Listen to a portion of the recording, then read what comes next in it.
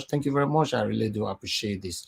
Thank you, thank you, thank you, my good people. Nosa, Omosova, thank you very much. Rafa, Christiana, thank you. Maris Imaswe, Chris Eminike, thank you. Stephen Williams, God bless you, my people. I believe, say, I will not pass people's name in case anything like that. Please understand, it's not intentional. Yes, we are running very fast right now. To quickly acknowledge the people right now in the comment section. Effects Entertainment, I can see you as well. Mookie, I can see you. Joseph Julius, God bless every one of you. Please help us to share and like, and let's do this. Let's talk about the things that's affected you and I. Trust me, it's getting tougher. You know, there's more. You can see right there on an thumbnail, you know, that revelations, Jesus. Yes, this is shocking revelation. We'll have a lot to talk about today. But before that, I'd like to quickly welcome in my panelist. I'm going to post the link right now. I just wanted to join me while I'm talking or analyzing these videos for you.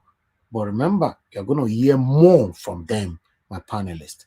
And also, I want you guys to understand. Thank you, DJ MTV. Thank you very much for the super chat. God bless you. I really do appreciate this. Thank you.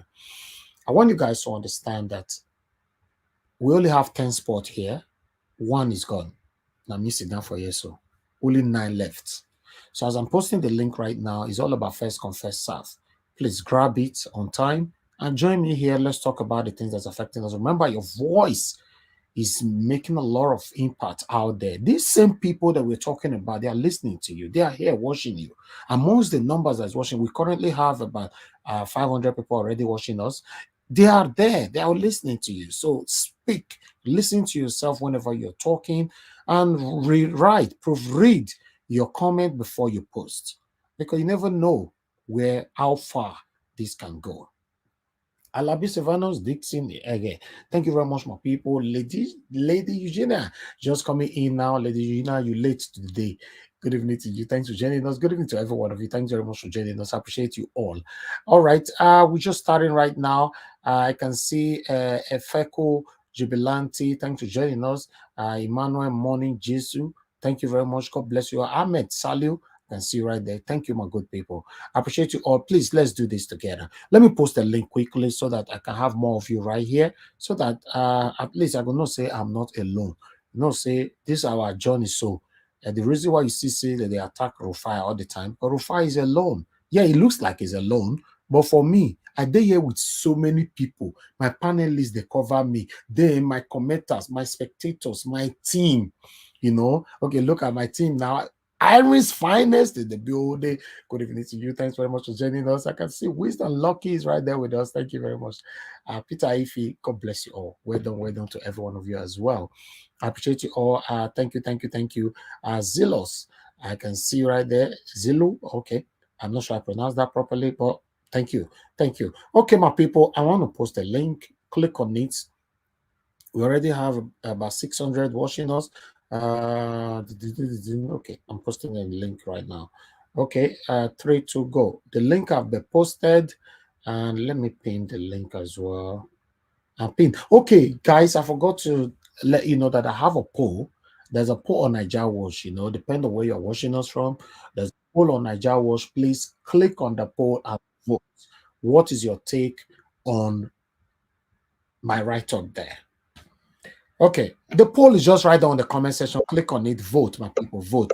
Everybody need to vote and press the like button. Continue to press the like button, and God bless every one of you. Okay, let's do this together. I already have a lot of people here already, so let's do this. Wow, let's say the screen already full. Okay, okay, wow.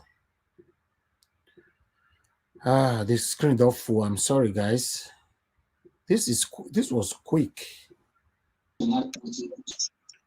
Stay mute, please. I just muted everybody. Stay mute.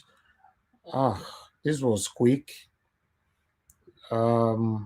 Yesterday it took us about 20 minutes for screen to full. Okay, now only yesterday happened, Shao. But today, Martina Abasi TV, thanks for joining us. Good evening to you. God bless you. I can see Lola IG. Thank you very much for the super chat. I don't know whether I pronounce your name properly.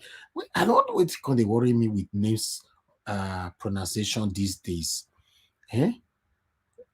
Lola IG. Thank you very much for this super chat. I really appreciate this.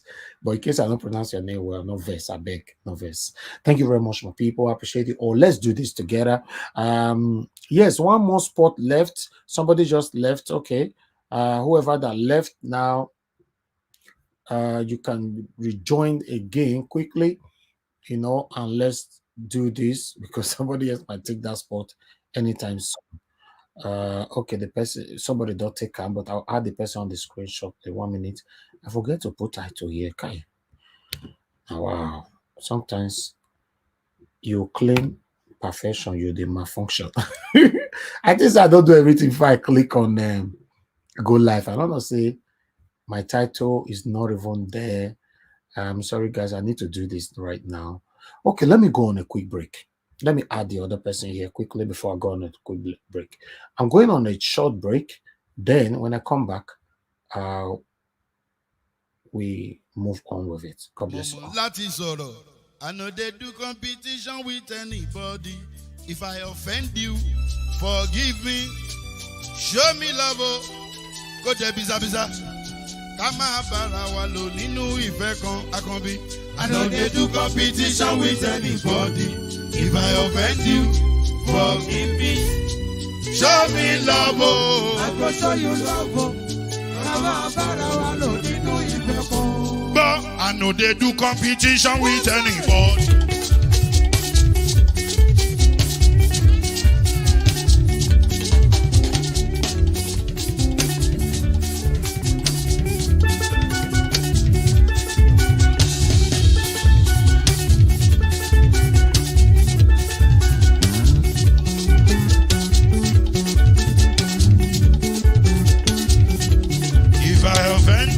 Forgive me, show me love, I go show you love. Kama bara wa lo nínú ìfẹ́ kan. I know they do competition with anybody. If I offend you, forgive me. Show me love, I go show you love. Kama bara wa lo nínú ìfẹ́ kan.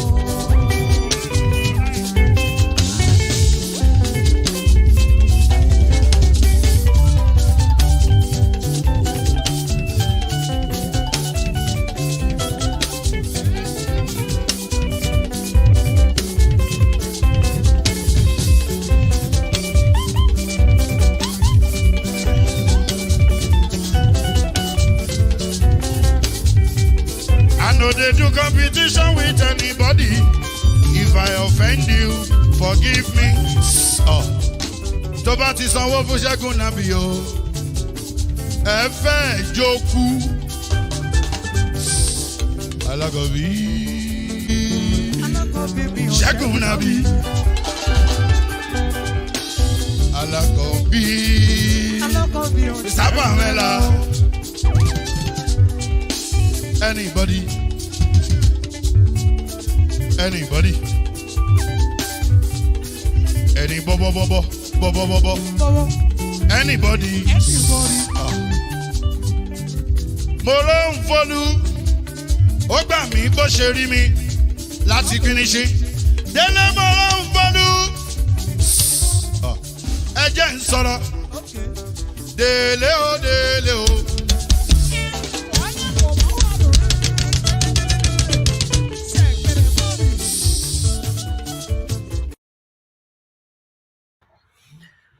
All right. Thank you very much, my people. We are back now. We are back here again. I appreciate every one of you for your time with us. Thanks very much for joining us. God bless you all. Okay. Continue to share. As you can see right there, I believe many of you have seen the topic. Tinubu will be sworn in. Yes, 100%. With God, not 100%. But with this cabas that came out now to tell us that Tinubu will be sworn in. Yes. Whatever we try to do about it, Tinubu will certainly be sworn in. That is their statement. We're going to be taking all this, as you know, on this platform. Whatever we say, we have content to verified informations, verified content to back it up. Yeah. I don't like it. I don't like it. Everything's beginning to look reality to me. INEC chairman deliberately did this. Everything you're seeing right now was deliberately put together to hurt Nigerians, the good Nigerians. I don't like this, but it's the fact. Although we have other analysis that might likely give us hope, maybe after we listen to that. This is sad. Yeah, this is very, very sad. But I'd like us to take on an article quickly. Let me see how I can break article here. Just bear with me. Please just do your part by sharing. I can see more people coming right there on the comment section. Thank you very much, everybody, right there. I appreciate you all, and God bless you now. Thank you very much for those of you that have super chatted us. Please hit on the like button and help us to share. Also, remember we have a $ on every platform where we are streaming right now. Click on it, support what we do here. Thank you very much, my people. Now, God bless you now. Meanwhile, let me take an article quickly.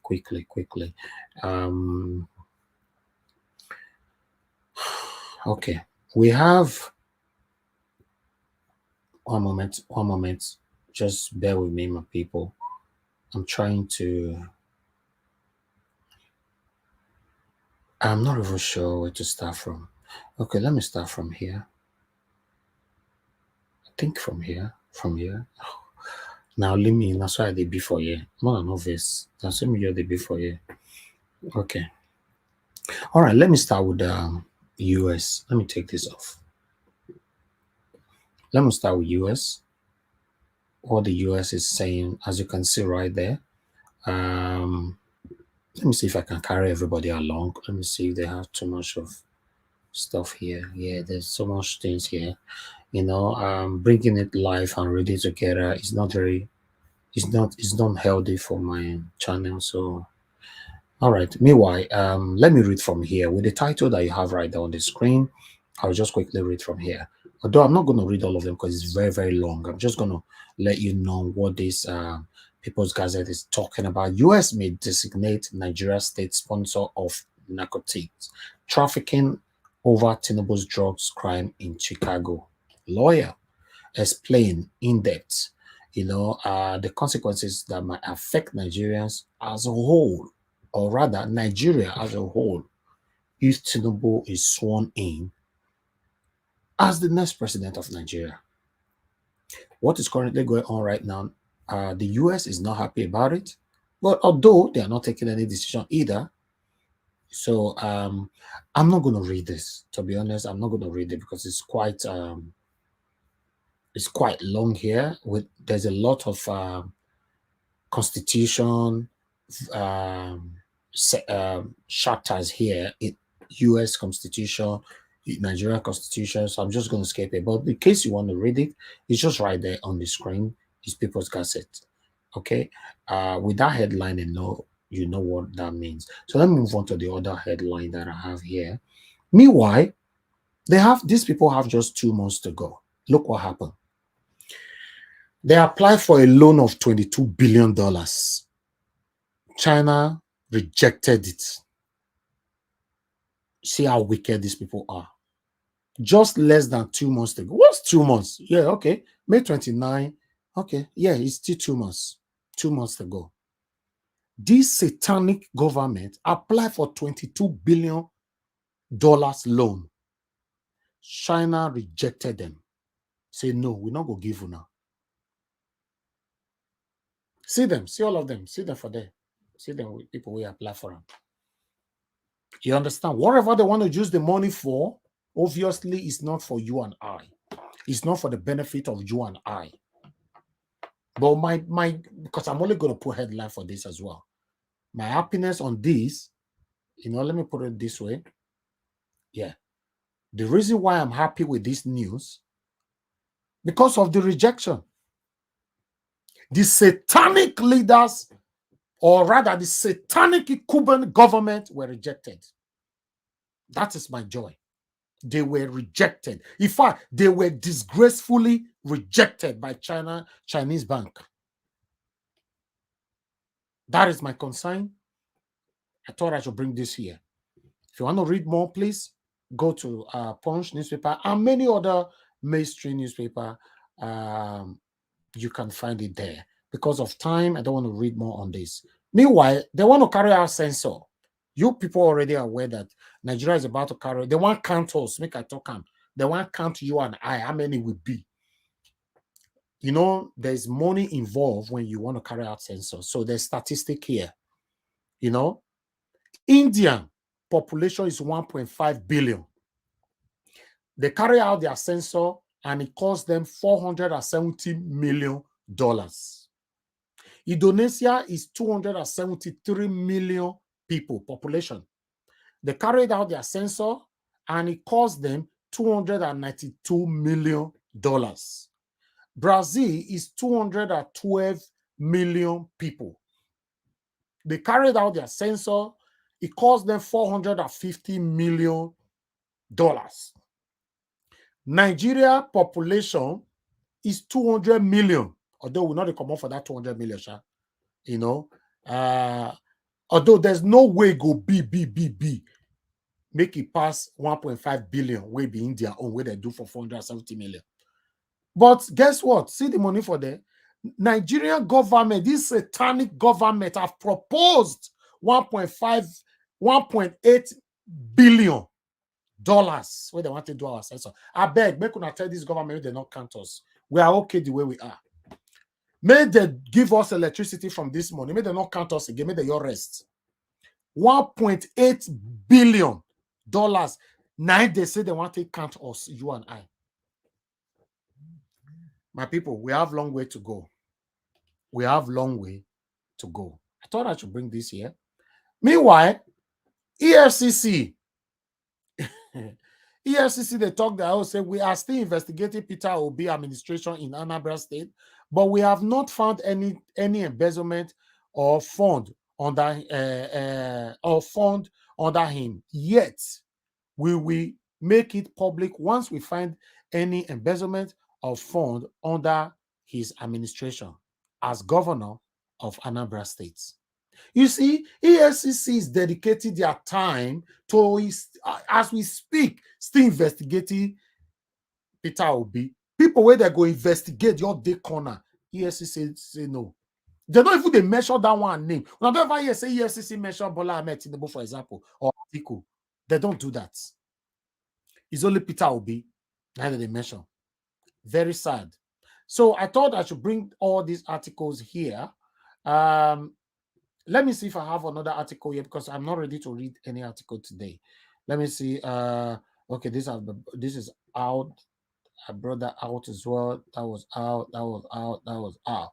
Okay. Yes, I'm done with my article. Thank you very much, my people. I think it's time for us to go with videos right now. I appreciate every one of you. Although I don't know where we are. Okay, let's go straight to Bola Ahmed must be sworn in first. No, these are bigger ones. I can't start with that now. These are bigger ones. Meanwhile, let me check the likes. Please click on the likes. We already have 1,200 people watching us. On Naija Watch alone, 900 and something watching us there. And we have 198 likes. What's see now? We could have pressed the like button, my people. Press the like now.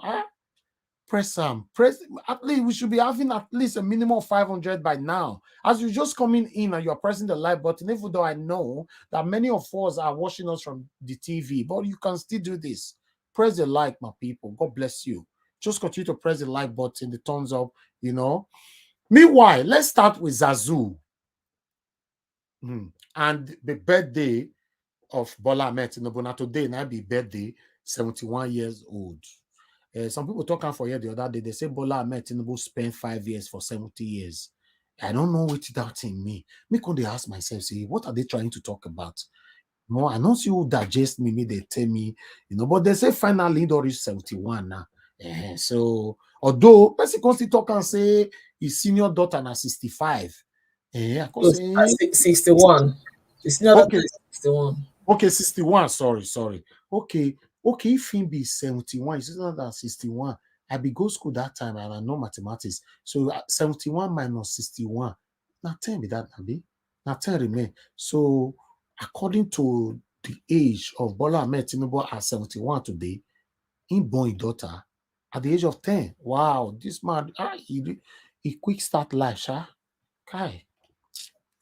The guy, he quick start life. Way people, when they can't defend them, so these people, they are very good at defending their principle. They're not the comment section. I bet if you see them, they could leave them or they express themselves. Although the way Abatite attack, or rather indirectly objected Rufai today on live was very wrong. But on this platform, somebody might take it very, very quick. Okay, meanwhile, let's listen to this before we move on. Let's quickly say this. Thank you. Tuesday, controversial singer Habib Okikiola, popularly known as Portable, had a confrontation with the Nigerian police after they stormed his wine bar, claiming that he had been petitioned at their station, but without revealing what it was about. The singer, however, resisted arrest, insisting that he should have been invited and that he's a federal government liability. Portable also said that he is a superstar and claimed to be working with the APC, and so he can't be arrested without cause. Let's take a look. There's a petition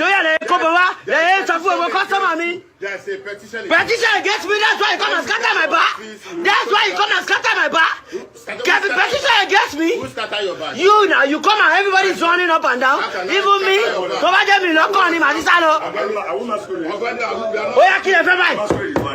Why are you here? And then you come in and I'll come to your office. All my manager will come, I have manager. Ah, promoter, yes. Are you giving us order now? No, don't tell me, don't. You can't kill myself. Oh yeah, what did I do? What's in that competition? Kill one new petition. What you are doing will not help you. No, don't tell me this one I'm doing will not help me. I'm a superstar. I'm a celebrity. If you are a celebrity, show me your ID card, everybody. Show me your ID card, no. That's me, me, Rufi, federal government liability, not a basoro.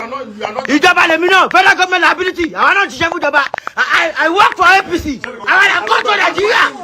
Who are those people? Now here where he talk and saying they work for APC. So in be federal government liability. That's why you talk more. So more hear that part again. I work for APC. I come to Nigeria. Who are those people? Well, I think what is that way? I can walk away anyway. You see where I am? Zadu, I'm a babu. I live in the zoo. Zadu. Okay, all right. I already have my intro as my break. One of the intro I'm going to be using for my break now. I'd already prepared. I might play that one for now before we continue for this one. We need to play them. Zadu, I'm a babu. I live in the zoo. Zadu. Zadu, I'm a babu. I live in the zoo. Zadu. Zadu, I'm a babu. I live in the zoo. Zadu. Oh my God. Okay, let's continue. Zadu, I'm a babu. I live in the zoo. Zadu. I can't help it. Dr. Mati, I heard Zazu from the first time. Zazu.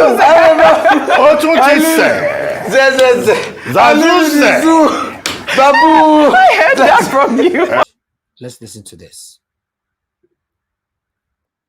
Inauguration of the new administration, ahead of the May 29th inauguration of the new administration, the Transitional Committee has assured Nigerians of a smooth handover despite ongoing litigation and threats.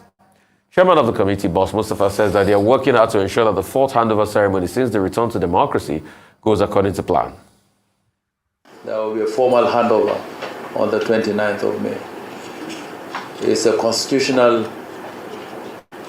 matter, and it has to be resolved. All litigations, whether resolved or unresolved, will not in any way stop the formal transfer of power. Now hear that one. Now hear it means even though the case is resolved or not, they have decided they are not interested if INEC have lied or if INEC have fraudulently issued out the certificate. They are saying this man is called Mustafa, Boss Mustafa, Chairman Presidential Transitional Committee. Is the man that makes the decision of the handover, right? He don't come out now, can't tell us that whether we not like him, we hear from court or we not hear from court, we will hand over to Bola Ahmed Tinubu. This video shocked me today. I thought I should bring it here. Let's listen further. It's a constitutional matter, and it has to be resolved. All litigations, whether resolved or unresolved, will not in any way stop the formal transfer of power.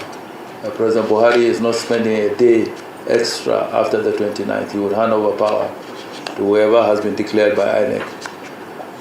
The court processes will continue, and whatever determination the court does, even after the swearing in, it has always been accommodated. This is not the first time we have run elections. This is not the first time people have assumed offices, and litigations continue. We're doing everything to ensure that the process of the transition is not truncated. Federal government has issued a statement. The total 170-something thousand poly unit agents, all of them have been sued to court. Rather, hold on, let me have the rightful information right here. Just hold on, my people. Let me have it right here. 177 poly unit officers have been charged to court. All right. So I would like us to go through this, although it's a long note. So what I am going to do, I'm going to ask my software to help us to read this, please. I'm taking everything together today. If you want us going for second segment today, I don't mind. But we need to take this. It's very, very important we get it right. So let us listen to this first, quickly. Let's get this first. Bear with us. Before we move on, 177,000 poly units. For the first time in Nigeria, this have never happened before.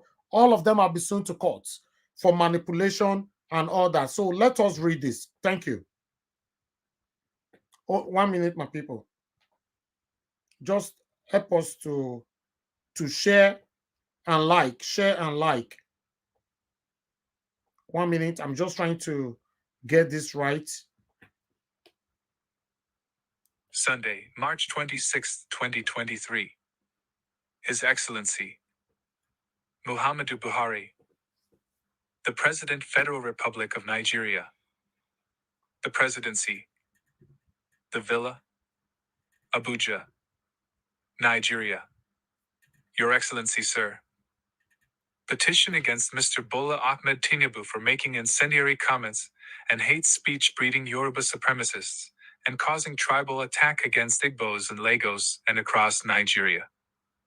I write this petition with the full realization that with the recent general elections like ours that allegedly became a tribal war against a particular tribe, there is need to conduct post-mortem investigation and put on trial those directly responsible and those who incited and sponsored such verbal and physical attacks, especially in Lagos State, to discourage this pattern in future elections.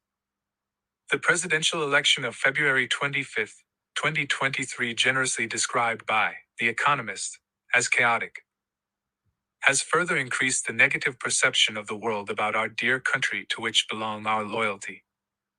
A newspaper columnist, Lasisi Alagunju, collated the world views about us informed by the lack of organization of the umpire INEC, disappointing compromise of law enforcement agencies, and unfortunate hijack of the process by non-state actors. The world is not pleased with our ways, and we could read it clearly in how the global press described what we did with ourselves last week. The Economist said chaotically organized vote and messy count gave Nigeria a new president. The Financial Times said in an editorial comment that our presidential election was deeply flawed, and the winner, a wealthy political fixer. The Guardian of UK described the winner as an immensely wealthy veteran power broker trailed by corruption allegations which he denies. The New York Times described him as a divisive figure in Nigerian politics. Robert Rotberg, founding director of the Harvard Kennedy School's program on interstate conflict, wrote an opinion for Canada's influential Globe and Mail. Its headline, Bola Tinubu's election is another triumph for Nigeria's corrupt old guard. The Times of London was the most disrespectful. They used this very bad phrase, a wealthy kleptocratic godfather of politics, to describe the person who will replace our very clean Buhari on May 29, 2023. As bad as those characterizations are, they are not as damaging as the Financial Times revelation that it personally witnessed armed men remove a presidential ballot box in Surulere, Lagos, on election day. The CNN last Friday played back a part of Bola Tinubu's acceptance speech where he described what he got as a serious mandate. A CNN anchor then asked if it was really a mandate, with less than 10% of the registered voters behind it. He must be wondering what kind of people these are.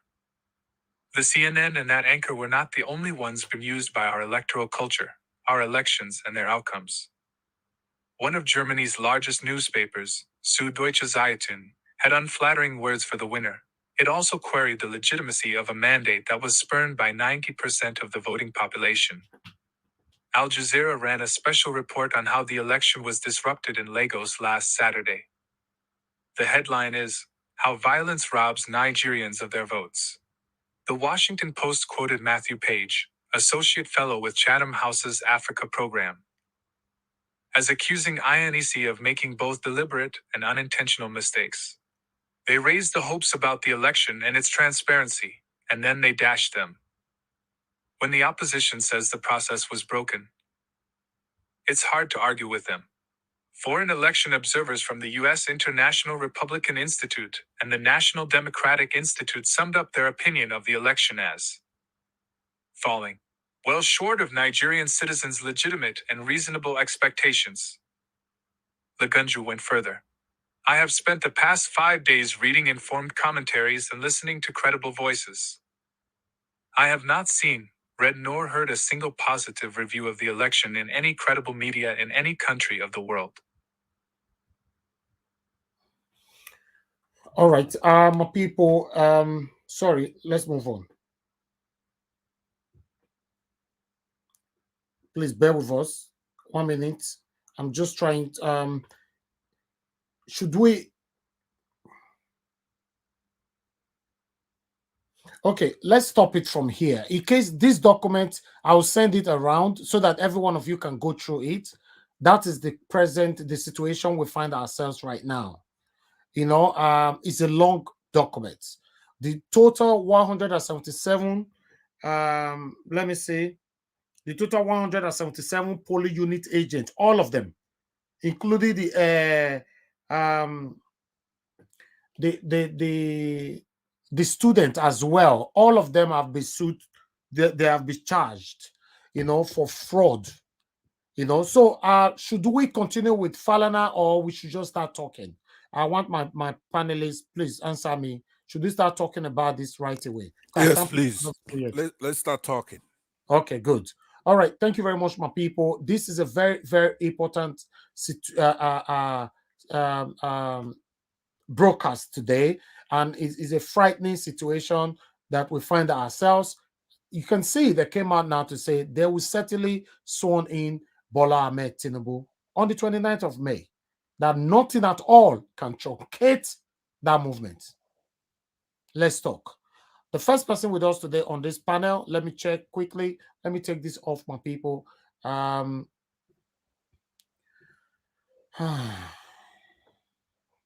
Okay, the first person with us today is Nena. Thank you very much, Madam Nena. Thanks for joining us today. Please, I would like to hear from you if you're available to talk now. Yes, I'm here. Good afternoon, everyone. Good morning, good evening from wherever you're watching. Thank you so much, panelists and even those on the chat. Okay, so from what I hear, let's do 10 minutes. Huh? Let's do 10 minutes. Okay, yeah, from what I hear, Femi Falana say, I see his submission is coming from an intelligence place. And I think what he's trying to say, even though he's not like coming out like, he first of all, Femi Falana is one of the men that I truly respect in Nigeria. He's one person that has been very consistent in the way he's been giving out his submissions. I see him as a man of integrity. So I think what he's trying to say, first of all, he's kind of skeptical about the integrity of the judiciary of Nigeria, going by the antecedent of this country we call Nigeria. So, but then also he's also trying to say, I might be wrong, but that's what what I deduce from what he's saying, that if there is a good evidence, even though everybody keeps saying, oh, it has never happened, it has never happened, it has never happened. I mean, there's always a first time. There's always a first time for anything in life to happen. After all these years in this country, we've been in Nigeria, this is the first time that you have a third opposition party, a third opposition party, so to say, came out and, carry the kind of strength and the kind of wave that LP carries. So if something like that can happen, I believe there is always a first time for something to happen. So because the skepticism is that, there has never been a time that the presidential election was overturned or something like that, And like I said, I always believe there's always a first time. So what he's trying to say is that if there is an overwhelming evidence, if the evidence is so clear, then there is possibility, even though he's a kind of skeptical. And honestly speaking, I want to believe at this point that the way everybody is expressing their skepticism and their lack of confidence in the judiciary, I just want to try to say that for some reason, if the judiciary are people that have integrity and fear, I just add fear of God. They hear what people are saying. When you get to the point where it seems like everybody is not seeing you as a thief, even though you've been stealing and everybody's seeing you as a thief, everybody's seeing you as like this. There is every tendency for somebody that have a little bit of a conscience to say, you know what? Let me try to do something, because it's like the voices that are throwing words at me is becoming too much. I'm just trying to. I always want to feel like, okay, I'm trying to console myself with this. There's a possibility that judicially you say, you know what, these people are seeing us as bad. Let's try to do right for once. If they can just come to that point. So that's what I understand from what Femi Falana is saying. There is possibility that they can still swear Tinubu in, and then there's also a possibility that with a good evidence and with the the judiciary not trying not to mess up their own integrity, we decide to do the right thing, and the right thing is done with the good evidence, that the whole thing can be overturned. That is the way I see. Are you telling me that a sitting president can be removed in Nigeria? No, that is exactly the point that Femi Falana is trying to make, because he was skeptical. He was not. He was scared. That is what I'm saying. That is the skepticism that everybody is expressing, because going by the antecedent of the country we call Nigeria, people say it is something that is not possible.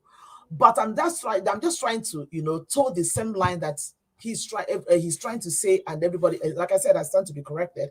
That everybody is saying that if for some reason that this judiciary decides for once in their old life, decide to do the right thing, that could be the first time, they say, for the first time in history, a sitting president has been overturned, because it happens other places. So why can't it happen in Nigeria? You understand what I'm saying? So that's why you see that skepticism, because this is a country that is known by criminality. This is a country that is been run by criminals who are not even ready to change their criminal ways. So that's why everybody is skeptical about if this man who can fight like this to get into power, if he eventually gets into power, will he allow his mandate to be overturned and everything? That's why you see the skeptics. And honestly speaking, like you started when you started, I know it scares me. It scares me to even hear, to even imagine that Tinubu will be sitting as the president of Nigeria for 1 hour. Like, it scares me to death. Honestly, it's something that really scares me, because hearing it alone, it puts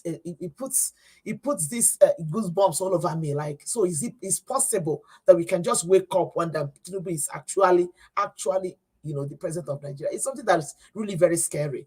So I mean, I don't know, and the thing that this what's his name? Portable or what? Honestly, I just want to say, I don't know. Maybe other people know him. Honestly, I didn't even know who this guy was before. It's just recently I got to know about this person. I don't know who he. Maybe because I left Nigeria a long time ago. I don't really.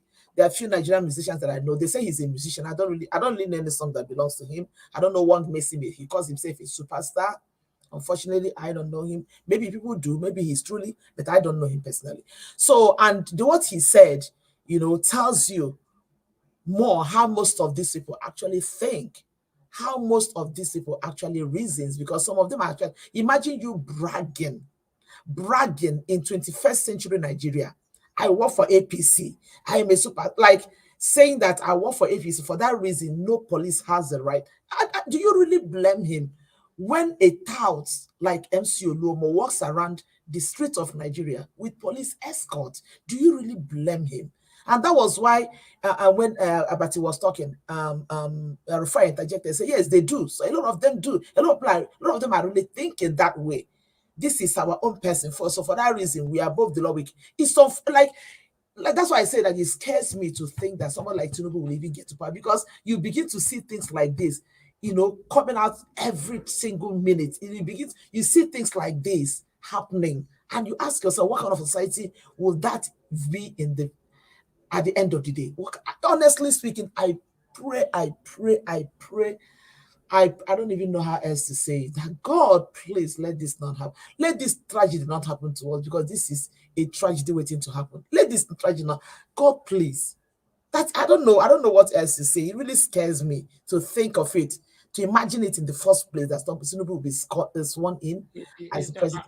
I'm sad. I don't know. It saddened me, honestly. It makes me sad, because the man that's saying it, these are people who are already preparing and getting ready for the swearing in.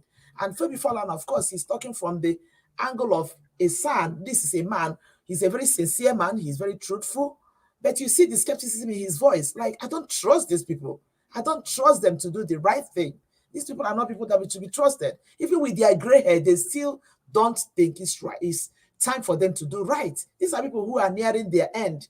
And yet, you still cannot soak off all the money I've got. So how many years do I even have to live in this life? For once in my life, let me just do something right. Let me do something right. I don't know.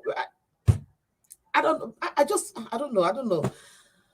It scares me, honestly. I'm just short of words. It scares me. May God just help us. Let this tragedy not happen to us. Let this calamity not befall us. Let this evil not come near us. Because I was asking somebody, was it yesterday? I was talking to a friend. I said, wait, where are the 8 million that voted for Tinubu? Where are they? They say 8 million voted him, right? Where are they? They elected the president in Nigeria. The whole Nigeria went into mourning.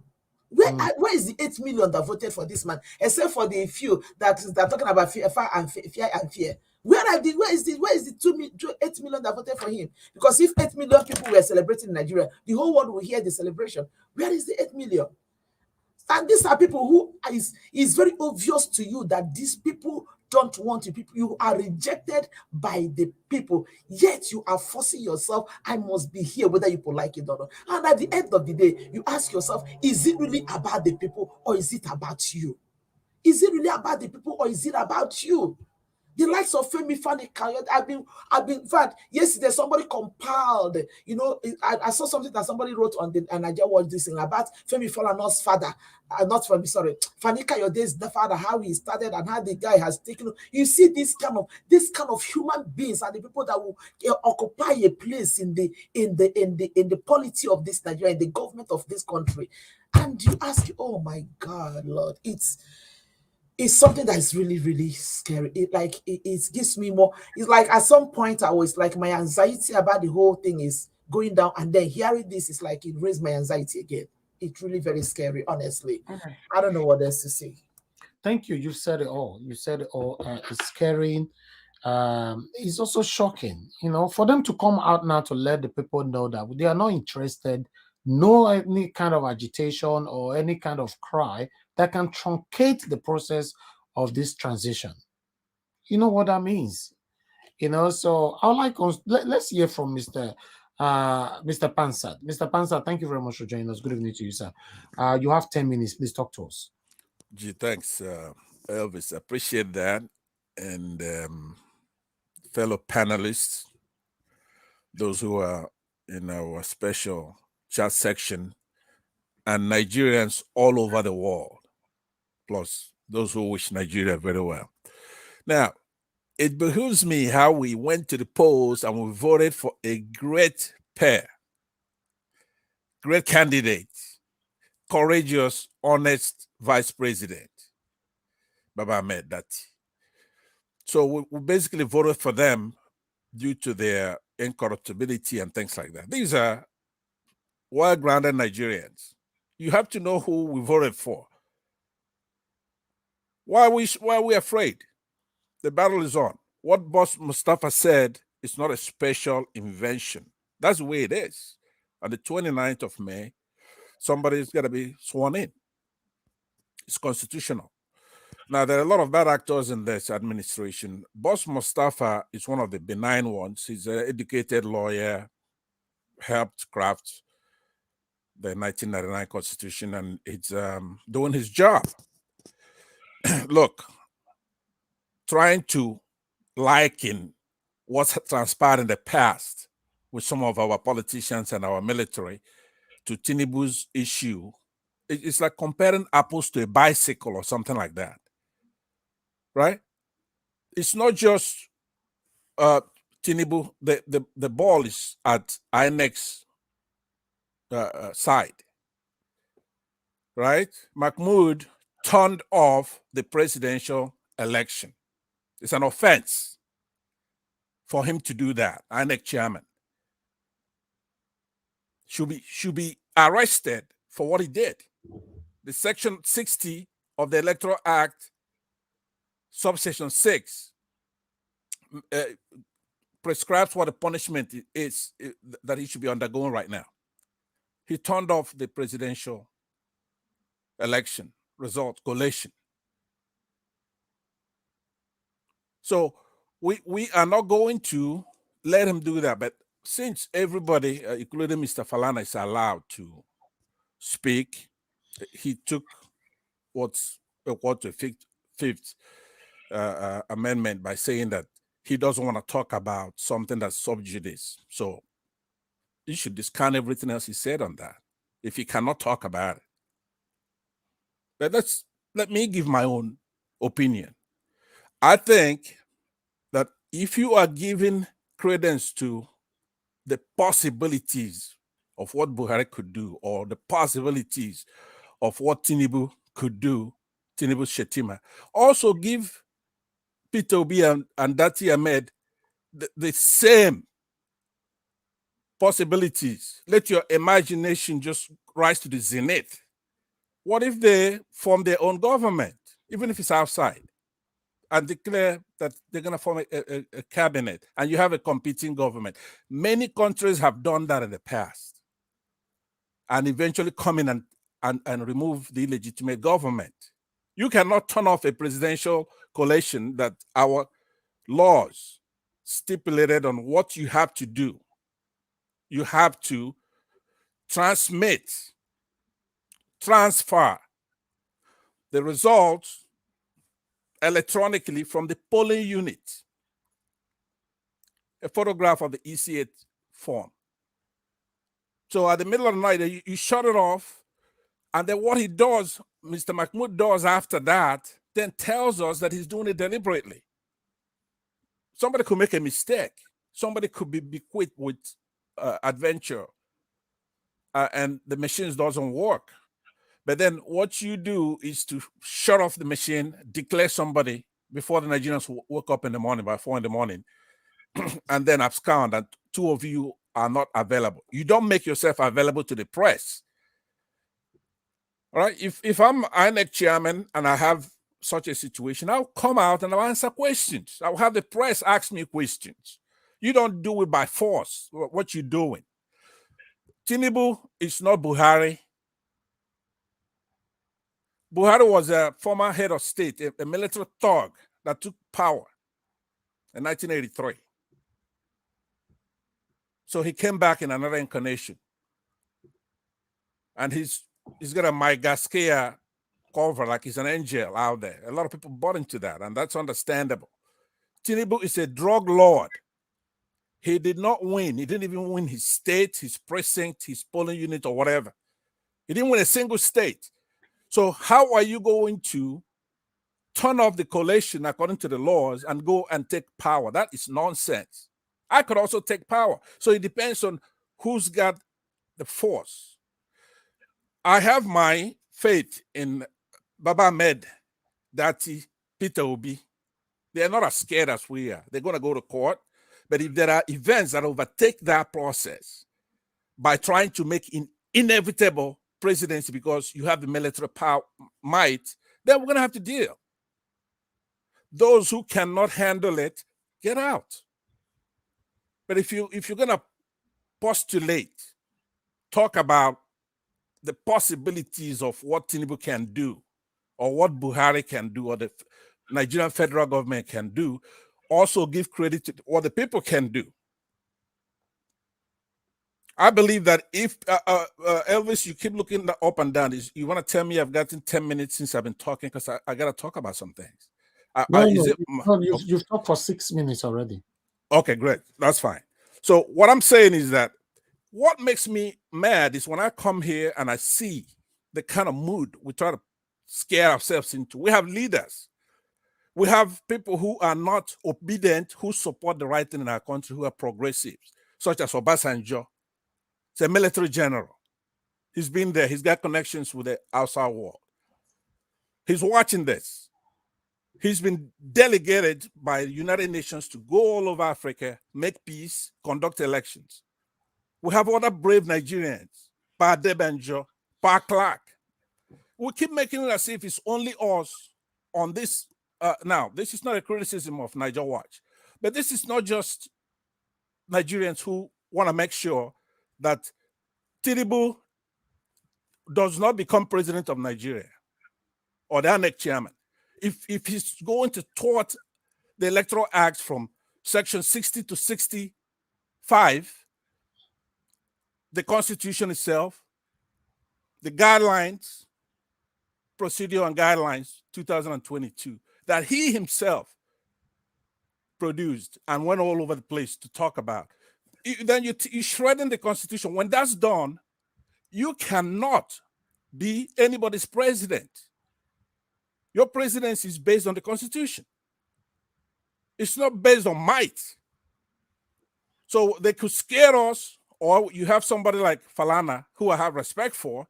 He come here and he's going to talk in prose when he's talking to people who don't have the military power, and then speak in poetry when he's talking about those who could have power.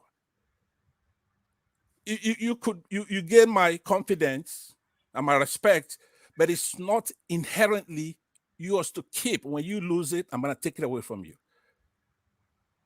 This rejection of Tinubu by the Nigerian people is sacrosanct. You cannot do it by inevitability, by declaring, okay, this is it, we're done. We're not going to talk to the press. We're not going to talk to Nigerians. On this day, we're going to swear in. Peter Obi and Baba Ahmed Dati have the right to form a government, and we'll have a competing government, or they all could wait and have the courts sorted out. But there is no way somebody who didn't win an election that was turned off, the coalition was illegal. He pulled it out of his ass, the data that he used to declare this man president. So the culpability of the INEC chairman in the illegality of results and presidential winner announced is very high. He's committed an electoral offense and he needs to be arrested immediately. Now, yesterday I was saying that the advantage that the Muslims in Nigeria have is populating all our parastatals with their people, such as just 1 second, let me land on this. Because if you read the papers today, you're going to see that Babio is on the run. They're out to arrest him, right? So why can't Mahmoud be on the run? We know why he cannot be on the run. He's committed. The whole world is watching us. So I say to the last speaker, don't be afraid, because our principal and his vice president, he came out the other day and he spoke. Baba Ahmed Dati spoke and he says, if you try it, you are shredding that constitution. Okay. And he's not joking about that. So, and I believe him. That's who I trust, not Falana or anybody else. Thank you.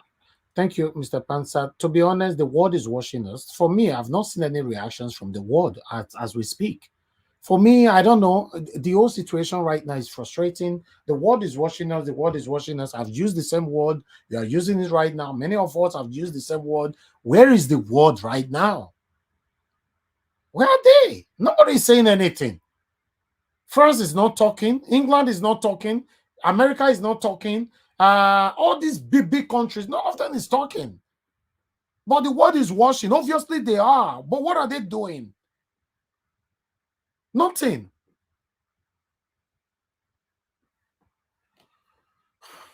Well, that's doing something. Not talking is doing something. These societies believe in the judiciary, right? The process right now is moved to the judiciary. They have to go to court. They have a specific amount of time. But Mr. Pansa, the judiciary is going to delay till forever. Why Bola Ahmed Tinubu will be sworn in as the president of the Federal Republic of Nigeria? Even if that happens. Yeah, but Elvis, even if, let's take it to that logical conclusion. Let's say, even if Tinubu is sworn in, Tinubu, to me, he shouldn't be president. He's better than what we have now. So even if that's the process, let's let Peter Obi and Dati Ahmed respond to all those things. I don't know what they're going to do, right? Okay. So even if Tinubu is sworn in, if this is the way the Constitution has it done, we shouldn't be scared about that. Yeah, do we have a president now? We do not have a president now. We have the most evil human being. No, this is a broad daylight robbery. It is. So I don't care about the president that is ruling right now. I'm talking about this process that just ended. It's a broad daylight robbery. If Tinubu is sworn in, right, are you telling me that the Supreme Court will come out with any kind of decision that will infect this expectation? Yes, I am telling you that because it's an addendum to what I said yesterday. We unfortunately are not in charge of picking our leaders or setting the prices of our goods. This thing has international dimensions, and there's a lot of things in Kuwait. It's fluid. So if they want to restore the right mandate, they have many ways they can do it. They could do it legitimately to the courts if that's what they decide to do. But the Nigerian people are watching. All right. But you just said it yourself. There is something amiss. There's no rush to embrace this man. We don't know what the hell he is right now. So all that's good for us. If we get Tinubu in the interim between now and whenever that court makes this decision, that is at least as good as what we have now, because it's the same cabal. Buhari is like a tree. You could tell from the fruits what kind of person he is. This is the kind of child that he gave birth to, because he is an evil man. Thank you. Yeah. All right. Thank you very much, every one of you that have super chatted us. I don't like watch DJM TV. Luila. Mr. Elvis. Very much. Please hold on, sir. When I'm giving this kind of speech, nobody should stop me. It's not nice. Thank you. Abo Azi, thank you very much for the super chat. I saw the comment that you put in there. Obviously, you know I won't take you to court, my dear brother. I really do appreciate you. Thank you, thank you. I know you. That is very, very funny. That is what is really now. Everybody should go to court in case anything is happening. Meanwhile, I appreciate you all. Please, guys, we currently have 1,700 watching us across. The light is not encouraging. We should be having at least a minimum of 1,000 likes by now. Can you press on the like button, please? You know, press on the like button, the thumbs up right there. Just press it, you know, so that our voices can go far. Thank you. Somebody was calling my name. Who was that, please? It's me, One Love. But never mind. I'd rather just go to court. Okay. I'm just kidding. See, I was just trying to let you know. I know the world has not really been doing much about this, but we have a senator here in the US who has been really vocal about this election. His name is Senator Rich. And then I think they also had a panel yesterday where he also mentioned this Nigeria election. I just wish, I mean, I would like you to a lot of. I would like you to expatiate on that when it gets to your turn. Okay, thank you. Thank you, sir. Thank you. All right, let me move on to the next person right now, which is Chooks Obiboeze. Mr. Chooks Obiboeze, good evening to you, sir. Please talk to us. Yeah, good evening, Mr. Elvis. Good evening, everyone in the house. Of course, our comment section and those watching us around the world. Yeah, thank you for giving me this opportunity. Yeah, I don't know. You know, I listened to Mr. Falana when he talked about that. You know, it's just he's just speaking as a lawyer. He knows what it means. You know, because right now there's no any other angle that our constitution says if this happen, if that happen, this is the way out. No, they just make it as rigid as possible so that you can't do nothing. And if we must say it as it is, hence I know Mr. Peter, he wouldn't go seeking for justice and come out to say, hey, I don't agree with this. We must form government or we must disrupt this or that. No, I don't see him doing that. And this, in as much as he believes he's gonna get his mandate the right way, I don't think anybody can convince him to do such. But because that will amount in those kind of things we've been avoiding. If not, why not start now? Why not start now? So if it comes to that, because there's no way Abuja will be left vacant, not even for 1 minute. In as much as we know right now that we don't have a government. So I think that is the route they will play. Coming to what he said about this thing, yeah, it's 6 months and the 2 months. So he cannot go beyond that. If they go beyond that, then they're asking question on Nigerians. What can you do? Because this one, it doesn't matter what.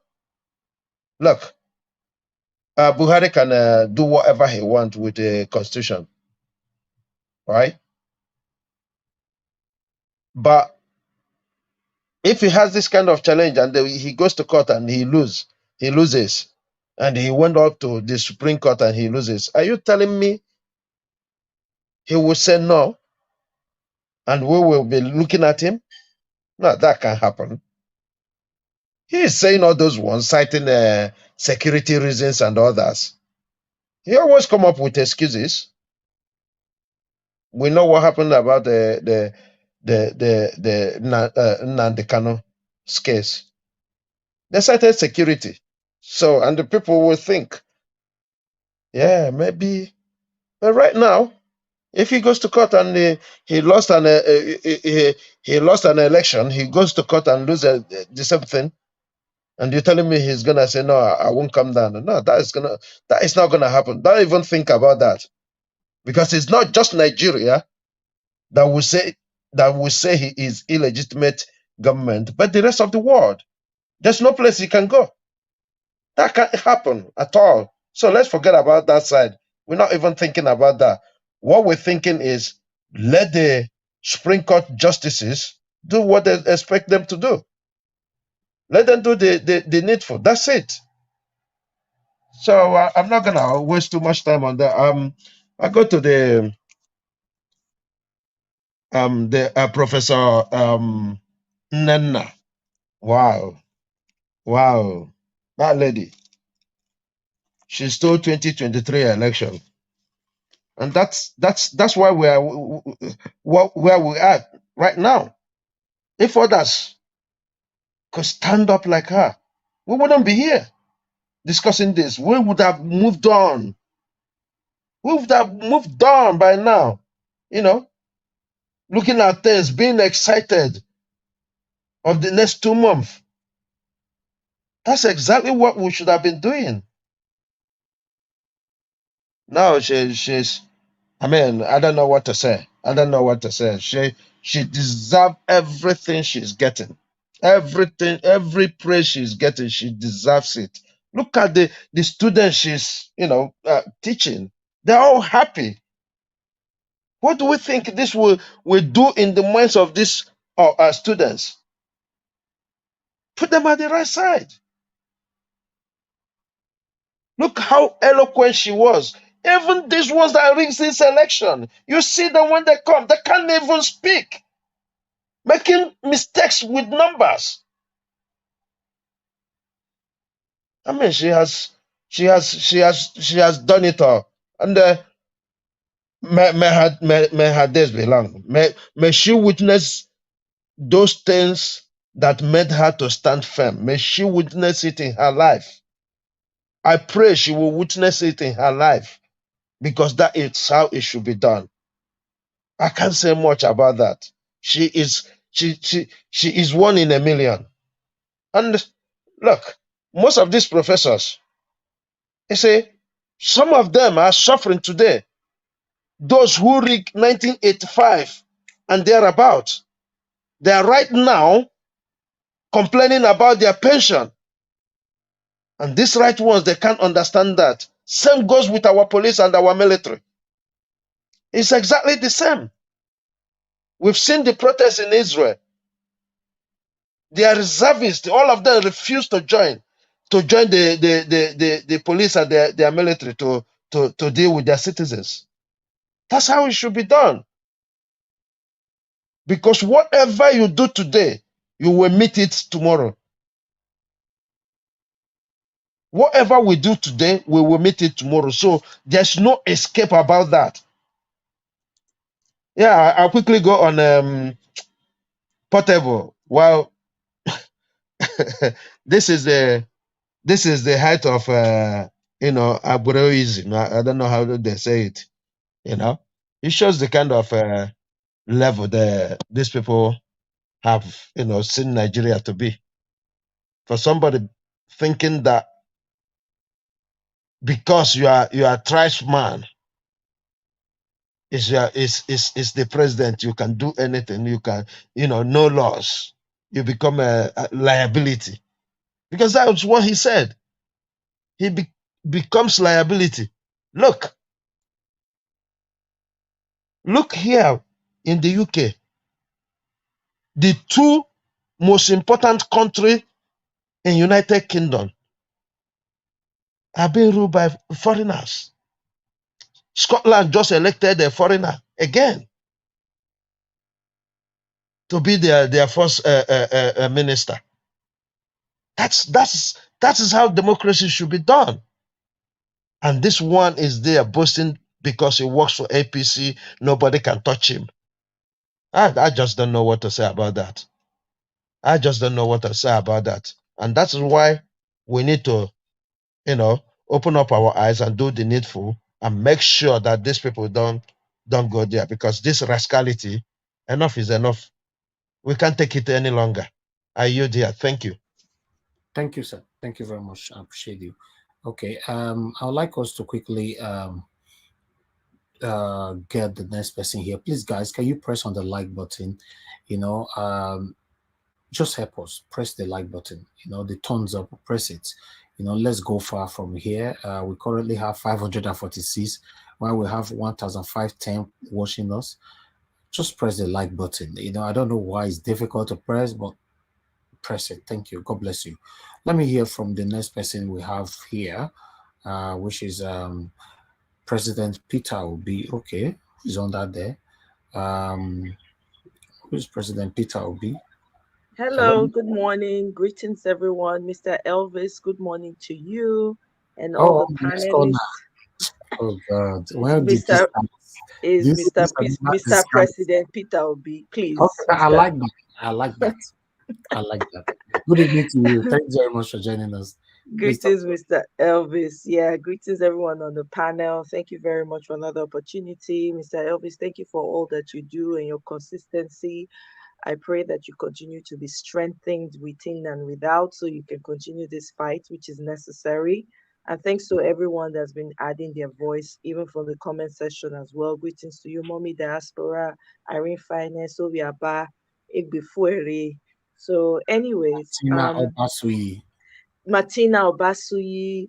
I don't know if Sister Rita is there. Sister Rita, everyone, I greet you. I salute you. Thank you so much for your voice and your write-up and everything. The comment section is where the real fun is, by the way.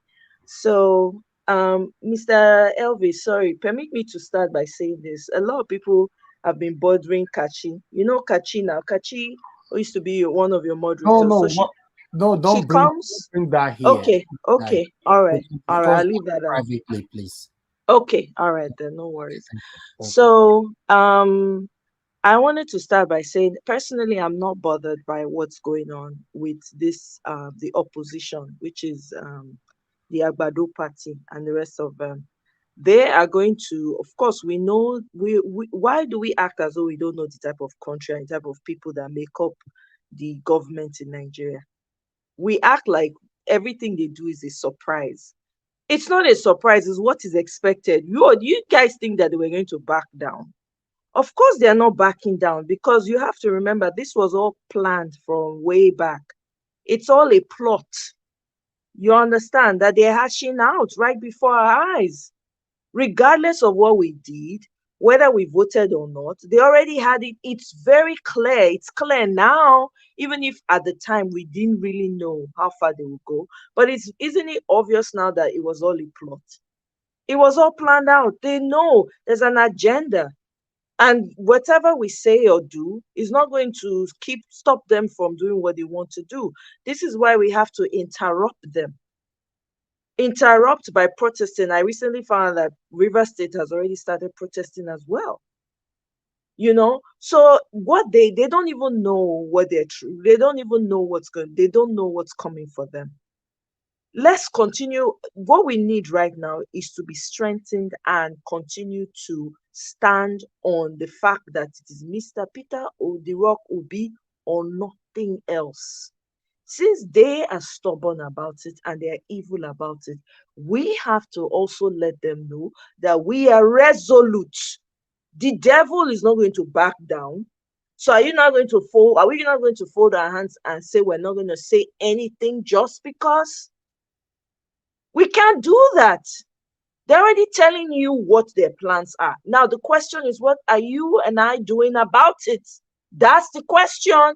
Are we going to fold our hands like we did when they were counting those numbers? Are we going to fold our hands again and watch them actually do it? So that's a question for you and I to respond to.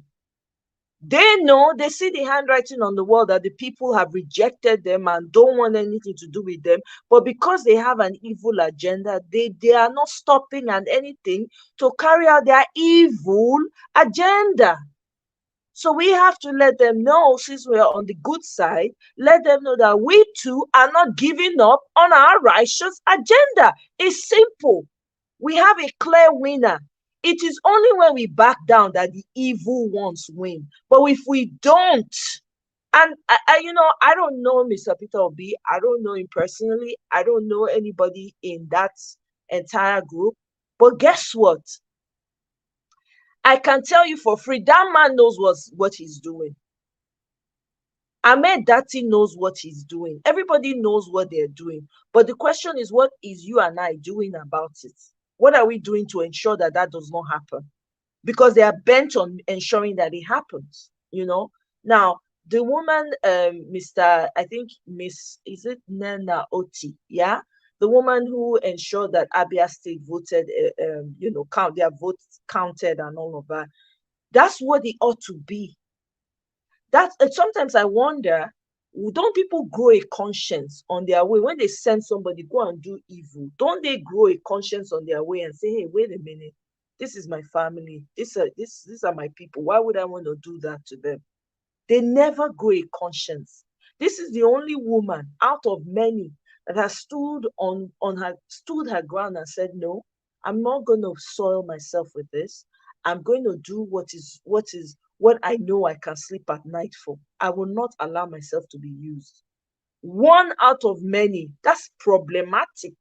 That means we have a society that is full of flawed people that have lost their conscience. That's what it means. It speaks to the character of who we are as a people. And it's a monumental shame that in this election, we're all fighting for everybody. Nobody here is fighting for their selfish desires or needs. Nobody here is saying, oh, what am I going to benefit? What am I going to gain? Nobody is doing that here. We're all here talking with one voice. We're all from different ethnic groups in Nigeria, but we are here standing firm and saying we want the good for everyone. Why is it? The question now is, why is it that we have people that are in leadership positions in Nigeria that don't have a conscience? What happened to their conscience? And there are too many to name. It's embarrassing, to say the least. You see people's grandfathers coming on social media to embarrass themselves and their lineage for a morsel of bread. For how much? This woman, this Professor Nena Oti, the amount of material gains that has come her way since she stood her ground is monumental. In her lifetime, I'm sure she never thought that what she did that very day is going to translate to everything that has come to her. What she has gotten today is much more than what those people promised her or promised to give her. We have a problem with character in Nigeria, unfortunately. And then we have leaders who do not show no example at all. People that have come here, and the article that you read earlier on, Mr. Elvis, about Nigeria being at the danger of being named the narco state or whatever. Well, hell yeah. That's what it's going to be. This is why we need to fight for it. It's only when we give up that can happen. But if we do not give up and we keep making our voices heard and keep standing on the truth and be as resolute, because evil is resolute. So question is, are you resolute too? Because if the evil sees how much resolute you are, they will back down eventually. But if we are not resolute and we just fold our hands and say, oh, well, this man is going to be sworn, what are we going to do? It's typical Nigeria attitude. Guess what? Now see us go affect. If not us directly, but we have relatives, we have distant relatives there. Some of us still have family back there.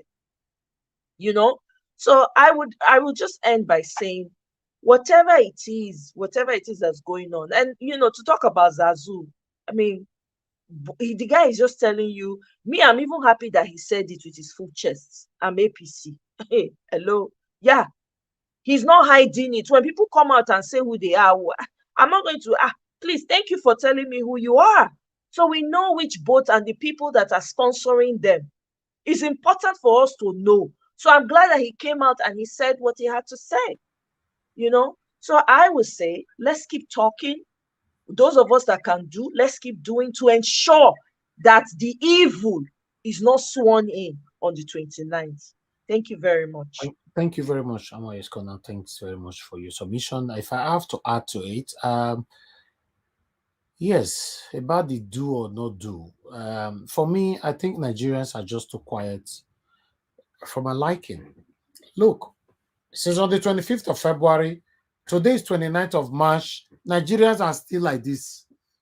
We are still like this. We are still, contemplating.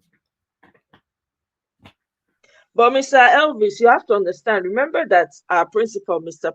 President Peter Obi, came out and he said he calmed everybody down. I know that he cannot come out and say, yes, oh yeah, all of you get on the streets now. But guess what? If Peter Obi comes out now, right, the guy is just biding time. He's trying to follow a course so that everybody can see that, look, I took the righteous path to the end. If that does not work, that man is not going to back down. I don't know him, but I know he's not. He's the reason why a lot of young people chose not to come out and burn the city down. I'm telling you for free. We listened to a young man, I think you played a video a couple of days ago about a young man who came out and said there are 10 million people, young people waiting.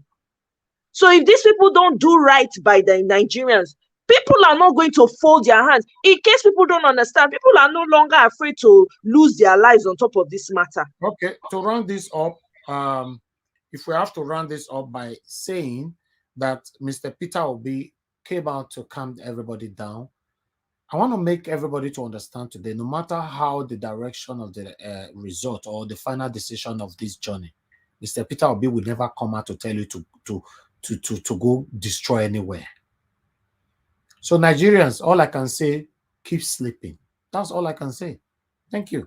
Let's move on. If you're waiting for Peter Obi to say, okay, after then, Tinubu is sworn in, he's now the president of Nigeria, Peter Obi will not come out again to say, okay, wait till I've heard talk before, I'm not talking again, come out.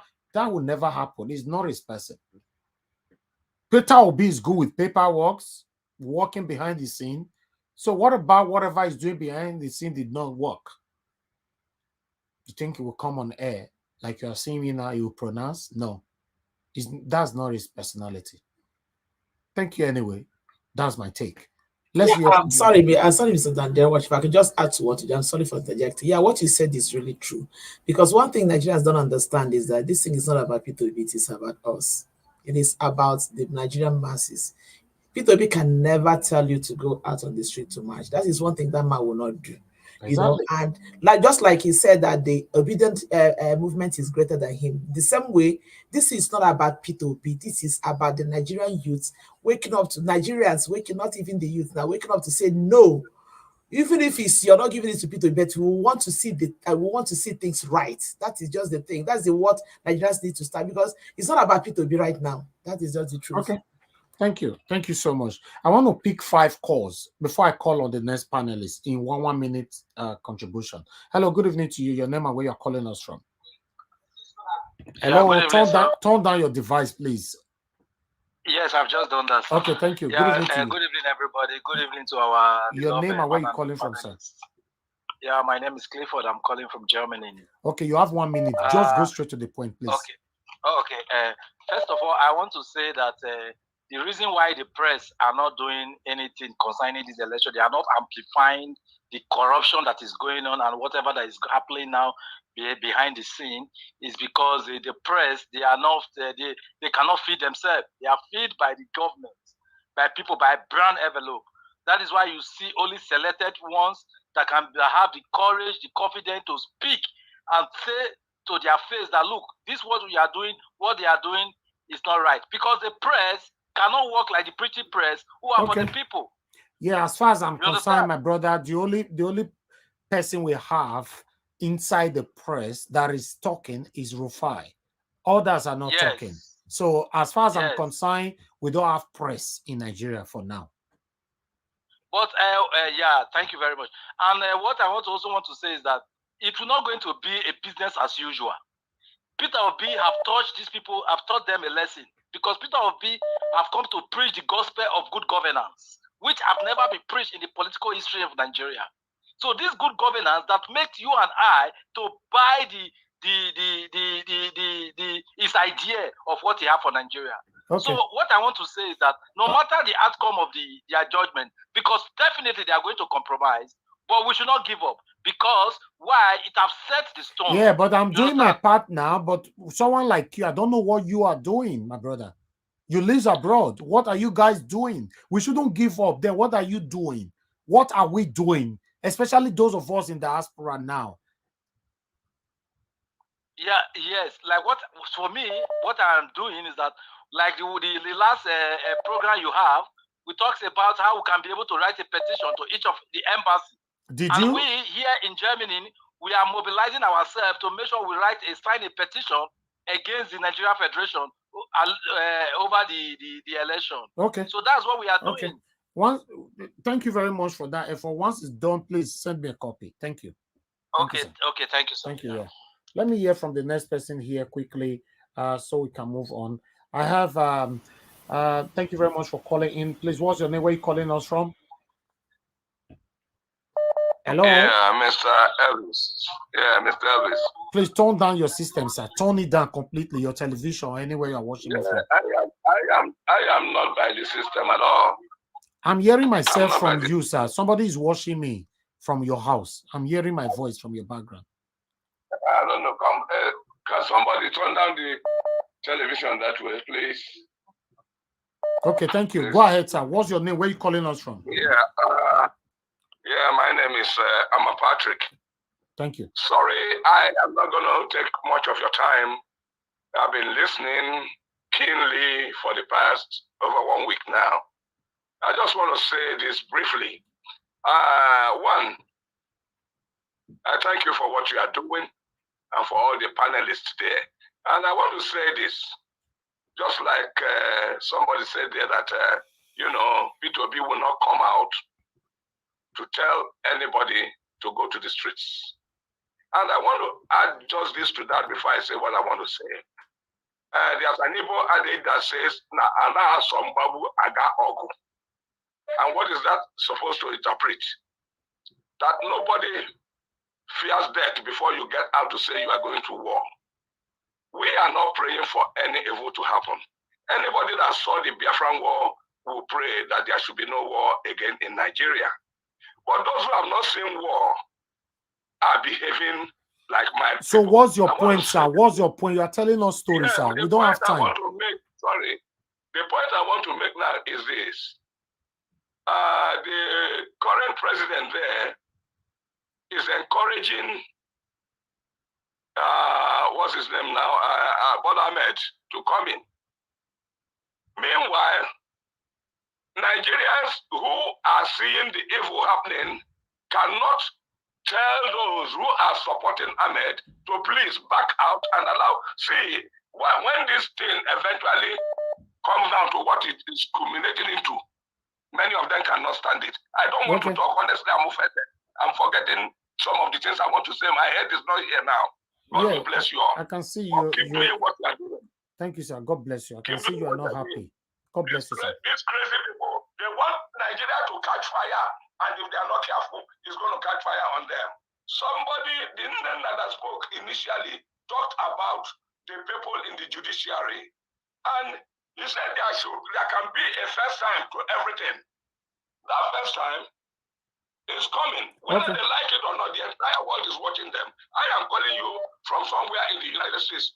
If they try and venture something that Nigeria can't handle, they will see it. People are keeping quiet. It's not that they are not watching. Please, Elvis, don't be scared that people are not talking. Something is going to happen. You cannot put Tinubu there. Simple. Thank you, sir. Goodbye. Thank you so much. Thank you. Hello. Yeah, good evening to you. Your name and where you're calling us from? Yeah, good evening, Niger Watch. Thank you, sir. My name is Ifi Kas. I'm calling from Paia Basco in Spain. Okay, talk to us, sir. 1 minute. May God bless you, first of all. In fact, we always discuss about you. This is my first time to calling here, although I have been listening to you. Thank you so much. And all your panelists. In fact, we call you, when we are discussed without you, we call you the messiah of our time, because you are number one, you are not tribalism. Number two, you speak it as it is. to show that you're a man. May God continue to bless you and your family forever. The history of Nigeria will not, this our generation will not talk without you. Amen. And also, there's another powerful woman I used to listen there. Yeah, she's a lioness. I can call her Madame Rita. I love her so much, and all the people will love her. May God bless her and with the family and Pansat. You people are doing very, very good work. Madame Rita is a powerful woman there. Thank you. So what I'm talking is about our principal, which is Mr. Obi. As this case is going on, sir, there's many things that Mr. Obi cannot come and talk in public. Which we also, I don't know if we can organize ourselves to have a second man of P2B, because in any organization, there must be somebody who are talking slow, and there must be a radical wing of it. Like here where I am now is Payaba School, they are still fighting for their own independence. Okay. And yeah, they're near France. So what I'm about that we should have somebody, second person that is more talking. It's not because Mr. Obi cannot come in public and talk, go and demonstrate, go and do this, go and do that. Thank you so much. Thank you. So, thank you, sir. My own advice, and may God continue to bless you in the mighty name of Jesus. Amen, sir. Amen. Thank you very much, sir. God bless you. I appreciate it. Hello, yes, Brother F.A., thanks for calling in. Please talk to us 1 minute. Yeah, Nigeria, good evening. Good evening, the panelists and the viewers like me. Thank you. Nigeria, I just want to tell you one thing. I know you will think, as in you will like the idea. That woman, that Anneke, that professor, that lady, that Madam Nena. You remember? You OT. know, Yes. So, yeah, I just want I will volunteer. I just want Nigeria Watch family to give that lady an award. Please, sir. I'm on my knee. Please. We have to show good example, sir. I will support. Please. Okay, we'll see if we can bring her here first. If we can bring her here, sir, we take it from there. Yeah. Yes, all right, no problem. That woman deserves an award from you. Please, sir. No worries. Thank you. Yes, she's one of the best ever. Sir. Yes. Thank you so much. Yeah. I like the fact that everybody's singing the praises of Madam Inena Oti. You see, I ask you guys all the time, what do you want to be known for or remembered for? This is it. Good name. Why? But some of you will choose money. No problem. Continue to choose money that will kill you. All right. Thank you very much. Let's move on. I'm not very happy this evening. I'm just pretending here. I'm not happy with the way things are going. It's looking like we might just probably end up like this forever. I don't want to speak negative or, I don't want to, but I'm a human being. We might just probably just end up like this. The way it's going, I don't know. Mr. Niger Watch, there's nothing going wrong. There's nothing going wrong. You say the amount of evidence, the amount of things that is down. Listen, if you remember, right at the beginning when they started cooking this food, I said it. They just want to delay time just for him to answer president for one day. They knew this. It is a game. They just did him 419. They knew this, that he's gonna go there, but he's gonna come out. That's all they care to tell him. That's what they did with his money. That's why you see immediately they do this thing. INEC refused to bring allow them to inspect that, because they will shorten the time. If they have had access to those equipments they use in conducting the election, they would have fastened the whole thing. They delayed it. Look, now they have to seek for a court order for them to even serve him the paper. Because if you don't serve him the paper, he never starts until he acknowledges. That is when the court acknowledges, and then they work from there, because they have to have time to prepare for any defense or something like that. So don't be discouraged. They just want to kill the time. We might hear what we don't want to hear, that he was sworn in or he is sworn in, right? But at the end, what comes at the end is what matters to us. That's all I can say. Thank you. Thank you, sir. All right. I saw a comment that I don't supposed to respond to, but I'll respond to it with your fake name. You hear me? That's only with your three names. That's the only thing I can say. You know, one thing you must understand, you don't even know me because I know the person you are following. You know, both you and the person, all of you are so fraudulent. But I want to let you know that all my life, I didn't say some part of my life, all my life, no politicians have paid me no cover. And I've not had any conversation with any politician or any kind of negotiation. I'm too bigger than that. I'm not like the person that you are following, because the person you are following is here today, tomorrow is there, so he's everywhere. Today is supporting APC, tomorrow is PDP, tomorrow the other day is Labour Party. No, we are not like that. All my life, I use my platform. Tomorrow, you people will still come here now that Peter Obi paid me to be doing this. Peter Obi have never paid me a penny, and I'm not doing this for anybody to pay me. So the person you are following, if you are truthful to yourself, look at his life. I don't want to mention his name here because those are satanic names that I can't mention here. Look at his life. He's everywhere. The other day, he was calling on Bola Ahmed Tinubu to come and pay me my money. Oh, come and pay me my money. Oh, APC must pay me my money. And at the end of the day, they didn't mind him because he's just like a mad person. But at the end of the day, he moved to Labour. Now Labour, Peter Obi. Then the other day, he was celebrating the victory, the fraudulent, satanic, broad daylight robbery of Bola Ahmed Tinubu victory. He was celebrating it on air. So you see, we don't entertain confused individualisms on this platform.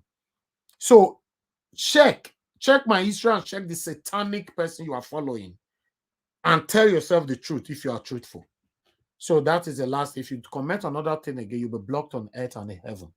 Thank you. Let's move on to the next person.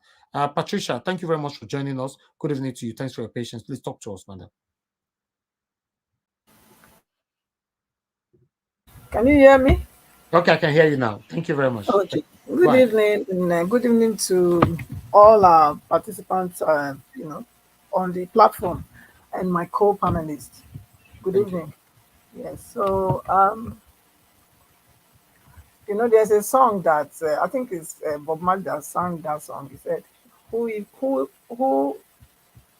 that fights and run away, lives to fight another day."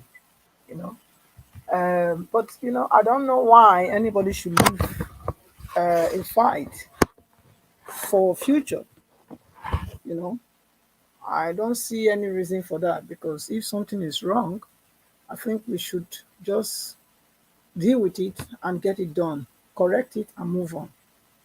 Not living this type of fight or any fight for tomorrow when you can correct it now and move on. That's the history of Nigeria. I believe that the fundamental problems we are having as a Nigeria, as a nation, is because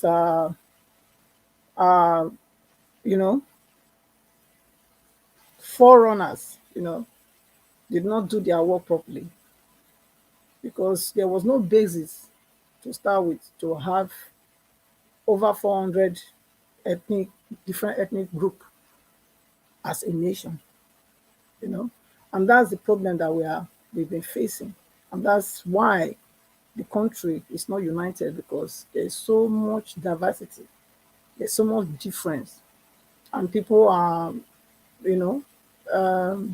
also they practice tribalism. They are not. They don't see. They say one Nigeria with their mouth, but in their heart they are very different. And you can see the way they run their governance, the way they run their, their structures. You can see it. If anyone comes to that place, any tribe that comes there, all you will see dominating everywhere is that very tribe. All the other tribes are silenced. They are non-existent until that how many years, that particular tribe will be on that power seat of power.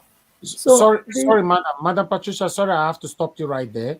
I think something happened. Did anybody, did the network or anything happen that you couldn't watch this broadcast anymore? Everybody's complaining. What happened? please put it right there on the comment section. Did you notice that you couldn't find this video anymore? They are trying to attack us because I don't know. No. Let me. You can see it, though. I don't know. Yeah, the people in the comment section, some people are complaining that they couldn't. Yes, everybody say yes. Even as Senator Bright. What? Senator Bright, please call in. I want to know what happened. From 1,400, it reduced to 500 people that were watching us. That means they couldn't watch anything anymore. That's why they left. But they are back now. Let us know. We can see what happened. It was blocked. What? Wow. This is what we get here. It glitches. Okay, go ahead, madam. Go ahead. Let me see what's happening. Thank you. So, like as I was saying, so that's the foundation, was the foundation upon which Nigeria was built as a nation. It was absolutely wrong. I'm sorry, madam. I'm sorry again that I have to stop you. Please let me hear what happened. Bright Asamuta, thanks for calling in. Please, what did you experience? What's happening? Good evening, my brother. Good evening to you. Nigeria Watch family. Yeah, the broadcast just went off. It was moving and I couldn't watch. I have to check my YouTube to see if other channels were working, and they were, but yours was just like it was up. So I thought maybe it was a problem from YouTube. Maybe there was something going on your side. So I don't know why. Can you imagine? We didn't notice it here. I was almost 2 to 3 minutes. I was out. Yes, I noticed from 1,400 it dropped to 500 people watching. That means something happened. Yeah, something really happened. It's strange. I was calling earlier to make a few contributions to what is going on in Nigeria. I don't know if I can use this time to just. Okay, but make it brief, okay? Quick. Go ahead. My observation, I don't know if some of us have been observing what is going on globally.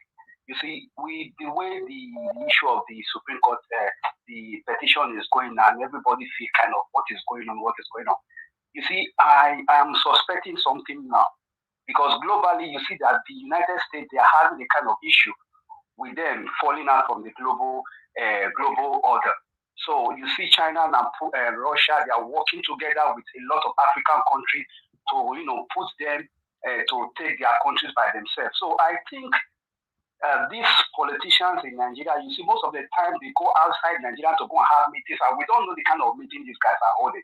So I think this Nigerian election is going to be very deep, because if the Americans are losing ground in Africa with a lot of countries, and Nigeria is one of the biggest economies in Africa, I don't know if these people might have an agreement, and at the end of the day, we might not find it easy in court. So a lot of things is going on around. You see, these people have been keeping quiet for a long time. Nobody is knowing what is going on in Nigeria. Everybody is just quiet. Even the sanctions that these people are saying they will sanction. Bad governors and bad politicians have been in power for a long time, and nothing has been going on. So I'm not expecting much with what is going on globally, because I'm kind of worried. So that is my contribution. You can go and do your research and see that there's a lot of things going on right now in Africa. So Thank you, my brother. Thank you, my dear brother. God bless you. Thank you so much. Yeah. All right, Madam Patricia, I'm so sorry. I want you to start over again. Your 10 minutes this time. So sorry about that. I didn't know what happened to us. This is so strange, Meanwhile, let's move on. Thank you. Go ahead, Madam Patricia. Oh, wow. Yeah, it's so many things. So much are happening. So like as I was saying, I said the foundation, the ground upon which Nigeria was founded is absolutely wrong. And that's the problem that we have been fighting, we have been facing all this time. And so I am of the opinion, that something ought to be done to change this, because we are so, different in many ways, So I think maybe with this administration, maybe they should look into that. If there's any way that we can have have people, have what's the word again? We can come together and see how we can restructure, restructure the country so that each regions or each state or whatever can function independently. I think that would promote growth and development that we also desire, that change that we want to see. Then also, if you want, I want to also contribute on the wickedness of this so-called political class. You know, they want to borrow how much? How much was it? $22 billion. You know, when they only have how many months to go, how many weeks to go, you know. So they want to make sure they really, really put everybody in debt, you know, before they go destroy the country, because they don't really have any good thing in their heart for the country. You know, they don't have any one in their heart. They are selfish. They are only, you know, they are self-centered. They are only concerned about what they will get, and they and their families. Because otherwise, why will you? What do they want to use $22 billion for at this time on for a sensor that, you know, that is not really needed now? Because if you look at what has just happened with the election, you know, after how many billion that was spent, it's all fraud, you know. It's all fraud because it didn't work. The money did not, they paid so much, taxpayers' money, you know, yet the election was not transparent, it was not fair, and it was not, you know, free. It was marred with so much irregularities. So coming out to the president select birthday, you know, if it is true that his first daughter is 61 years, so how is that possible that he was 10 and he's 71? How is that possible that he was 10 years old when he pregnated or got, I don't know, got married or whatever? I don't think that's realistic. That's why we need to, you know, the law has to take its effect, because there's a lot of evidence that he has fraudulently, you know, declared, you know, declared himself or presented documents that is not true, you know, it's false. So, and then all the certificate, like we already know from America, where he said he studied and him being male, and but then his name, the certificate was female, and all these things. So, so I think the evidence, you know, we have enough evidence anyway for the court to do justice. You know, I believe we have enough evidence. If we say, okay, then it was this poll that said, do you believe that Mr. Peter Obi will be sworn in at this time, or do we have an interim government? I would think that I think that there will be an interim government, because this constitution, you know, should not be broken. You know, the law that holds Nigeria as a country, you know, is vital, because if like Dante Baba Ahmed said, you know, if what they are swearing in is an illegal, is against the constitution, so it has also good for the military to take over, because why? You want to state or swear in somebody that came in a fraudulent way, yeah, breaking all the constitution, that everything that makes Nigeria a country, you break all the laws, and then you want to instate that person. But the military already know that they are there not by the law, but because they have power. Do you understand? So I believe that on that day, Nigeria will be out for a very big shock. I'm very sure that something will happen. Just like the man from the US said, that something will happen. I'm 100% sure that something supernatural will happen. Not only natural, supernatural. Something supernatural will happen. Because God is not, you cannot mock him. You know, you can't mock God. Can't mock God. Many Nigerians, they have been crying. You know, they have been crying. Many souls, many blood have been shed. And this is one time I see the unity, you know, of up and down the country, you know, wanting this change, this desire, you know, to have a new Nigeria. And these wicked satanic people cannot thwart this desire, you know, because the Bible is clear. It says, if my people, those that are called by my name, will pray, you know, he said he will hear our answer. So let them be doing what they are doing.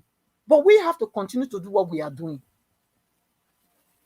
Let them be doing whatever they are doing. Let them be doing it. But we know that definitely, because we are praying and because God's word can never be broken, we will see on that day the hand of God. We will see great things happening in Nigeria. He will not be swearing. Yes, they will make mouth. They will want to swear in him. It's something that they have predetermined. It was all a game. They are playing out the script. But we have a script that we have to play. And let they play their script and let us play our script. And also the other one that we said, okay, Obi will not come out and tell people to go and tell the youth to come out. You know, yes, he will not. He will not tell them to come out. But I believe that the Nigerians themselves, they are tired of all this. I am absolutely convinced that they are tired. They are just waiting to see what will happen. They will not be able to withstand the force, the problem that is coming. Because these are people that went out to vote. They casted their vote and they took all the risk to do it. Do you understand? So they are out for them this time. They're only just keeping quiet. They want to see what step they want to take before they will know what to do. So I believe they are really out for a very big ride and a very big surprise. Thank you. Yeah, thank you. Thank you very much, madam. I appreciate you. Thank you so much. Yes, before I move on to the next person, I would like to ask for likes, please, guys. I don't know what is happening. I'm sorry for whatever that happened to you guys. You know, I'm not aware, and none of us on the panel noticed it at all, because normally when things like that happen, it's supposed to happen from here. It will affect all of us on the panel. So I don't know. I'm not seeing what you are seeing, but I believe that we're back now. We are good now. So please press on the like button. Let's take that to 800, you know, so that we can have more protection from YouTube. Thank you very much, my people. I appreciate you all. Thank you very much once again, Madam Patricia. Okay, I would like us to hear from Madam Victoria. Madam Victoria, please, let's hear from you. Good evening to you. Okay, Madam Victoria, it seems you are not available right now. I am available. Okay, good. Thank you very much. Talk to us, madam. Yeah, hi everyone. I have a few things to talk about, and if Bats, what is his name? Tinubu is going to be sworn in. I said it here before. I said you are innocent until proven in the court of law guilty. We all know that, yes, it is glaring to the whole world that he stole the mandate. But unfortunately, that is not how the court system works. So he is presumed innocent. Hence, everything needs to go as expected until he's proven in the court of law guilty. Having said that, I've been saying it, that Tinubu is smart. And when he assumed power, he's going to ensure that the process is delayed for as long as he can. APC is in power. APC at the judiciaries, APC at INEC, APC is giving the power to APC. What do we expect? Whichever level they can interject and stop the process of the mandate of the people, he will do it. That's number one. Personally, though, I do not believe he's going to come back to Nigeria anytime soon because of his health. They are still going to find a way to pronounce or announce that. How they're going to present that to the public. I don't think he is in a good health. So personally, that's and we have exactly 2 months. Today is March, April, May. Today is March 29th. So there's still a lot, and there's a lot of time for a lot of things to still unfold. I think the chairman, or I don't know if it's the chairman, but the transition committee that spoke today had to come up with that statement or that press conference in response to our truly selected or elected vice president. That is Dati Baba Ahmed. They had to, it took them how long to respond officially to him when he said that they should not swear in an unconstitutional, president select. So I say we have to be logical and see how these things unfold. We all know he stole it. He himself knows he stole it. But then that's why he said go to court, because in the face of the court, he is innocent until proven guilty. And if that is the case, they have to continue with the proceedings until everything is squared out. Now, our elected president, Mr. Obi, His Excellency. Now, he's been through this pathway before.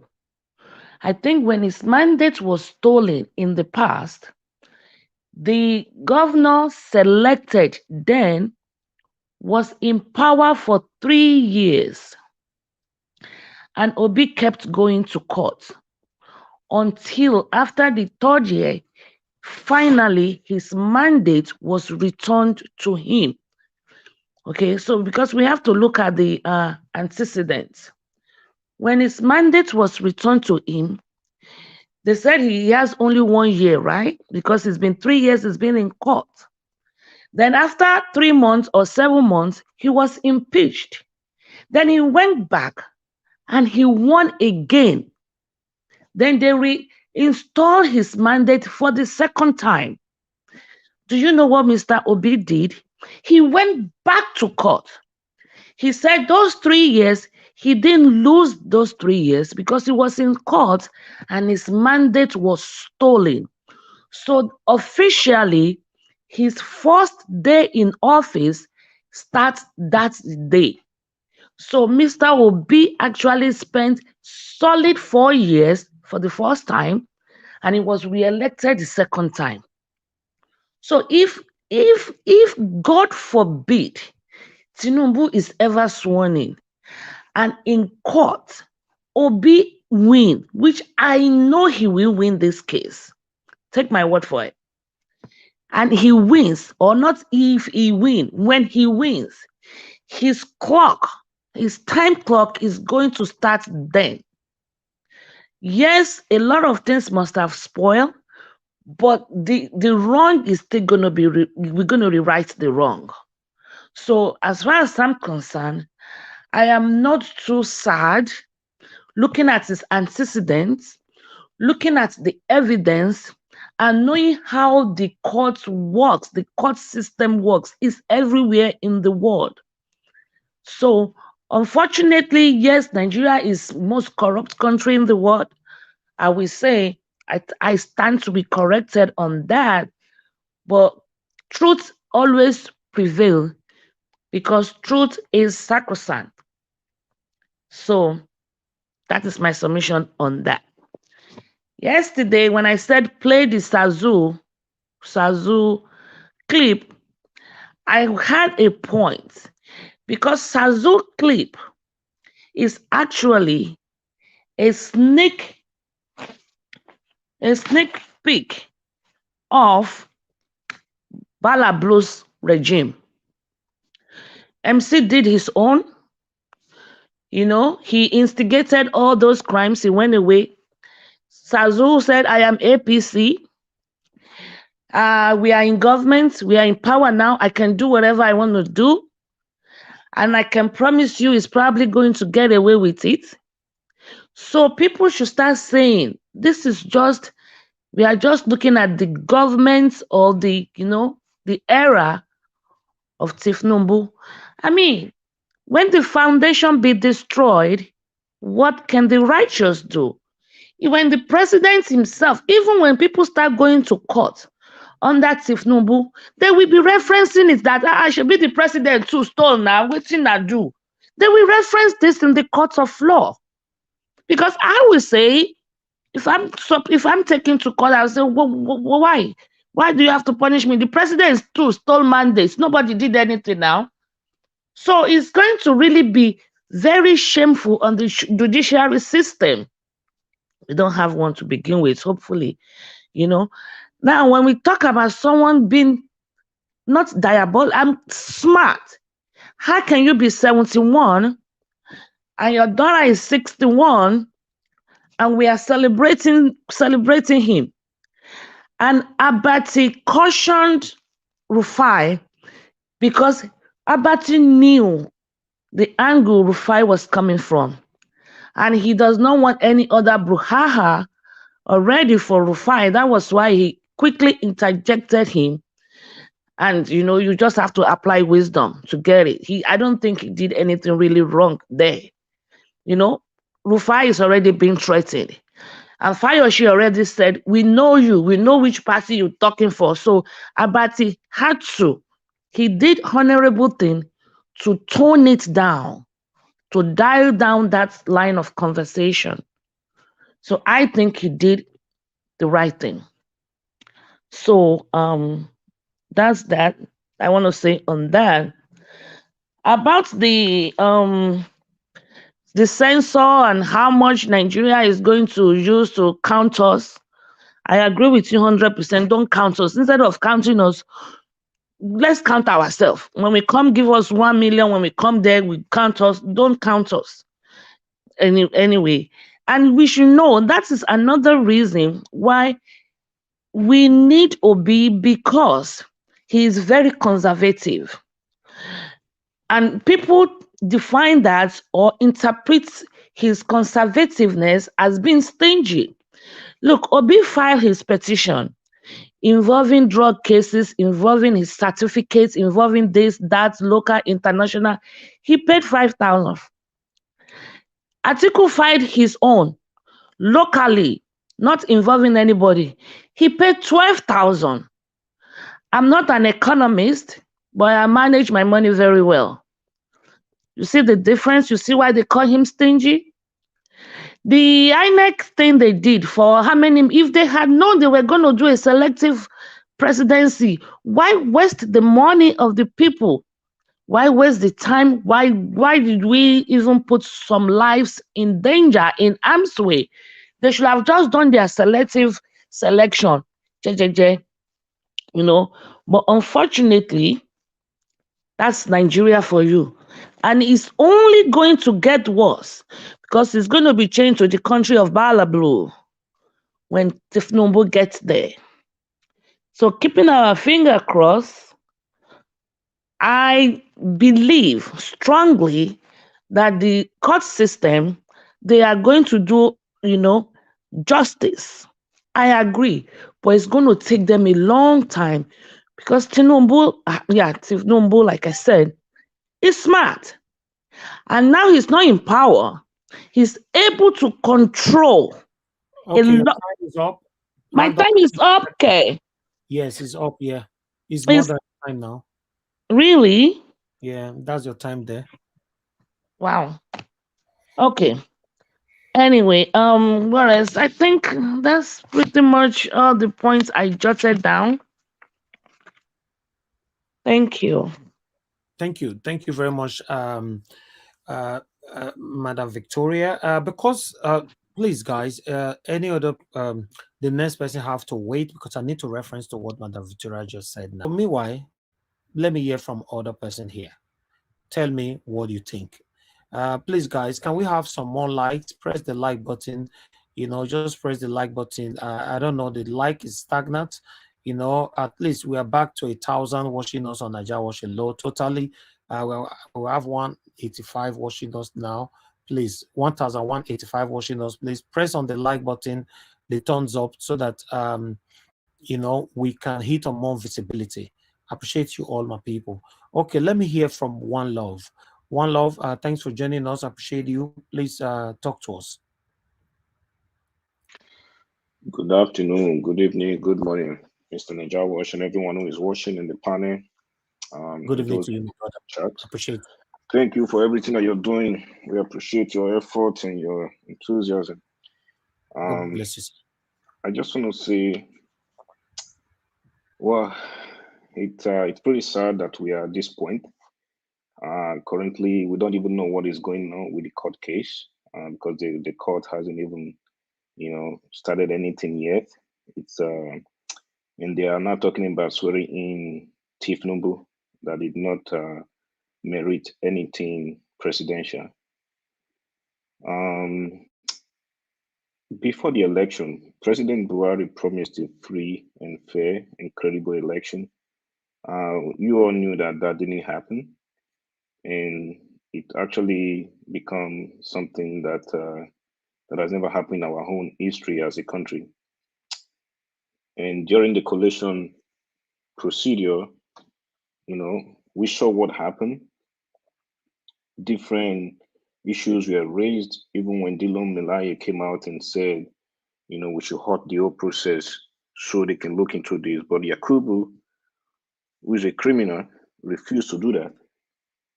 And we all were like, well, let's wait and finish the process, because when the alarm was raised, they were like, you can stop this process. We have to let it go so the process can be done.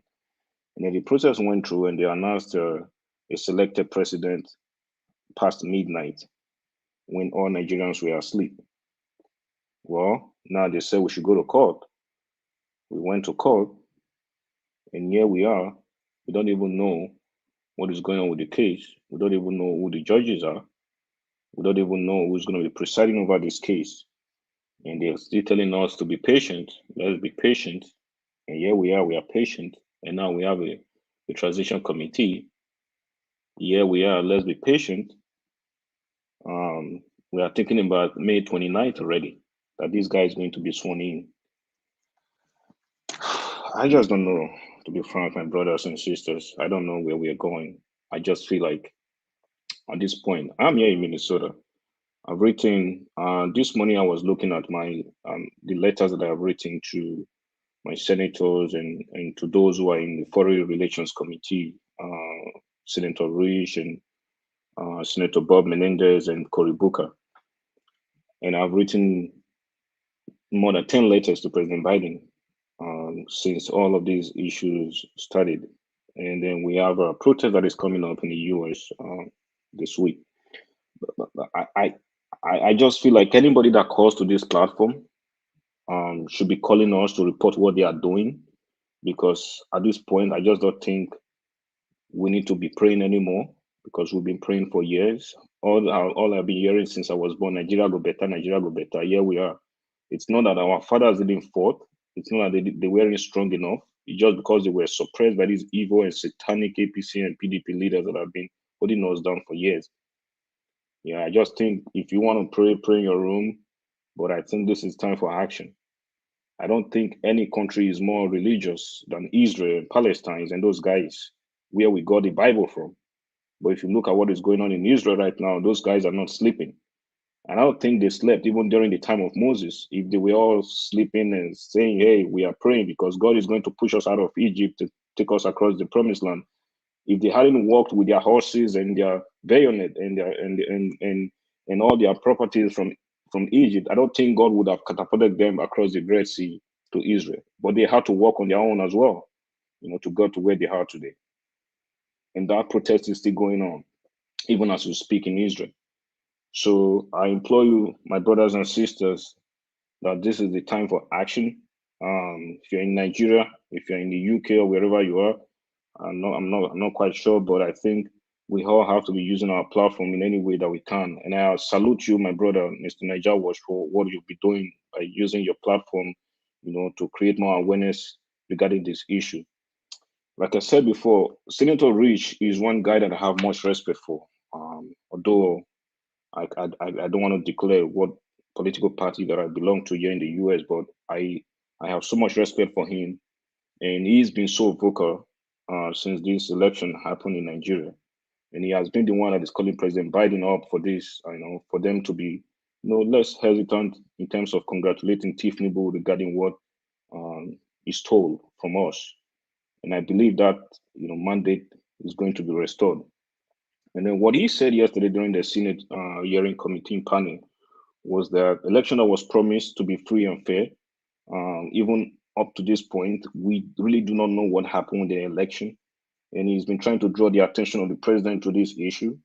And I just think, more actions needs to be taken in order for us to prevent the swearing. Because to be frank, if Tinubu got to that place, even like what Mrs. Ade said, he hasn't even gone to that place. He has so much control over so many things.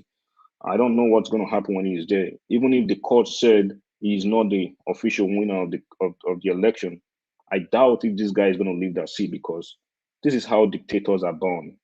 If you look at what happened in Iraq and with Saddam Hussein, and even with Putin, like as we speak, this is how these guys came up to be. They don't just come out from one corner and became a dictator.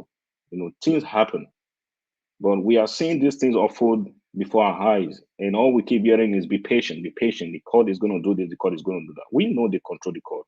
We know they control everything, and they have everything at their disposal, and they are going to do everything as much as they can to make sure that guy does not leave that place.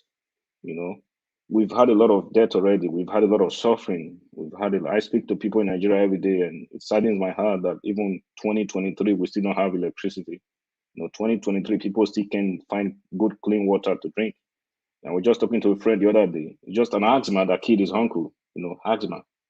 And since I came here, I've never seen anywhere where someone died of asthma. But people can die from other underlying conditions.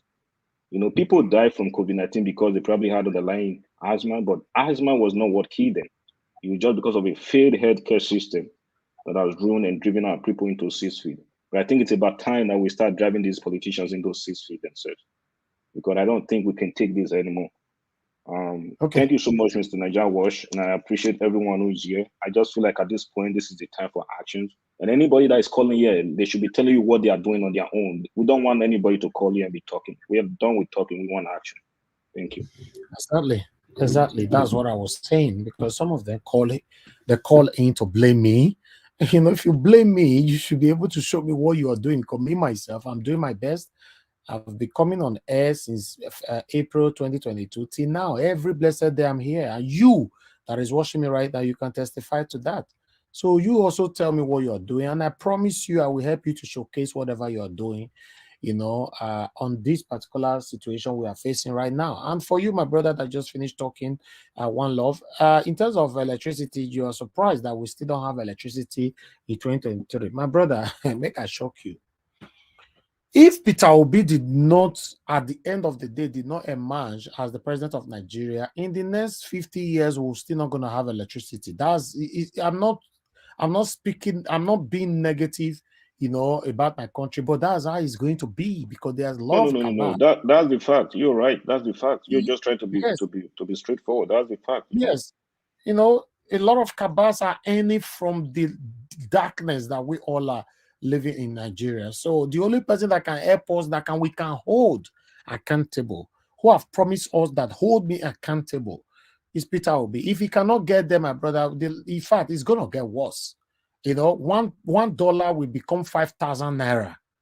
why £1 will become 10,000 naira.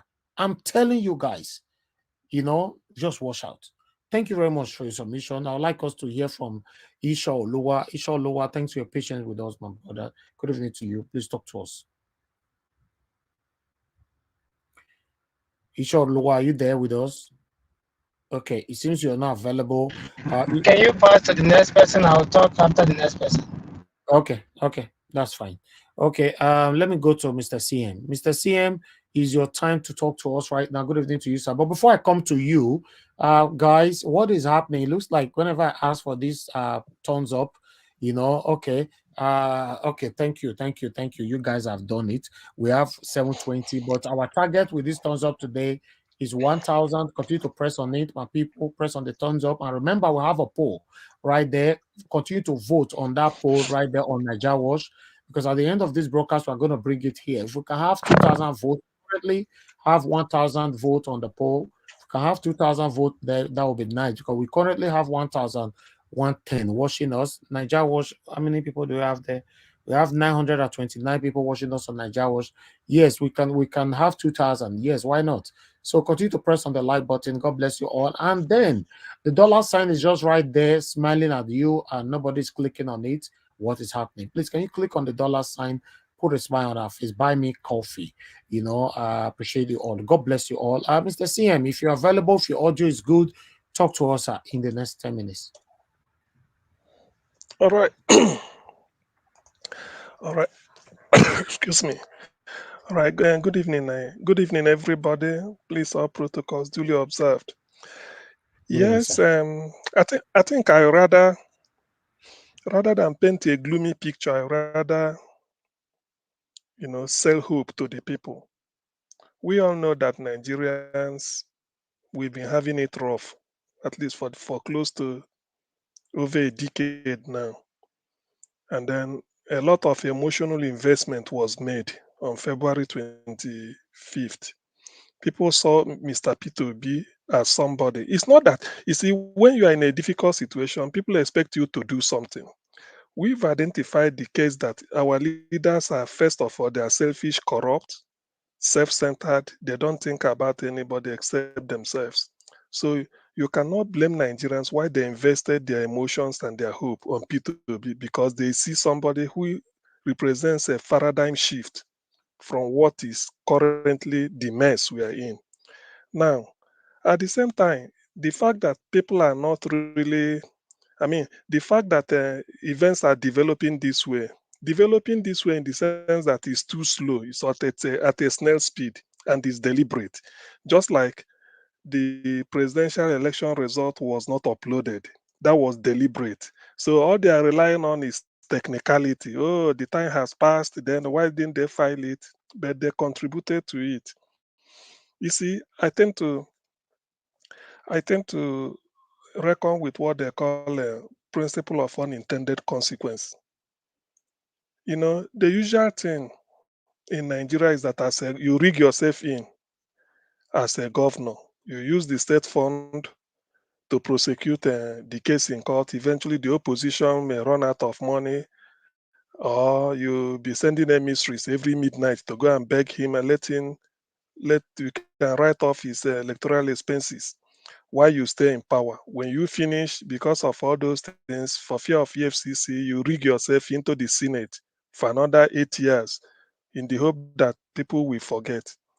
But from what we've seen now, so many governors couldn't make it to the Senate House. For instance, Abia, Enugu, and then I think there's other ones. They couldn't make it. I feel that a new political wave is blowing across Nigeria. I do not, for one, I can't flinch the fact that P2B, the court will not interpret it in his behalf. If you listen to, in his favor, if you listen to the interview of Femi Falana, all of us did. You see what he was saying? He expressed, I think the title of the interview, he's quite pessimistic that they will do something. Olisa Abakoba also said so, that the case is so clear, but he gave a caveat. If not for the way the Supreme Court interpreted Senate President Mahmoud Lawal's case, is it? The current Senate President who picked a nomination form for APC presidential candidate. He failed. He never participated in the primary for the Senate, but it was in all those type of things. I feel maybe I don't know how they come about it. So in all said and done, and there's no election now that has elicited global attention since the return to democracy than this one. When I say global attention, people might be trying to sort of poo-poo what has the world leader said. No, the opinion of world press. You see the media in New York, the media in London. I mean, Financial Times and all the ones we played and what they were saying. They know. Apart from that, the EU made a physical representation through the election monitoring process. Now, African heads of state came and they all said the same thing. Nigerians are also saying it. Even the person who is a greatest beneficiary of this thievery, they know they didn't. All of them will be saying it inside their bedroom. Oh, this man didn't win. Only he gave us money. But let's see what will happen. I do not. If you listen again to what Femi Falana said, he is trying to tell you that Supreme Court judges are humans. They listen. They know what is happening. Even some of them, I think they must have voted. I don't know whether they are supposed to vote or their household, they must have voted. They are not immune to Nigerian suffering, so to speak. So they know what happened. Forget about the weight of evidence to going to argue this in court. When you see it, he said, all these signs they know. Even the person who will defend Tinubu will just be going there, say, okay, prove your case, because that is always the way it is. Prove your case beyond reasonable doubt. Not that they have a superior argument to show that maybe this is not what actually happened, but they will rely on the fact that okay, let us allow the prosecution and the prosecution the team side prove your case that this disease happened, so that they will look for something to latch onto. It is not. So in all this, we know what happened. The world knows what happened. We all are aware. We all witnesses to this. It can't stand. I will be praised to say that God want Nigeria to suffer forever if this thing did not come true. No, I wouldn't go that route. I wouldn't. I don't even wish it. Because actually, people will say, why do you choose a leader? Because in the past, they say every country deserves the leader they get. Now, we've seen P2B, we voted. Is that not the same thing they do in America? Is that not the same thing they do every time? Even if you're the best candidate, until people stand and vote for you. So we've done the right thing, the civic responsibility, the civic duty they want us to do. We've done it. So how can then somebody born of man and woman should now go and sort of change it, all in the hope to say that, okay, yeah, this is your president? No. Dino Melaye said it. This man, Tinubu, apart from the health system or whatever, ordinarily he should have thrown in the towel. He should have said, look, I won't go the whole hog. But these people are pushing him maybe to go there and hold brief and be a placeholder for Shetima, who will now come and see if he can do Islamization till God knows when. That won't happen. I so much believe in the public resolve that this cannot happen. But how it's gonna happen, what will stop it? We are morals. I mean, we are human beings. We will think that by the time they go, the judges will just stampede. I mean, sort of stamp it the way they normally do or something. Something could change. P2B is a man of destiny. I believe God.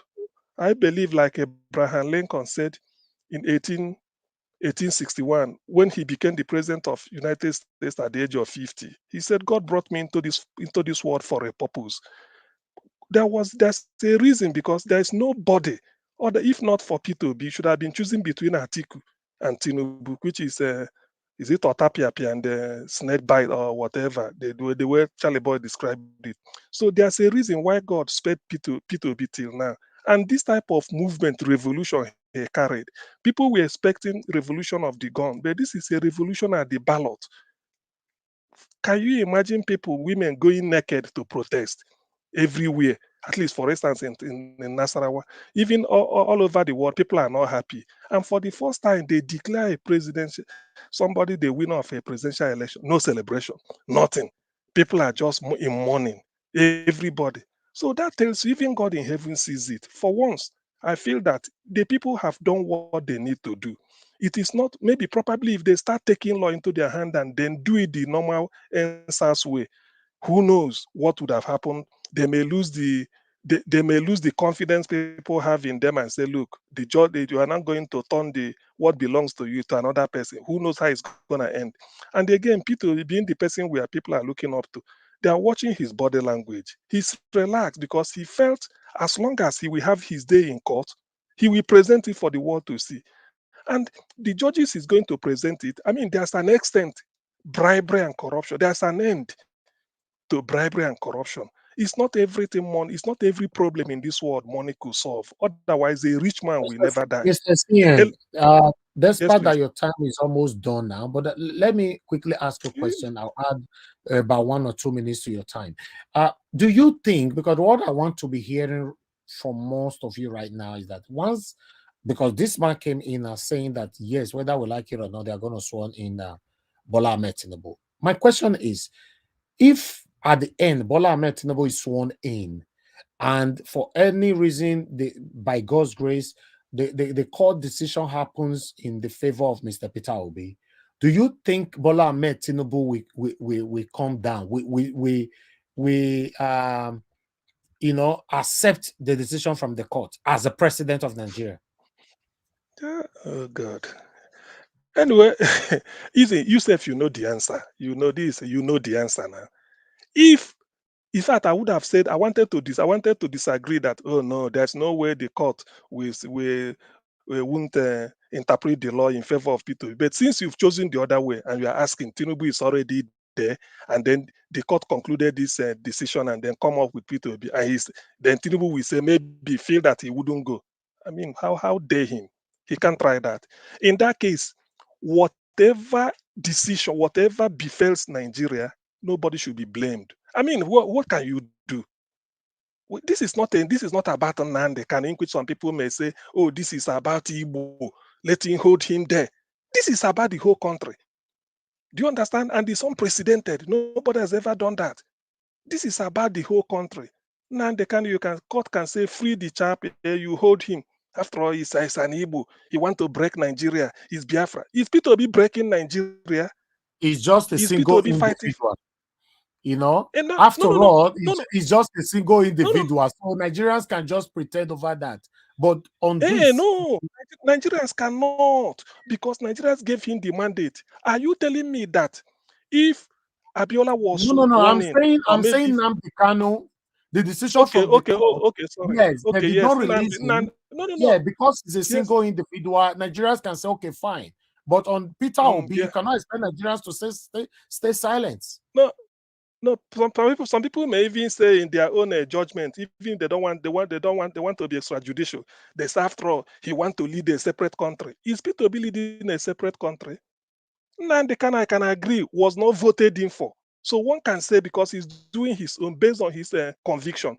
So this is a case of from the southwest, southeast, south, everybody vote, and we are looking up to this man.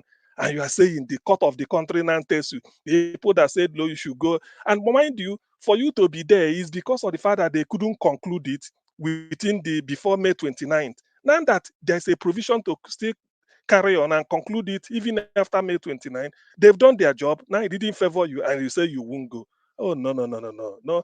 There's an extent somebody can play God. Even then, I don't even have that in mind.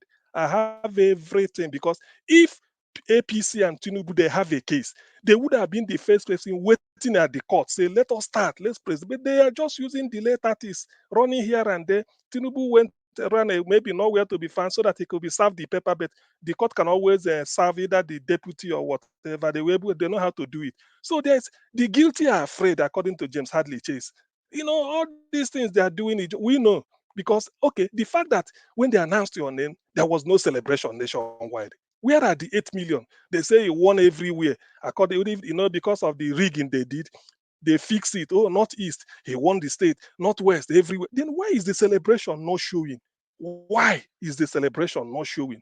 So all these things is just common sense. I'm not even having. That's why I refuse to. I refuse to, to delude myself into believing that this will not. The mandate will be wished away. It won't. It's a sacred mandate. Nigerians gave it to Peter Obi based on his character capability, competence, and his style of his integrity. He's very clean, and Nigerians wanted a clean departure from the past. The West are laughing at us, and this is the type of man they are waiting for Nigeria to get it right. Oh, my time is so fast. Well, let me yield here. Thank you very much, so that I do not monopolize the whole thing. Thank you. Okay. Thank you. Let me wait. I'll come back to you again shortly. Okay. Thank you. Okay, Sorry, I think 3 minutes into.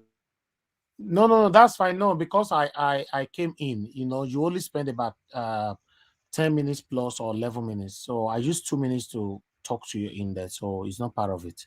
Okay, yes. Let me quickly ask for more likes. My people, please press on the like button and help us to share. And the last person we have on the panel now before we listen to another video quickly is Mr. Edwin. Oh, Isha Lua. Okay, Isha Lua don't talk to us. Okay. Yeah. Said he will be coming back again. Okay, Mr. Edwin, thank you very much, sir. Good evening to you. Please talk to us. Thank you very much, Naija Watch. Thank you, fellow panelists. Protocol observed. I want to please quickly pass my message to those who are always, it's already my own mandate that Peter Obi is out to give Nigerians good roads. All Nigerians who have been suffering, die in the accident, suffering to market their product because of bad road and whatever. The man that is going to give you good roads has been voted by you people also. The mandate is now being attempted to be robbed of him. Fellow Nigerians, you people should fight to make sure your mandate stands. Nigerians have been killed every day.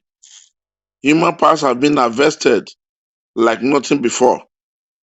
A man who wants to bring security for you is out. Kidnapping has been going up and down. People paying millions, going through their nose to rescue their family from kidnappers. A man to produce and give you security is out. Electricity, judiciary, judicial welfare.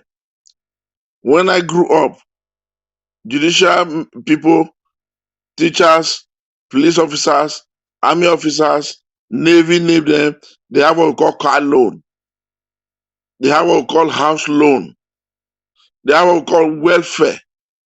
All these things has for the past 30 years been buried. A man has come. He said he wants to give it to you people. His fight is not for only him, but for all of you. For your children, children, your grandchildren, your unborn children. That is what Obi stands for. Better salary is what Obi stands for. So if you know health, to provide you a standard health, which these people are running abroad to go and use our Nigerian money to go and afford, denying you, leaving you to die at the pace of nothing. Somebody is there now who wants to install all these things for you. And they are now saying there will be no chance for him to come in. If you know what you have been going through in Nigeria for the past 30 years is not worth experiencing, this is the time to do the need and the needful. Now, a lot of people have been saying the judiciary, listen, gentlemen, the judiciary people are watching. The story to be told on court is just a mere story. All of you had your TVs. You listened to radios and news. You saw photos. You saw happenings. You saw talking. And you saw people boasting. You were all first-class witness to this issue. And as judges, you should be witness of conscience, because you all saw it. A little or nothing need to be told, because you guys saw it. You had the TVs. If it does not affect you negatively, it affects one person you know, your family, those people around you. That was it. And mind you, the most dangerous of all is what God has promised man. When light comes, darkness vanish. and the evil place, evil home, for all sort of tragedy, wickedness, destruction, all move with darkness. A man is here now to restore light for you, so that darkness will vanish from our life perpetually. Otherwise, pray for it.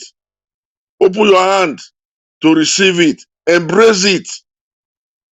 Electricity alone can change a lot of things in Nigeria.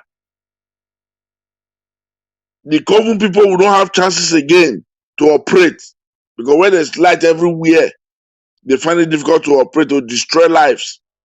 Think about it. My reasoning is different from others.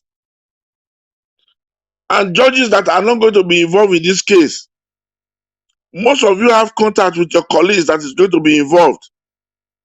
Get involved directly or indirectly. Tell them to now judge their conscience. Give the mandate of Nigerians to the Nigerians, not to Peter Obi. These people are going to be your bar, your colleagues' bar. Most of you studied together, if not together, but have met in one court case or the other, has exchanged pleasantries.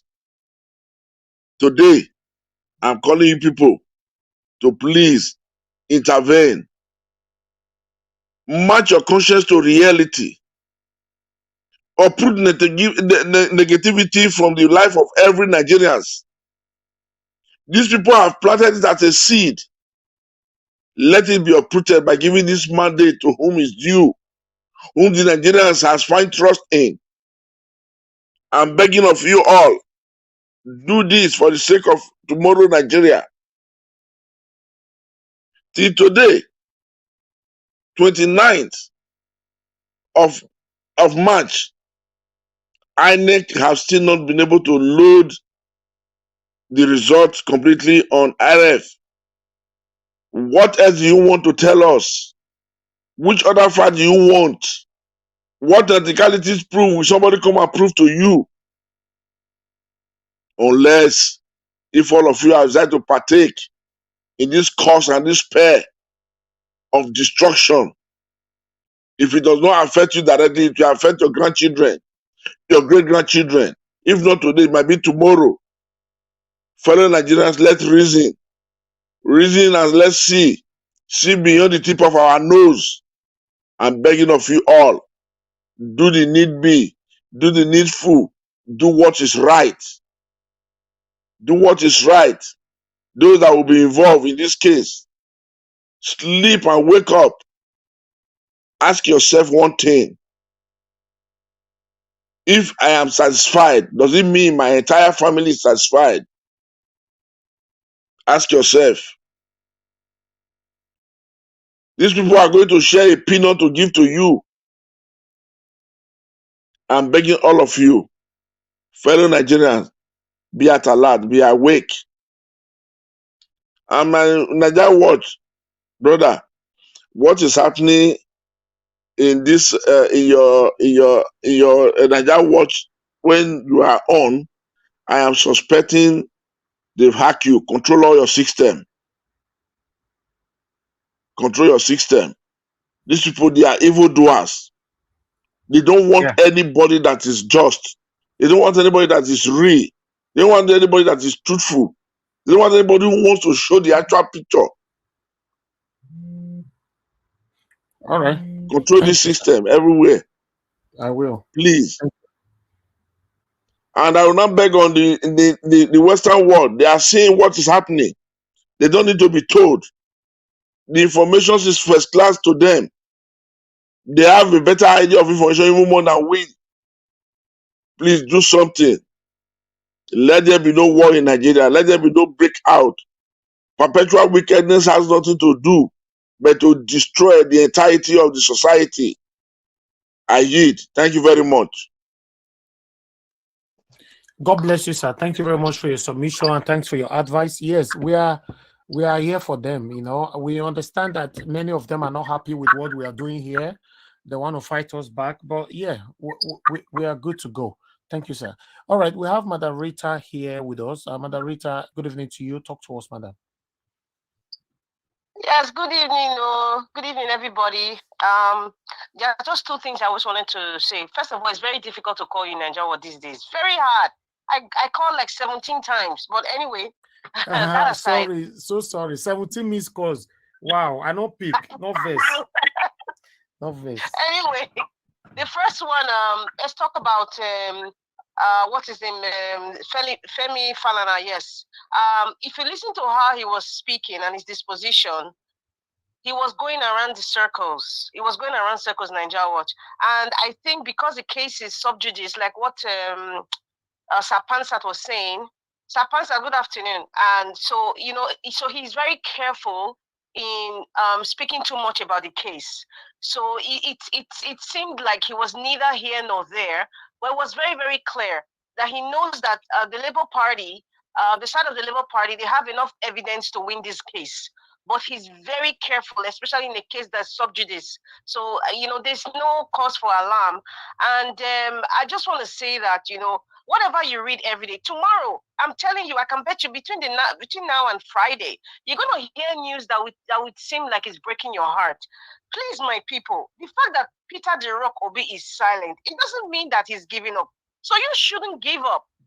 Like Nigeria, what you're doing now, what every other person is doing, everyone is doing, keep doing what you're doing. Like the gentleman that called from the US, he's writing letters to his representative. That's awesome. That's amazing. So we should all do the same, but we should still hold the candle high.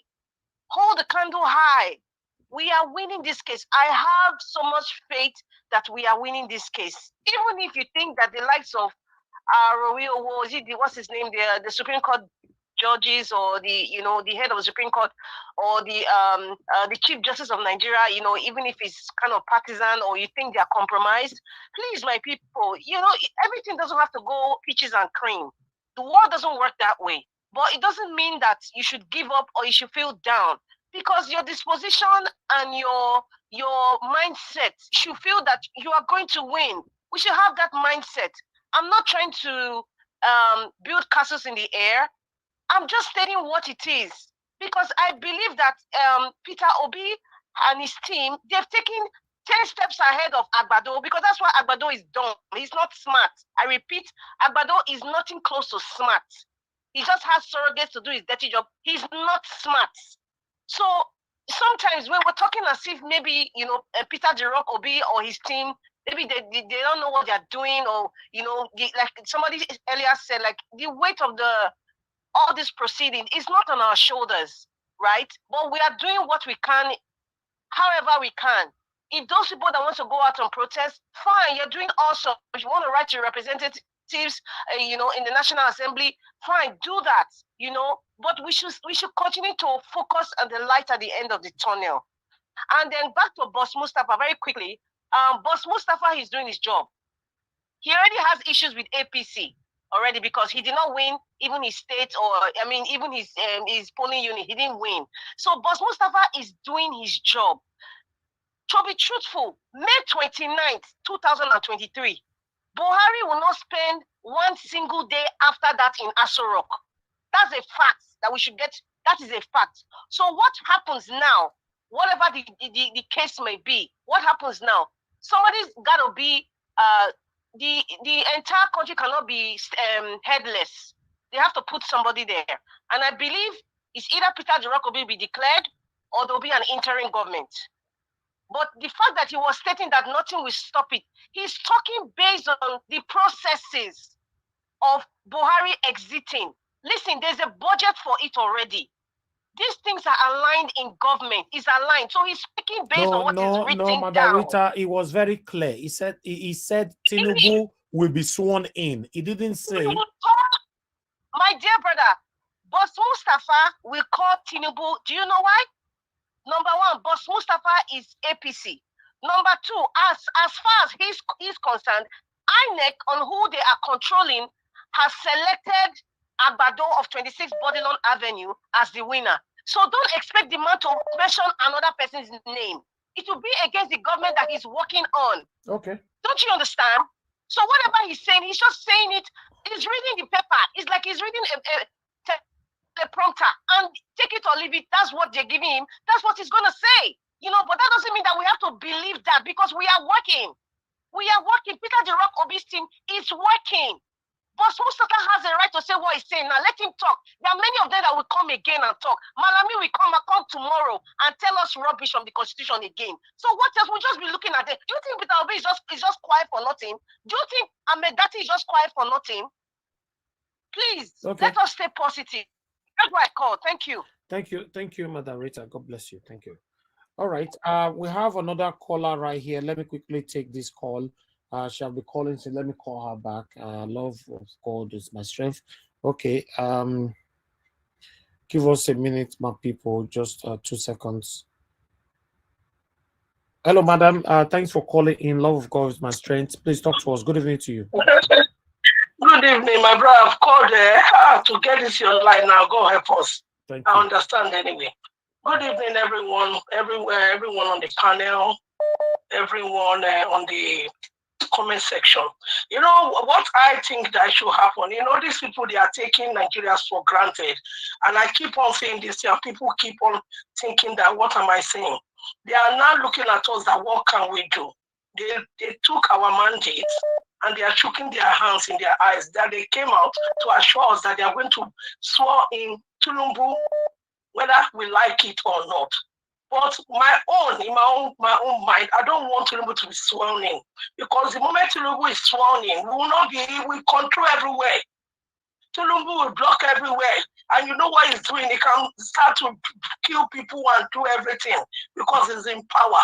So what we should be looking at is how we are going to do something that will even make these people notice us for once, so that Buhari will stop this swearing of Tinubu, so that we can, in a way, take this case first to court, so that there will be an interim government before any other thing can be done. But if Tinubu is sworn in before any other thing, before we start going to court, in my mind, I think it's going to be difficult, because everything has to be finished first, then before they can decide who is going to be in Aso Rock. Tinubu cannot be in Aso Rock, and I'm standing my ground, holding on to who I am in the Lord.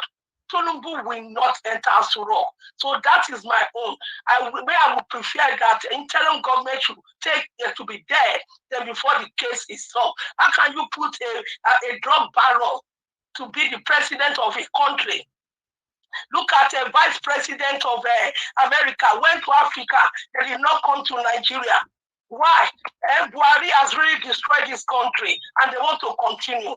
And we have to stop them, because Nigeria is our country, and we will not allow any 2, 3, 4 person to hold us down and think that they can tell us what to do. Yes, they are leaders, but they are not doing the right thing.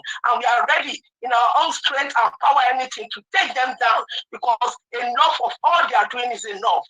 Thank you, my brother. Thank you so much, madam. God bless you. Thank you.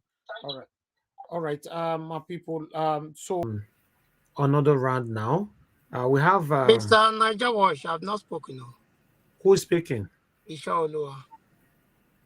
Ishaolua. Okay, you are back now. I called you earlier, right? Yes, I was having the issue with my volume. Okay. All right then. Talk to us now then. Thank you, Mr. Niger Wash, and everybody at the panelists and at the comment section, and the viewers all over the world. I thank you all for this great cause, which we embarked last year, and we are coming close to the trophy. And at this junction, I want to let you know that I said this, I think 2 weeks ago, that there will be a ceremony that day. What we are seeing now has been planned. Remember that they set up this committee even before the election. So everything is going to go along with what they have already, planned.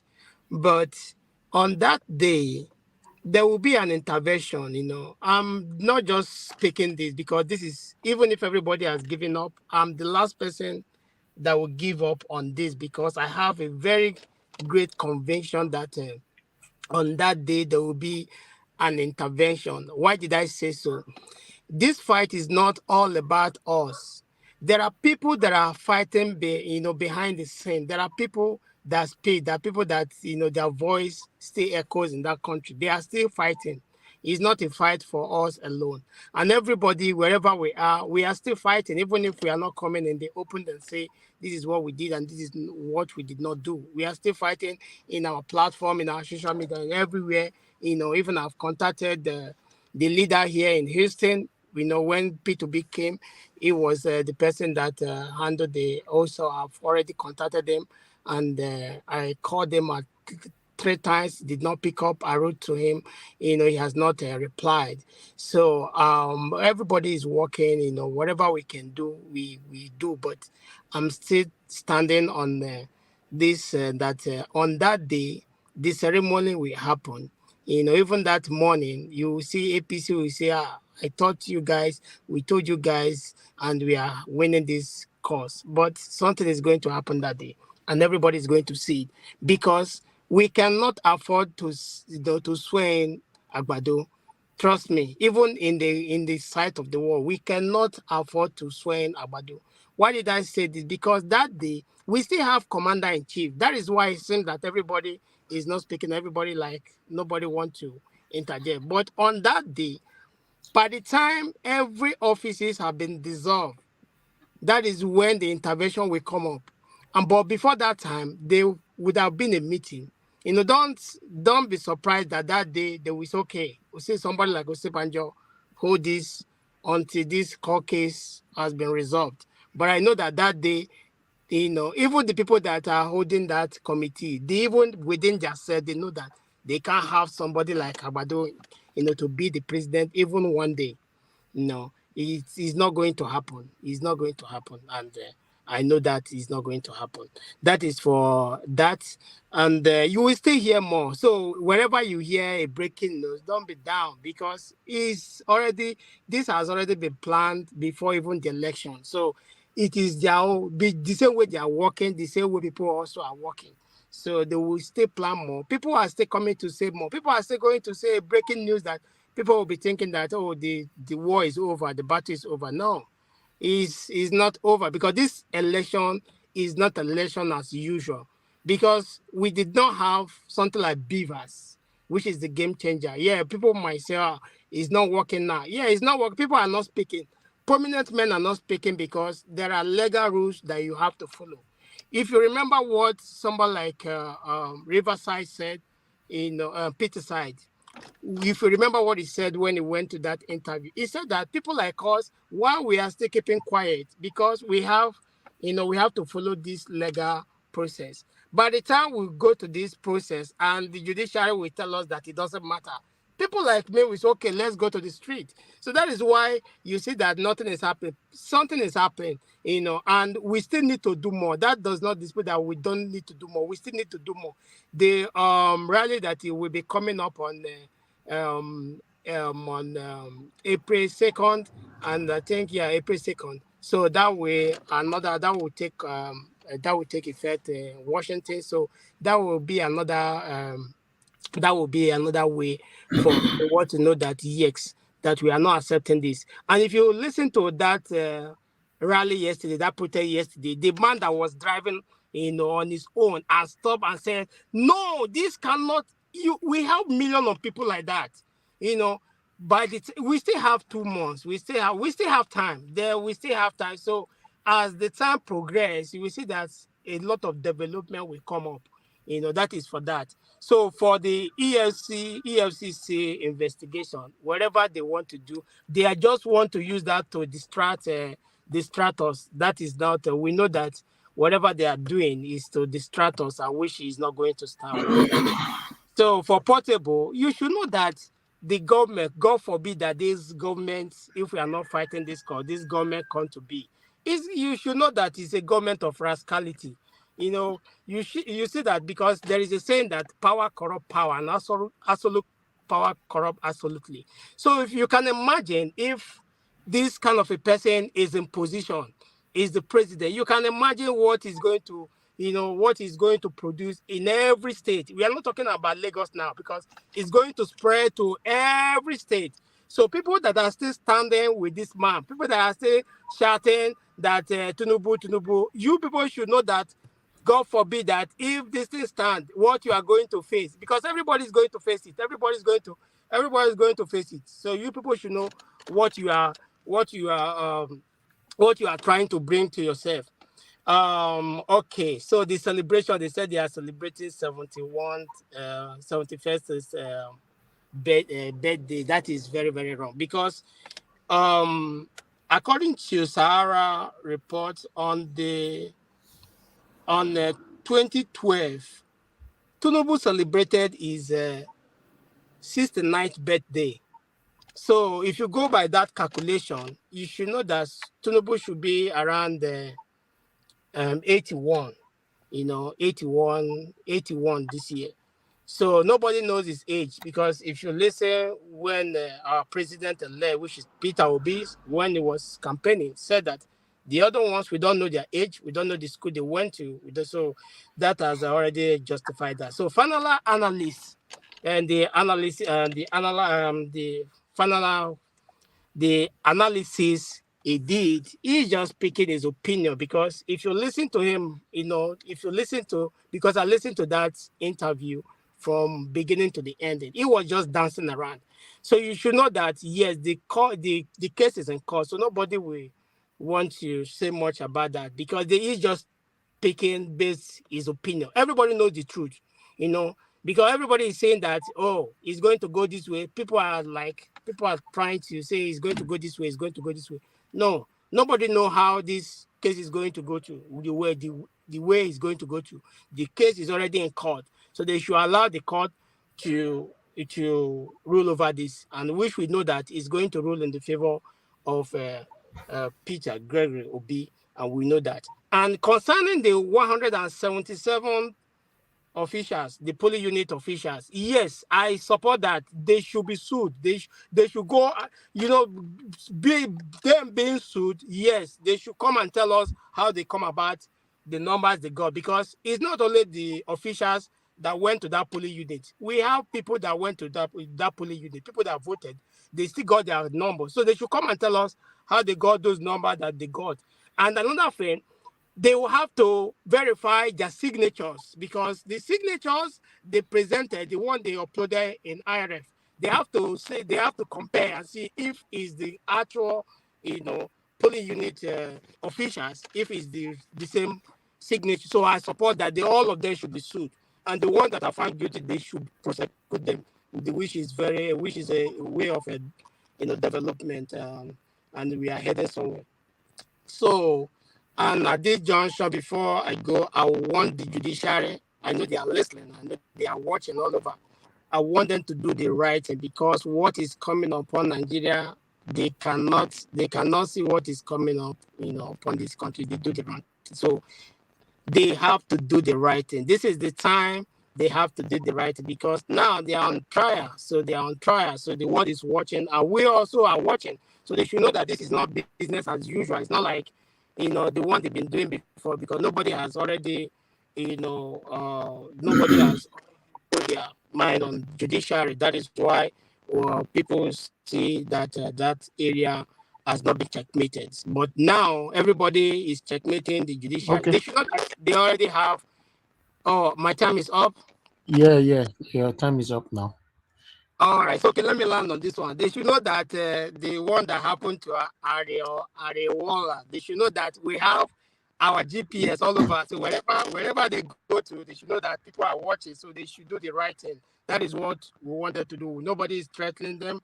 Nobody is threatening them. But they should do the right thing. That is what we Okay. are requesting from them. Thank you. Thank you so much. Thank you so much for your submission, Ishaoluwa. God bless you. Okay, my people, another breaking news that is right here. Although I got the breaking news immediately we got to this broadcast, but I could not confirm it, so I didn't bother talking about it. So I've succeeded in confirming this now.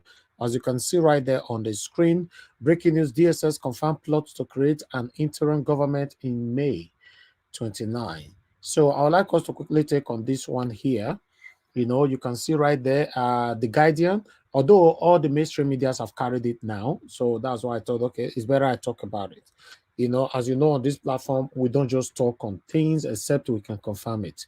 Now, DSS confirms plot to introduce interim government in Nigeria. So let us quickly take this together. Let me see if I can bring it to the screen so that we can read together, my people. Please help us to share and like. Press the like button, my good people. I appreciate every one of you. God bless you. Press the like button. Let's do this together quickly. Wow. You see, this is also part of the poll that we have right there, right? Okay. All right. Let me read from here.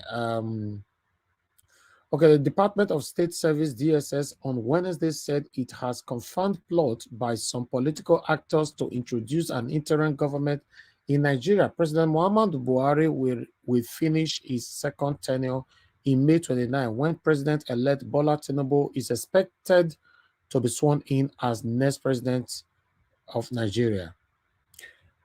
Buhari, at separate times, insists that he does not plan to stay in office beyond the constitutional 8 years since May 29, 2015, when he took over from former President Goodluck Jonathan.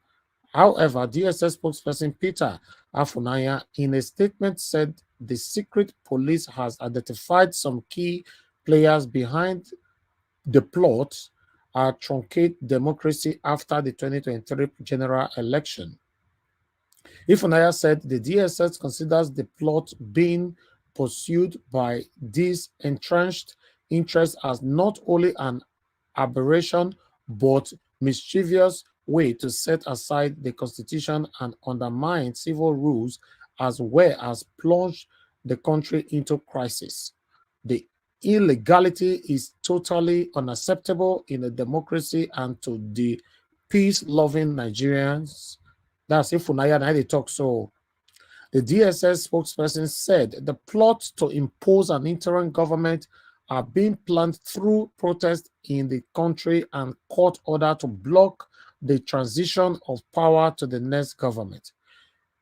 Afunaya said the DSS support the transition council and Buhari in his avowed commitment to his free handover and assured that the president will work to achieve it. He said the DSS will collaborate with the council and other security agencies to ensure a seamless inauguration of the next government on May 29th, 2023. Unquote. Consequently, the service strongly warns those organizing to thwart democracy in the country to retract from their devious schemes and orchestrations, Ifunaya said. He urged media organizations, judicial authorities, and civil societies to be watchful and conscious to avoid being used as instruments to subvert peace and stability in Nigeria. While monitoring, the DSS will not hesitate to take decisive and necessary legal steps against these misguided elements to frustrate their obvious intentions. So now I reached. So I thought I should bring this here quickly so that we can take it together in our last submission. Appreciate every one of you. Thank you very much for your time with us. Okay. Yes, we have two new people here. Okay, three new people here with us. Mr. Patrick, I would like you to talk to us in 5 minutes. Thanks for joining us. Good evening to you. Good evening. Can you hear me? Yeah, I can hear you, sir. Thank you. Okay. Where are you joining us from? I'm in the UK. Good evening. Sir. Thank you. Please talk to us in 5 minutes. Yes, no problem. My 5 minutes starts now. This is my first time here. Good evening, everyone. Thank you so much. It's good to have you here. Thank you, sir. Thank you. First of all, is Nigeria practicing democracy? You know, when we throw this word democracy, like what you just read now, you know, about they say that, attack on democratic. Nigeria is not a democratic country. Let's not deceive ourselves. Now, this news you just read, as far as I'm concerned, is it real? It might be, it might not. But all this is these are DSS. I won't say they predict, But these are like distractions. These are distractions just to Mr. distract people. Patrick, I will support you. It could also be another distraction. Remember, they distracted everybody during the time of Naira swap or whatever. So these people, they can come again with another distraction. So Nigerians, stay firm. Go ahead, my Yes. brother. These guys, you see, these are you see, their aim is to keep the country together. You know, and they tell lies. You know, put it this way: there's something we call misinformation, disinformation. They put all these things. These are tricks the secret services use. For example, they've been telling us, oh, there's these 3 governors that stashed money in their houses, billions of naira. Have they arrested anyone? No. You know, so all these stories. Let me put it this way: you see, just few people are holding that country in slavery. Just few people. Now, when we talk of democracy, what they told us was democracy. We are all equal under the law. But we know in Nigeria it does not operate that way. MC Olobo or Olo, whatever they call him, is still parading as a free man. The things he said, if you and I, if we say the same thing, we will be in prison by now. Look at the people about NSAS. Some were there for 3 years. All just because of they were carrying flag, protesting. No weapons, but they grabbed them and threw them in jail. Some of them were there for 3 years. Some people died. Has anything happened to them? No. So in Nigeria, not everyone, we are not equal under the law. Some are big men, you know, and why the other. For example, look at our courts, for example. Now I'm coming somewhere. Somebody will steal a mobile phone and maybe 5,000 or maybe 5 too small, maybe let's say 50,000 naira. And the court will jail the person for 20 years. Someone that steals 10 billion will get a presidential pardon. That's not being equal under the law. A young guy a couple of days ago, 11-year-old, made a comment on social media. They should release Nnamdi Kanu. What happened? The security department came and picked him up. 11-year-old. That's the kind of country we are in. Now, when we talk about, you see, for politics, I know it's a dirty game, but when we judge, we need to look at morals. If something is right, we need to support something that is right. If something is wrong, we need to spell it out. It's very clear, even to the blind man, that this election had problems. Problems, it's not an organic problem, but it was well orchestrated. Remember, people died. They died, and that was it. All these people are looking for now is how to be in that seat. And somebody said something. If Tinubu, if he gets to that seat, I think it will be very difficult to claim it from him. Now, he's the president of Nigeria. They can, you know, just like what DSS did now, they can sleep with all the judges, frame them up of one thing or the other, and sack all of them. We won't question them. So that's where we are. Nigeria, for me, Nigeria is a failed state. And the criminals will try all their best to maintain that failed state because it benefits them, not you and I. Because if that country is working, many of us in overseas should be back home, prospering. But many of us ran away because the country is a failed state. They've been telling us Nigeria will get better since 1999. And it looks like every year it gets worse, just going down the hill.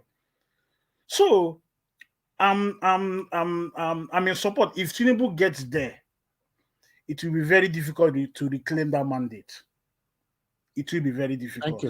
Thank you, sir. Thank you. Thank you, Mr. Patrick, for coming in. I really do appreciate you. Please, we're looking forward to having you here again next time. Yes, for me, I don't want Nigerians to be distracted from especially this breaking news now. Although we should take it, but we shouldn't be distracted. Thank you. All right, let me quickly hear from Mr. Alex. Mr. Alex, thanks for joining us. Good evening to you. Please talk to me, my brother. Yes, thank you, Mr. Najawash. I want to thank everybody on the platform, those on the comment section, or viewers worldwide. I thank you for your tenacity and for keeping hope alive. No, we are fighting the very strong forces of evil, but God is with us, you know. I don't know. I don't know if they want us to believe that the DSS were not alive when Deborah was killed. The DSS were not alive when Tinubu's drug cases emerged. The DSS were very quick with their so-called intelligence units around the world to kidnap Nnamdi Kanu. They kidnapped him in spite of his dual citizenship. The DSS have been alive when Abuja Kaduna train was kidnapped with 960 Nigerians, 20-something killed immediately. A lot of them were killed and many had to pay themselves to the tune of 6 billion naira. The DSS was alive. When our church massacre took place, citizens were murdered in cold blood. The videos are all still on YouTube and all other platforms. The DSS was alive. When we have this Abuja Federal Maximum Prison, Kuje, the bombardments, the DSS was alive. So I don't believe in this caricature, Kaba-controlled DSS. I see what they are doing as capital regimental, and I declare them persona non grata. I just believe they are just there as part of the political vavavoom. Don't take them seriously. They are part of the gamings, the tricks, and the political ikiaga of the Nigerian political cinematography. The DSS are part of the country's problem. It's an elite or elitics DSS. They're only powerful if they are going to invade the houses of freedom fighters. E.g., you saw the exploits or the escapades of the DSS in the house of one Sunday Igboho. They will track him down to Benin Republic. The Bible says, "He that sits in the heaven shall laugh." We don't have a DSS. We have a set of clowns that call themselves DSS. A set of comedians. My goodness. The DSS was alive when people were shot at Lekki Tollgate. Please allow me to laugh, because these guys are just clowns. And they usually send either a Benin man or an Igbo man to us, or somebody from the minority, or one of the non-Northern tribe. So don't take the DSS serious. They are part of the, this double-decker anki-paki politics. Gentlemen and ladies, how did we get here? That cases upon cases, allegations, convictions, documents came out before elections. How did somebody that have drug stain at all emerge as a party flag bearer? Where was the secret or intelligence unit of the DSS or the NDLA or the ICPC or the EFCC, whatever body that is responsible? How did a drug peddler, you can say he was exonerated, you can say he has service J10, but how I don't understand. Okay, who owns all the drugs that have been discovered in different houses in Lagos, let alone emerging? How did he get his 8 million votes? Why are people not rejoicing across the nook and corner of the nation and across the world among the diaspora community? How did you win? Where were the votes manufactured from? These are questions we need to ask ourselves. And I call on the Chief Justice Is it Ariola who went to London on wheelchair? He should resign from that case. He's not qualified to be in charge of that case anymore because he's being compromised already in my own term. He's supposed to be an unbiased umpire, or I mean, like a referee, arbitrary. What was he doing in London? Is he a coincidence? Why didn't he go to London before now? Was he really on wheelchair? He should be stripped off his duty from that. He should be transferred immediately. Nigerians should not allow him. Let us start hashtagging him now to be dropped from that case. Because there's already a compromise. Discussions have happened. Bank transfers have happened. So what judgment are we expecting? Unless by some strange miracles from the God who brings water from the rock. Of course, Peter the rock. So with the evidence, with all the evidence Labour Party has, how are you going to overturn all that? The video evidence, the pictures, the police brutality, the killings that took place, the miming that took place, the intimidations that took place. How did he get his votes? What has he been doing since he left being a governor of his state up till now?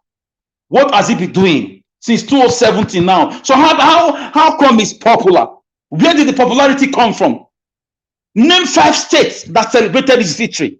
Since he said he claimed that he won in 24 states, all those boogaboo that they are telling us, those fallacious boogaboo, those laborare est orare, those ducem est proportamur, those mystical figures. Give me 5 states in Nigeria that celebrated the victory of their leader. That should show you a lot of fraud took place. The Chief Justice who went to seek Tinubu, who went to London at the same time Tinubu is in the UK, is enough to resign. If he was in Asian country, he will kill himself. If he was in Europe, he will resign. And in Nigeria tomorrow, we will listen to him again. They keep testing the waters. But this thing that they are asking for, they will get it. They should remember how Rwanda genocide started. It was a tribal thing, and it was insatisfaction. Some people felt left out. This thing that they are asking for, I'm warning the APC, they should be very careful. I want to speak to the American government. I know we are a sovereign nation, but you cannot, listen, in politics, the world used to be a bipolar world, controlled by two world powers, the USSR and the United States. Now it's kind of a unipolar world now, controlled by the whole world is controlled by America. Take it or leave it. China is trying to wake up. We cannot rule America away from the world politics. Not even the European Union countries can do it.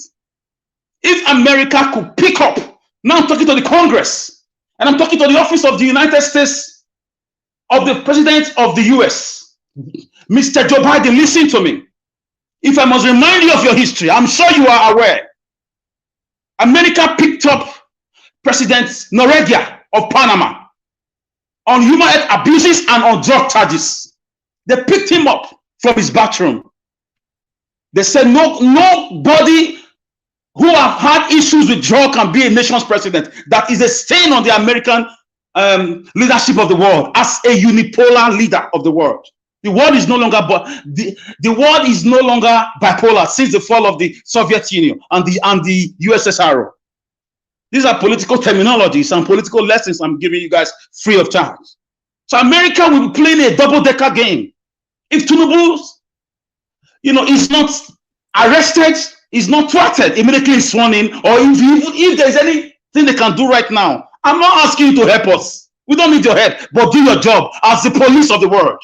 You owe it as a duty because you sworn to the United Nations Charter to make the world a peaceful place. And you've been doing that in many countries by acting as a watchdog to the whole, especially on human rights abuses and the drug charges. And America must also remember what happened in Lagos in the governorship elections, even in the presidential elections. It was more or less like genocide. It was a cataclysm. a crime against humanity. So will America tell me, will the office of the President of America tell me, or the Congress tell me that they are not aware? They've not seen videos. They've not seen pictures. I'm not asking you as a Nigerian. I'm asking you not to do your job as the police of the world that you claim to be. And you know it as a duty. So that no nation will bring up the drug cartel. It will affect Americans. Because the drug market is usually, the last bus stop is usually in America. America, Asia, America, you know, let's say Brazil or Colombia. But America is always the problem. So please, Tinubu should be picked up. Do your job, thwart this man's, get him arrested. He cannot be a Nigerian president. He has bought his way through because of the waywardness of politicians. Look at, we all folded our hands. I'm talking about ex-governors, present governors, senators, rep members, commissioners, ambassadors, everybody who is at the helm of our political cinematography. So let me round up with this, Mr. Najawash. Okay. Obedient. You did very well. We've all done well. We've all done what is expected of us. Let's keep hope alive. We are winning. Let's see how a drug baron, somebody with drug charges, with evidence everywhere, can be a president. Kabutu the Jetamenta. Thank you, Najawash. I leave it here. All right, my brother, Mr. Alex, thanks very much for your submission. I appreciate you, my brother, for coming in. Okay, we have Victor with us as well. Victor, I would like to hear from you. Thank you very much, sir, for joining us. Good evening to you. Please quickly talk to us so that we can do the final round. Thank you, Mr. Najawash. I hope you guys can hear me clearly. Yes, very clear.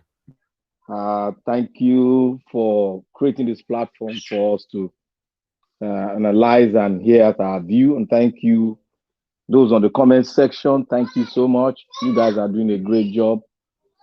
And those viewing us from all around the world, especially in Nigeria, may God continue to bless you guys. The struggle continues. Mr. Alex spoke very well. And but there's one thing, there's a clause in his speech. America has finished with the case of Tinubu, and he cannot be arrested anymore. America work with documentation. They work with documents. They don't work, they work with facts. But my brother, sorry to come in a little bit of your time. Yes, we are all learning here. You are right. But as they are done with him as a private citizen. If he continues his life privately and never contest for any nation's presidency, no problem. But when you arrive as a president, you can't come to the United Nations. They can't allow you to do many things. Name one person in the whole world who have had this kind of drug charges that became a president. It was only one man, Noriega of Panama, and he was arrested. He forced his way into government. They picked him up in his bedroom while he was bathing. He was on boss. So they are not true with him as a Nigerian presidential elect. Trust me, they are doing. Yes, talk to me. Yeah, in the case of Noriega, I followed Noriega case very well. Noriega was in power, still functioning as a drug cartel. He was sponsoring the inflow of drugs into America. So they tailed him. They gave him a long time. They didn't want him. No one thing about American security. They will allow you to do everything. And as you are doing it, they are getting their facts, photograph, everything, the route, everything, the signature, everything is being documented by the secret agent. And when they decided to come in, they will come in and they will pick you up. That is how they work. They work with facts. If they have any fact that Asiwaju Bat is still involved, and in involvement is the influx of his involvement is in America, they will track him down. Even if he's in France, they will pick him up. That is it. But what I want us to do, we are doing it.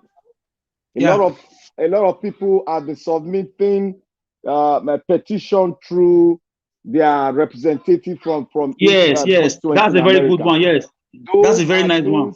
Those are the things we are going to put forward. And I believe our principal also has also put in some petition that will involve the American State Security Service to come in and speak concerning the case they have concerning him, the president-elect of Nigeria. So those things are being coupled together. Those are the part of the point those are the things that will buttress the fact, and the judges will see the fact and they'll make their decision. And I would like to come into the case of like interim government. I want us to really look at it. I was born into security family. You see, the Nigerian DSS, they are not different from the Nigerian police. The only difference between the Nigerian DSS and the Nigerian police is that the DSS are more closer to information. They have a right to go into every information details about every person in Nigeria, any business in Nigeria, without any other security apparatus stopping them from doing it.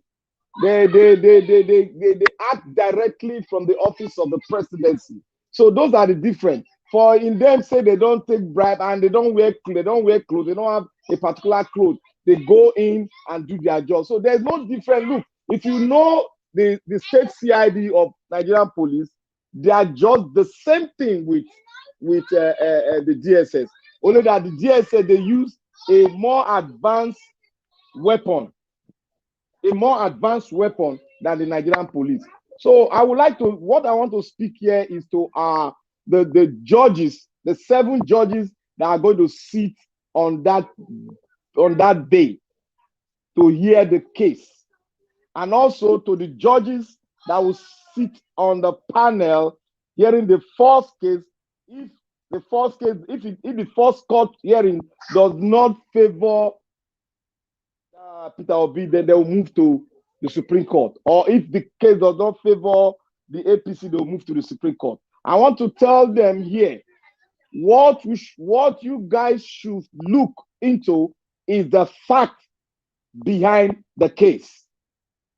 Nothing more than the fact behind the case.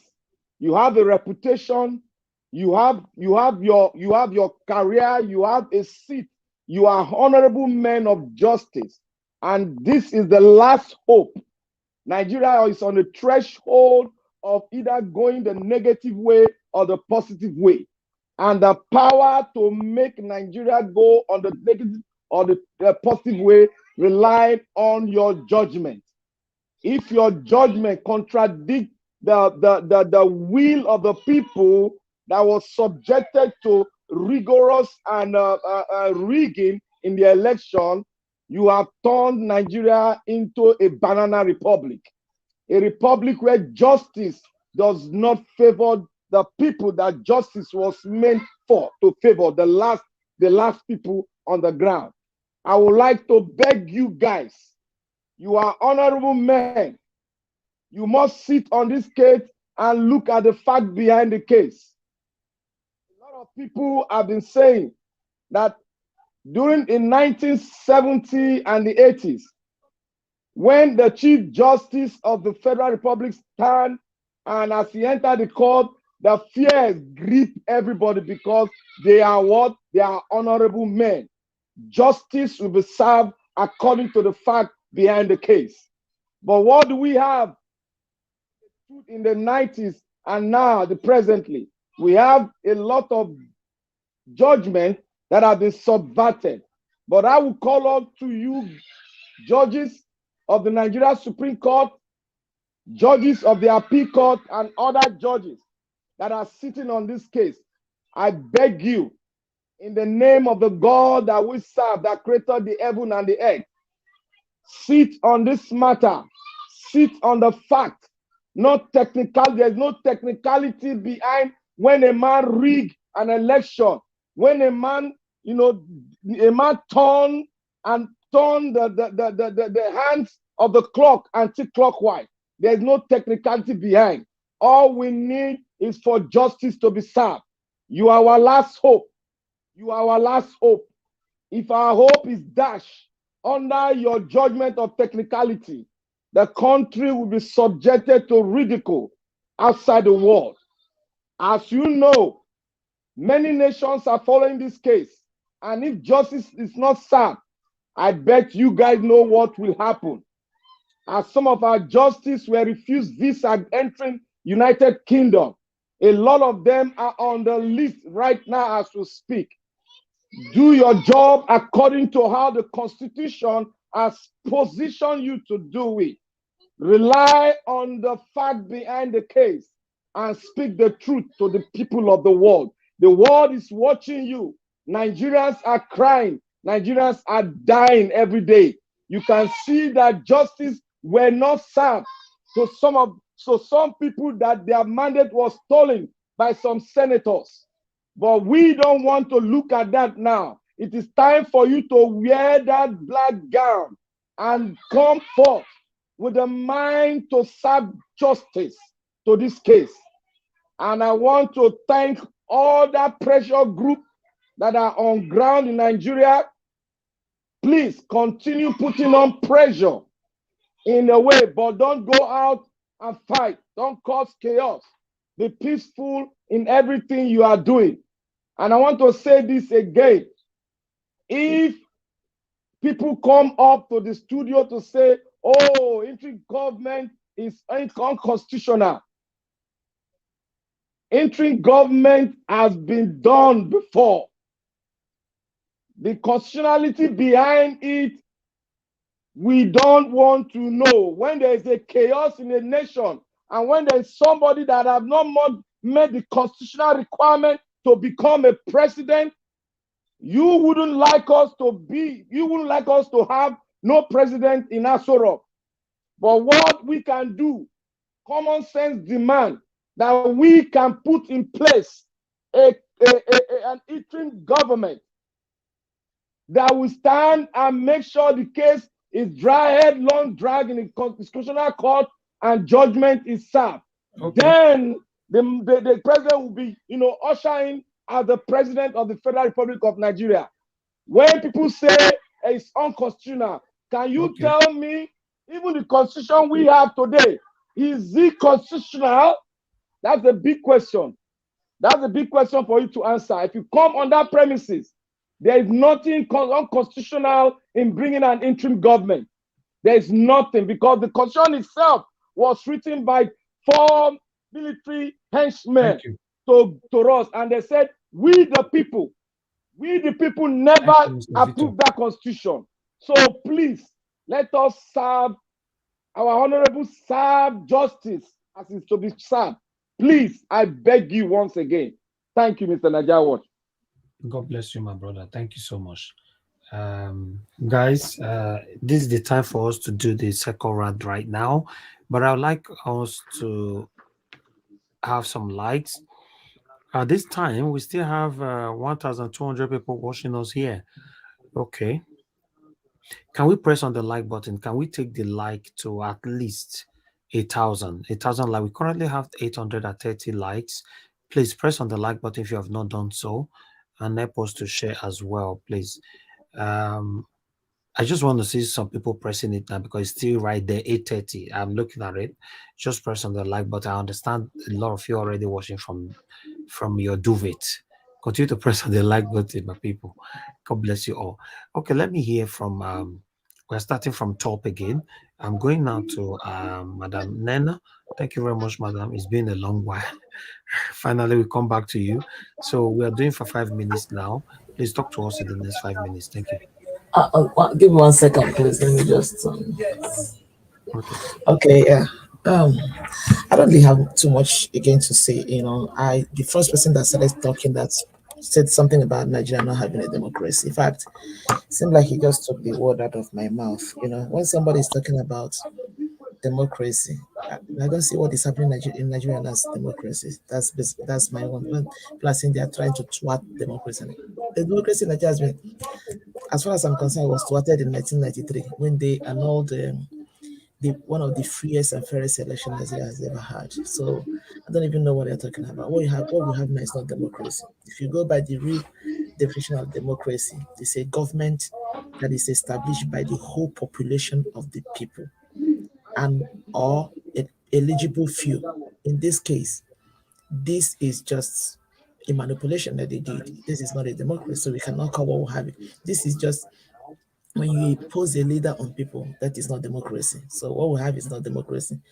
So at this point in time, I don't even know what they're talking about. And again, okay, we can say that whatever the DSS, because this news about thing about DSS, I saw it earlier today, but I just took it like with a pinch of salt. I'm like, okay, let's see how where this whole thing is going. And now that it has been confirmed that is what it is. It can go either ways. It can be true, maybe just a distraction. But the bottom line is this, for every obedient person, for everybody that wants the good of Nigeria, we must not allow ourselves to be distracted by anything or by anybody. For anybody that is, that really, truly, truly want desire this change that we are talking about, there is need for everybody to keep their eyes and keep their mind focused on what we are looking for, irrespective of the angle they try to come from, irrespective of the game they try to play. We need to keep focused. We need to keep focused. That is just the reality of the whole thing. It might be a distraction, it might be true. And the funny thing is that sometimes these people, they play these games, I want to say something here. From the beginning of this election, I truly believe there's somebody that is not muted. I truly believe that Buhari did not really want to hand over to Tinubu. I don't know, for some reason, I've always had that feelings. Probably all these things are just, maybe they want to put up these things so that eventually if it happens, it will look as if it's not Buhari that did it, blah, blah, blah. These people, they know how to play some funny games. But unfortunately, Nigerians are becoming wiser. Nigerians are waking up, having a little bit of an understanding what is going on. So whichever way they are coming from, it's important for Nigerians to keep their eyes and their focus where it needs to be at this point in time. Interim government, no interim government. What Nigerians are fighting for is that the mandate of what happened on the 18th of March and the 25th of 18th of February. Wait, what am I saying? Oh God, I'm missing the days up. The presidential election and the gubernatorial election. The bottom line is that whatever they did, the mandate that was stolen, Nigerians are fighting for it. Nigerians wants to make sure that the vote that we casted are counted, because that is what brought us where we are right now. And like we said, the DSS, they're suddenly coming out to say this. A lot of nonsense have gone on in Nigeria. Where have the DSS been? Where have they been all this while? And all these things are happening. So whether they're trying to distract us or they're giving us information, the important thing is that I don't know how many people that are hearing our voices here, and I believe people are truly hearing our voices. Everyone, everywhere, meaning Nigerian that want things to move in that country must not be distracted by whatever these people are planning. Our desire and our desire and ultimate goal is that Tinubu does not take over the helm of affair of Nigeria. That is just what it is. That is just where I stand. That man, for no reason, should take over the helm of affairs of that country. Simple and short. It's not ambiguous. Everybody knows we cannot afford to have him. We cannot. I said it before, I'm saying it again. We cannot afford to have somebody like him.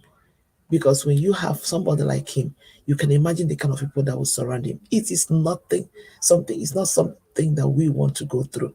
So let's not get distracted. Let every well-meaning Nigeria remain focused and remain committed to this fight that we must not be used and be taken for granted anymore. That is just a simple truth. And again, I just want to say something. There was a video I saw. I think I saw it on the Niger Watch this, and then somebody sent Your 5 minutes is up. Oh, okay. I'm sorry. Okay, let me stop here. No. Finish with the video you saw, please. Okay, yeah. So I was just talking about the video of this Agberos that we are protesting in Lagos to be about whatever transportation. When I saw it, I just laughed. I said, can you Okay, imagine? yes. I It's think not, I even, saw the same it's not video. even. It's not even 2 days. Or it's not even. In fact, Shewolo have not even started his second term already. They're already complaining. Sanwo-Olo actually reduced their transport fare to Yes, 50%. to 50%. Now he said Yes, he's reverting back it by reverted back now, Friday. You 100% see, now. these people don't understand. They just want to use you. They want to dump you. These are the. I want to believe that these were the same people that we are fighting, beating people, starching buses, doing everything. They are. They've bombed bridges. Yeah. Bombed. They created enemies. They hurt people. Some of them have taken people's lives because of this man. And look at it. How many hours or how many days now they're already crying. I look at them and say, this is just the beginning. When you intentionally put a wicked man in power, what do you expect? Intentionally. That road transport workers, that is where Uluomo makes his millions. I know that one will be killing off somewhere now. Let them be killing themselves. What's his business? I don't know when these people will get it. I don't know when our people will get that. These people don't care about us. We need to come together and fight this thing. We need to come together and fight this thing. I don't know when people will get it. Anyway, let me stop here. My time is up. Thank you, Madam Nena. Thank you so much for your time with us every day here. I really do appreciate you, for real. Thank you. All right, let's move on now to Mr. Pansat. Mr. Pansat, finally we are back to you again. I know. I don't. I'm not worried because I know you're doing the right thing with the time and with everybody who's talking. Thank you, sir. So let me say hello again. Everybody's spoken very well, but I'm going to talk about a couple of things now. Some people are not going to like me after this. Mr. Evans, one of the reasons I made enemies on this platform is normally I come and I try to dispel all the doom and gloom, right? For example, I came here and I said, the Americans have not recognized Tinubu as anything. And somebody, I think it was Ms. Omoye, who I have a lot of respect for. So, no, they have and stuff, right? And I tried to cheer us up and say, look, I see INX body movement and Buhari there. It looks like they mean business. They're going to let us cast our votes.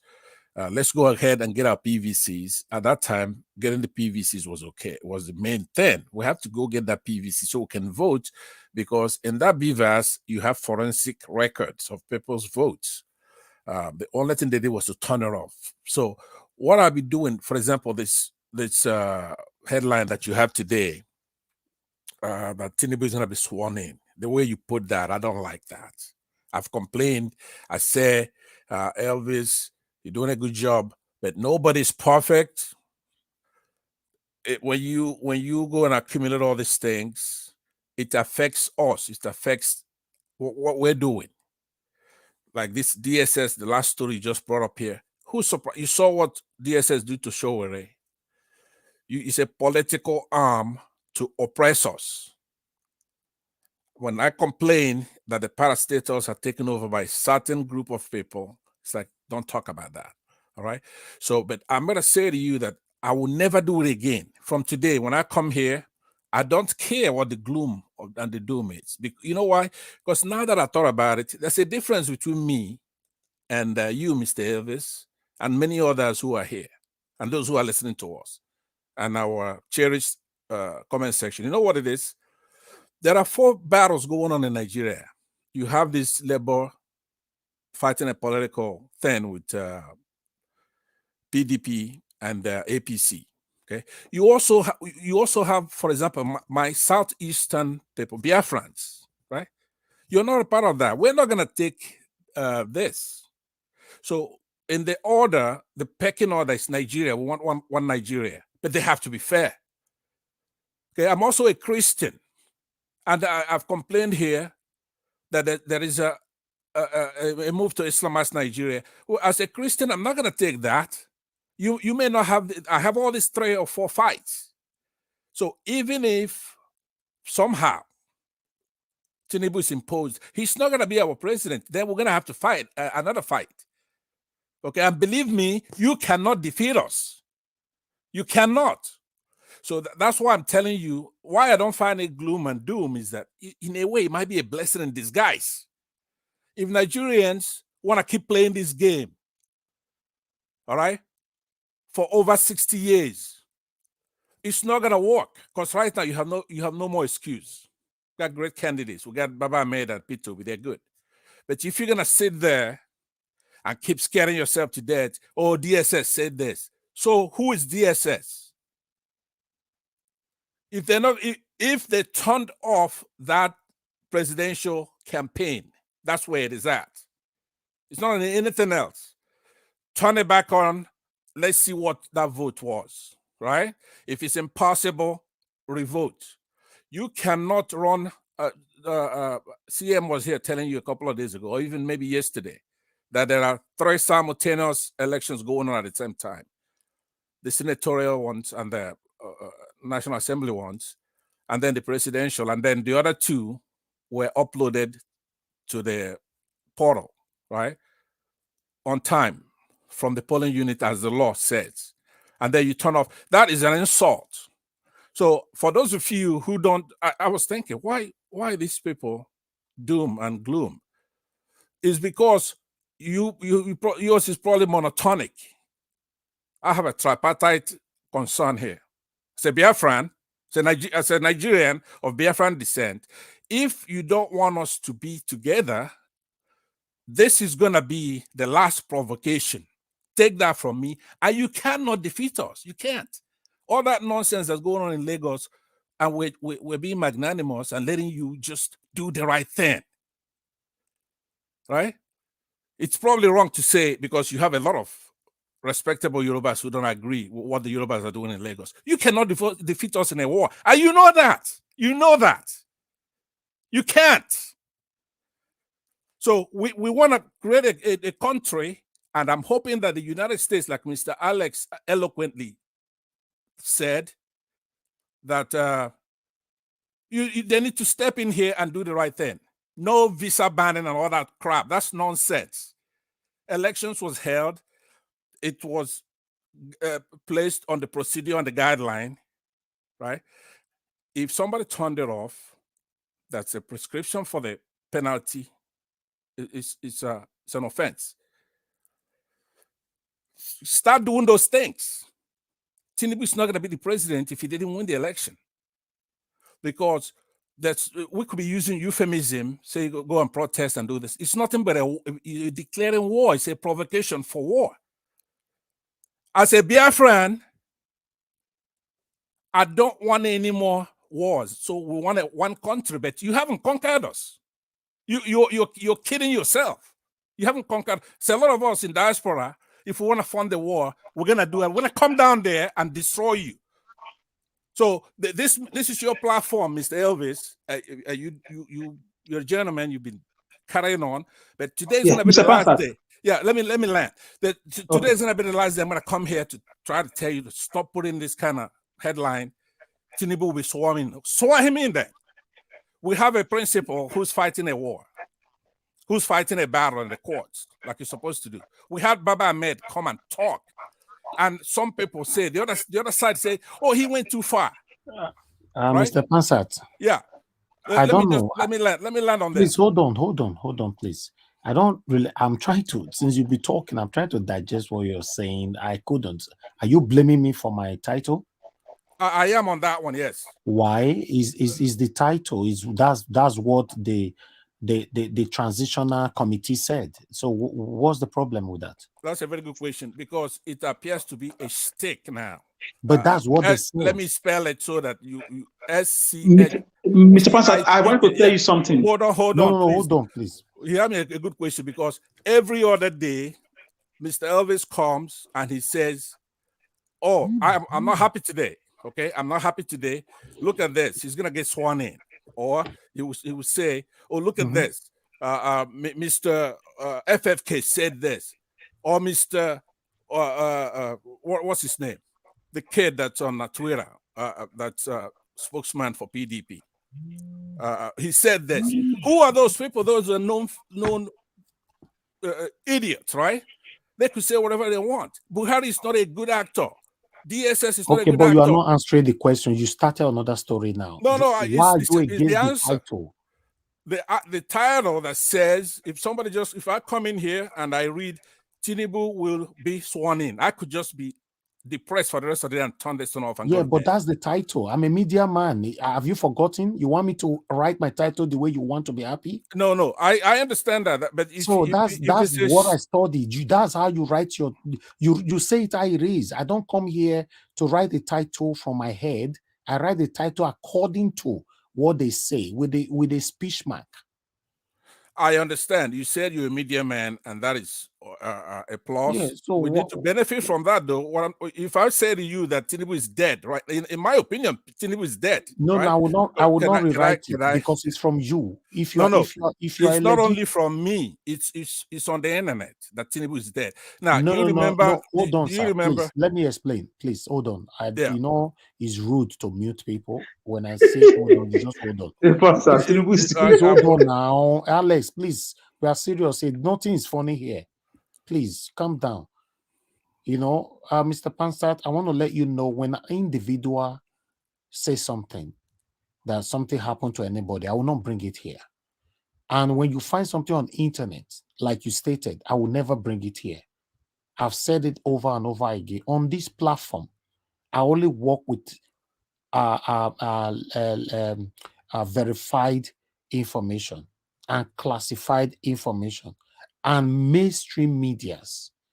You see, for example, this breaking news you're seeing here right now from DSS, I heard about it. In fact, 10 minutes after I went on air, somebody sent it to me. I disregarded it. I said, no, as long as I can't confirm it, I won't bring it here. Now I confirm that all mainstream medias have posted it. I brought it here. So if you read what you find on social media or blogs, I don't.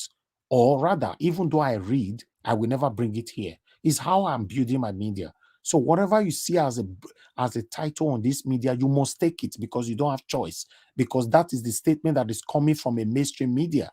That's it. And I played the video as well to verify my title. So please, Do you have proof that he's alive? Do you? I'm not interested about what you're talking about. I know mainstream media is talking about that, sir. Please. Okay, no, I'm but not interested, what I and I didn't will not present it. discuss it. Yeah, hold on. I didn't present it as a matter of fact. I'm giving you the analogy of going and assembling those. When somebody says somebody's dead, right? You should remember there's a guy that says the reports of my death are greatly exaggerated. That was made popular by and attributed to the author Samuel Clemens, known by the pen name Mark Twain. When somebody says somebody's dead, what they have to do is to come out and say, hey, they say I'm dead, but they exaggerated. Okay. Here I am, Yeah, right? Mr. Pansat, I Yeah. understand that. But I Right. want to let you know when people carry the rumor, it might be true. Don't get me wrong. But as long as it's a rumor, the way I was trained Yes. in the university, never to use my media to carry anything to do with rumor or assumption. Exactly. You do that, and I respect that. Remember, Okay, I gave fine. you That's credit for fine. that. So, and if you want to bring it here, I will not also allow you to I discuss will not it bring here. it here. When I talk, it's a primary source. You could quote me anywhere. Okay, I've been That's on what I'm your saying. platform. Where is your primary source coming from? Which one? On what? What you're saying now, I can't mention it with my mouth. Where? Oh no, but Where's it coming you see, can somebody explain to him? I didn't say. I'm saying it's analogous to a station peddling some of the rumors that we bring here to talk about, or something that is not news. That Nigeria is not a democracy, right? Or that the army may support APC. That doesn't mean that we're losing. That's Okay. what I'm saying. In essence, if we go and we're afraid, how are you going to fight Okay, being Mr. afraid? Pansat, I want to quickly correct something. You say some of the rumor we bring here. Nigeria Watch have never brought any rumor here. Never ever. So if my panelist brings rumor, that's for them. And that's why you see underneath, it was there earlier on. I removed it. Let me read what you see. I just put it right there. Let me read this for you. You know, what you can see, a disclaimer notice. Views expressed on this panel are solely that of the presenters and panelists, not of Nigeria Watch Media. So okay, can I point to what I'm talking about? Maybe I should just come direct and say it. You say that you're telling Nigerians that P2B can never say, go out there and protest. Just yes. hold on. You don't know that. It was just 2 weeks ago that they refused to let P2B to, the court had ordered that they should make available their materials to be looked at, and they kept delaying. There was 2 or 3 or 4 days. P2B came on TV and told them that that is going to trigger, that he's been the one holding people back. But if they don't make that material available, and that very day or the next day, they made the material available. There is no way, just because. Okay, then what's my wrong now? Me want to know you because you'll be dancing around, sir, and you are taking all the time in the world. No, you actually the one dancing around. I'm answering your question. Okay, what is the fault of Nigeria Watch now, sir? Go straight to the point. What I'm saying is that when you are afraid and you come in and you say Peter will afraid of who? From the news of the day. Which news? From where? Okay, number one news today. Look, let me answer you comprehensively. I don't want to be spoon feeding you your questions, right? Let me tell you what I'm saying. If you don't understand, yeah. If you want to tell me, sir, please go straight because you're beating around. You are no. You're actually the one beating around the bush. Me? You are. Yes. How? You are. Because I said that if you come out and you say Peter will be, he's never gonna call. Now, by the way, 2 weeks ago you did the same thing. If he's not gonna stick out his neck, then why should he stick out your neck? And that's a fair question. Okay, hold on, Mr. Pansa. Should I tell the world that Peter Obi will come out and call for war? That will make you happy? No, that is because that there is a third possibility. That is not impeachment of what you said. But I said Peter Obi will never come out and incite violence to tell anybody to go for war. Is anything wrong with that? No, you said that he will never call for people to go and protest, not war. He's not going to call for war. I will. Okay, but he will not call for a protest because you don't know that. He can't call for a protest. To yourself because what you're saying is not making no single sense, sir. To be honest. Well, what is wrong? Please hold on. Are you the arbiter? Look at the comment section. Everybody's saying move on because what you are saying, nobody's digesting. Nobody likes a friendly fire. Nobody likes that. Hold on. Please, can we move on? Please, you hold on. Because what you are saying, I'm trying to digest it. You are moving from left to right. Firstly, you said when the way I write my title is only the speech of the video I will play for you. That's how I was trained. I cannot bring a title here by myself. Whatever you see or as a title, I'll play a video. It will tally with what the man said. On the 29th of May, Tinubu will be sworn in. Nothing can truncate that. I quote him again. And that was the title. And for me to say, if Nigerians are waiting for Peter Obi to come on air to ask them to go for a protest, you are joking. I don't see anything wrong with that. So you're beating around, please, sir. If sometimes I don't get you, and I believe out of 1,190 people watching us right now, 90% of them are not getting you as well. You just, I don't know what you're talking about, to be honest. You'll be talking for the past 30 minutes, almost 30 minutes. I cannot digest anything. It's so sad. Let me Mr. Niger Watch. I'm sorry to comment. Hold on, let me respond because no time, sir. No time. I need to move on to the next place. I don't have time. Yes, madam. Go ahead. Okay, please, just briefly. Like you said, that's man from I didn't want to interject. Most times when I see people who come here to promote Biafra, I mean, it's very easy to see them. And I am an Igbo woman, right? I'm an Igbo woman who is not happy about what is going on in Nigeria. But I've been one person. I know a lot of people who are here who are Biafrans, who are Biafran, a pro-Biafra or whatever. I mean, will attack me, but I don't really care. I say it, I've been very vocal about it. I'm one person that never liked the Biafra agitation. You know why? Because just like this, Mr. Pansat is dancing around. That's the side these people have been dancing around this Biafra thing. We both when Nnamdi Kanu was this, that's why they've been dancing around the whole thing. With that, I always ask people, okay, you people are clamoring for Biafra, you're doing the, what exactly do you have concrete to make Biafra a reality? They don't have anything. And that is the problem I have with them when they will begin to promote all these things. You keep dancing right around that. If you listen to Simon, I listen to this, they keep dancing around. There was one time I was having an issue with a brother-in-law. I said, the only thing you guys that promote Biafra have been succeeded in doing in Igbo land is to have sit at home. What has that gotten to us? That's an unfortunate thing. And that's the ideology that most of these people who are promoting the Biafra has put into most of these gullible people. That all they do is to dance around without having anything concrete as concrete plan on how to even get anything actualized. You're not even, you don't have anything concrete to actualize Biafra. You don't have anything concrete to actualize Nigeria. What do you have in plans? Nothing. It's so annoying. To be honest, I'm not even against Biafra. Anything you want to fight for, the way things are going on in Nigeria, everybody's tired. But one thing is, this platform is not for Biafra. I'm using it to support Peter Obi. So if you are coming here to tell the world that you are fighting because supporting Peter Obi because he's an Igbo man or you for Biafra, then you are one of the problems that Peter Obi is facing right now. You are one of the reasons why this satanic government are saying they can never give power to Igbo man. You are one of the reasons. I've told you severally. Because you are just dancing around. You are what you were saying. It took us 40 minutes or almost 40 minutes to digest it. You are beating around. Mr. Najawash, please, can I say something for 5 seconds? Go ahead. Yeah, in as much as I disagree with Mr. Pansat, what was the way he approached you. Everybody is stressed. Even you are stressed. Pansat is it's stressed. Not about stress. This doesn't have anything to do with stress. He was saying rubbish. Okay. The way he would have approached you.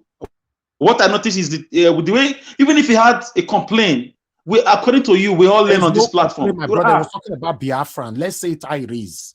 Did you see complaint with my title, you, that is talking now? No. Did you see? No. I just want to say, even if he had a way of saying, even if he had something to say, he would have approached you differently. That's all I wanted to say. No, he was saying rubbish. Even you can. To my own understanding. Naja, watch. This guy language was inconsistent. It has something to do with alcohol. Exactly. I'm sorry to say. Unless you find out, he would have approached me differently. What are you His saying? language was inconsistent. Please don't contribute on something that you cannot digest. You are here. You are telling me some. He's talking that my title. I just explained that all my title is from a speech. If Alex said I was in, please hold on, please. If Alex said I was in Ring Road yesterday, and I bring it as a speech mark here, the word is primarily coming from Alex. So the man was not really after my title. He was just trying a way to promote Biafra here. Is my channel for Biafra? He was saying rubbish. That's true. He was saying rubbish as long as I'm consigned. Can I say Don't something? call me again. Get out. Yeah, remember the one that came the other day that was betting for $300, £300. It's the same people. They're the same people. Can I say something, please? Just big for nothing without no sense. Sometimes you guys make me mad. Just get out. Don't come here. Who are you? If you want to go fight, go to Nigeria, go and fight Buhari with your Biafra team. You people are the biggest problem that Peter Obi is facing today. Get out. Please, let me move on to the next person. Sorry, can I say something, please? Who's talking? Well, my name is Give Us Our Mandate. Give us our mandate. Go ahead, talk to us 5 minutes. Well, first of all, good morning, good afternoon, everyone.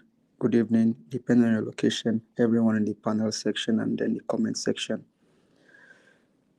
Well, what I will just tell you is, I know, say, by your side there, they don't make one starch and black soups. Quickly swallow one hand, please. Just swallow one, quick.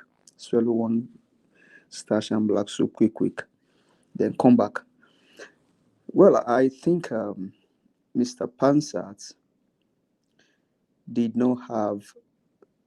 may not have delivered or did not deliver his comment appropriately. You know, one thing is, and that's the problem we keep facing with Nigerian maybe headlines sometimes can get people depressed.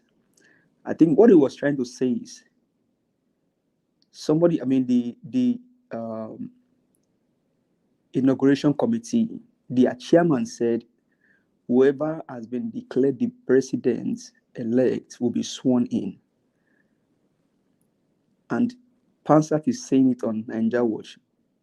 Tinubu will be sworn in. It wasn't Mr. Elvis that came up with that story or with that title. He's only saying that based on what he heard from the chairman. Exactly. Maybe as a way of caveat, what Pansat was expecting to see is that, oh, okay, I have seen it on Nigeria Watch, Tinubu will be sworn in. Maybe he's not expecting that, oh, Mr. Elvis was okay, Tinubu will be sworn in, says inauguration committee. You know, this whole election thing is tensing people up. And so if you watch Pansat, I think he's on a different level of tension already. So seeing that on a platform that usually come, he was here yesterday making comments, even though I didn't join you guys. He made some good comments yesterday that everybody was applauding Pansat. So I think what happened to Pansat today is a switch of mood. Seeing that title, then he should go to his house, not here, because this platform is not for Biafra. I'll say no, it no, anytime. it's not about Biafra now. I think the point he was trying to make is, but he also had to understand that this is a media. Nigeria was a media. He wasn't the one that said that title. That title came out from the inauguration committee. Then go and fight the inauguration committee that said Tinubu be sworn in. We have made it clear, my brother. We have made it clear for the past more than 5 years on this platform. I watched the video. So that you now attacking everything we do Nigeria here Watch is coming from primary source. Yeah, you're not attacking Nigeria Watch. I don't think there's any need, any reason for you to attack. Just like see, that person with the saying can't give me. What's the problem? No. Excuse me, Nigeria Watch. To be candid, what he was hoping to see is that Tinubu will be sworn in. Post-traumatic disorder at work. Please hold on, sir. Maybe as a caveat, says inauguration committee. Maybe that would. But you are a media person, and he should appreciate that he has a platform that he can come and speak all over the world. You are hearing his voice.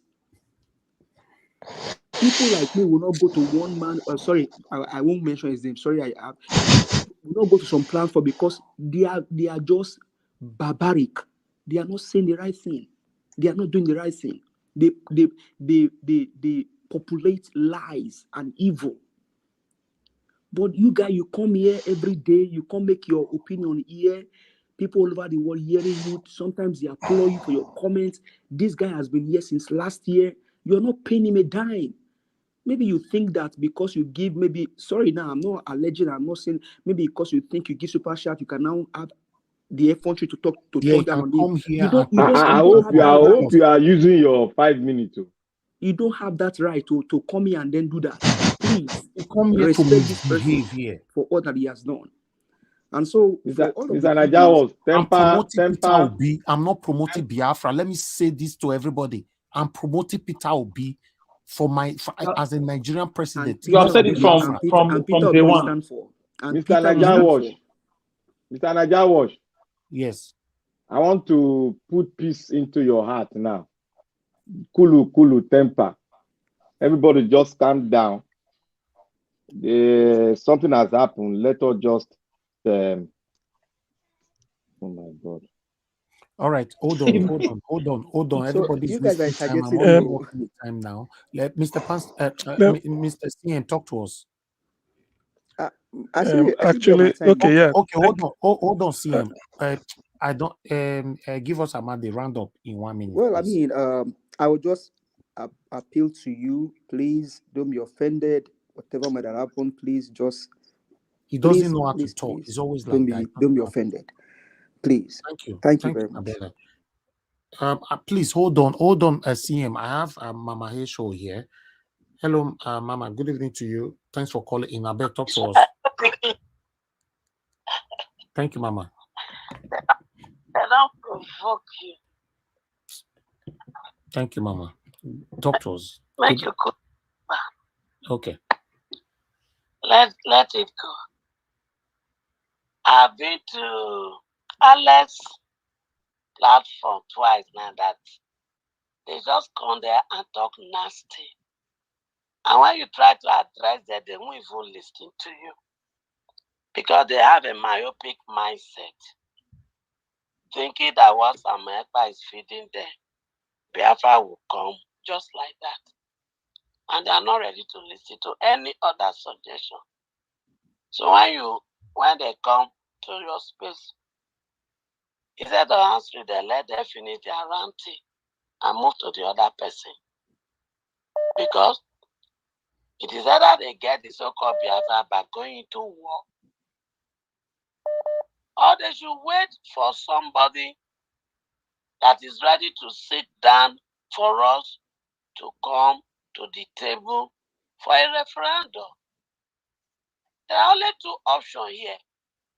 Is either we want to go to war, or we wait for somebody to come in that will sit with us to decide whether we want to live together or break. There's no in between. So don't let that upset you. Thank you, Mama. Thank you. So much time and money. The time you are spending is money. And those who are joining you in the panel, they're also putting money. But for those when they sit down for UK or sit down for Germany, sit down for this, and they think to get Biafra now to fight their people or coming to a place that they know they are not discussing Biafra and come and be upsetting people, please, anything that is not adding value to what you are doing, collect them with your right hand, right sir. Thank you, Mama. And when you get value, they put for your left hand. Don't allow that to stress you. God bless you, Mama. Thank you. Thank you so much. I really appreciate this. Thank you, Mama. All right. Okay. Let me pick one more call, then I'm done. Hello. Yeah. Good evening to you. Your name and where you're calling us from. Hello. Good evening, Mr. Nigeria. Yeah. Good evening, madam. Please talk to us. Yeah. First and foremost, thank you for everything, and then secondly, I would like to plead with you to please calm down, because I know you two, you've said it once that you're not really happy, so everybody is kind of demoralized because we don't even know which way everything is going to turn out, right? For as long as we're on this platform, we are just, bringing forth different ideas. Nobody knows which one is going to. So just calm down and let me just play the devil's advocate a little bit. I know Pansat, he was trying to drive at something. He just couldn't get his thoughts together, right? So I really understand the point where he's coming from, because honestly, before I even turned into your program tonight, immediately I saw the title, I was a bit demoralized. I'm like, okay, maybe let me just watch. And then I knew the angle you're coming from. So probably Pansa thing will start from the beginning, and he didn't see the video. I mean, he didn't see the video. I don't even know what he's talking. I could not even till now. I could not digest what Pansa was talking about. Because you are talking about title. I played the video. That's the same thing they said. So should I go and put my father? Should I put my father's name as a title before you will understand? No, I think I understand where he was coming from. Yeah, and he probably didn't join from the very beginning. So I think I'm just playing the devil's advocate a bit. I think I understand, although he didn't, put it down in the right manner. But please calm down. At this point, yeah, everybody's tensions are high. I really appreciate. I really appreciate your courage, your encouragement. Thank you. God bless you, Mama. Yeah, amen. Okay, callers, I'm done. Let me go back to my panelists. Please, my people, I want you guys to know that we don't come here to confuse people or lie to people or come here with assumption. Everything we talk about here, I play it for you. I show you the source. I let you know where it's coming from. That's how we work here.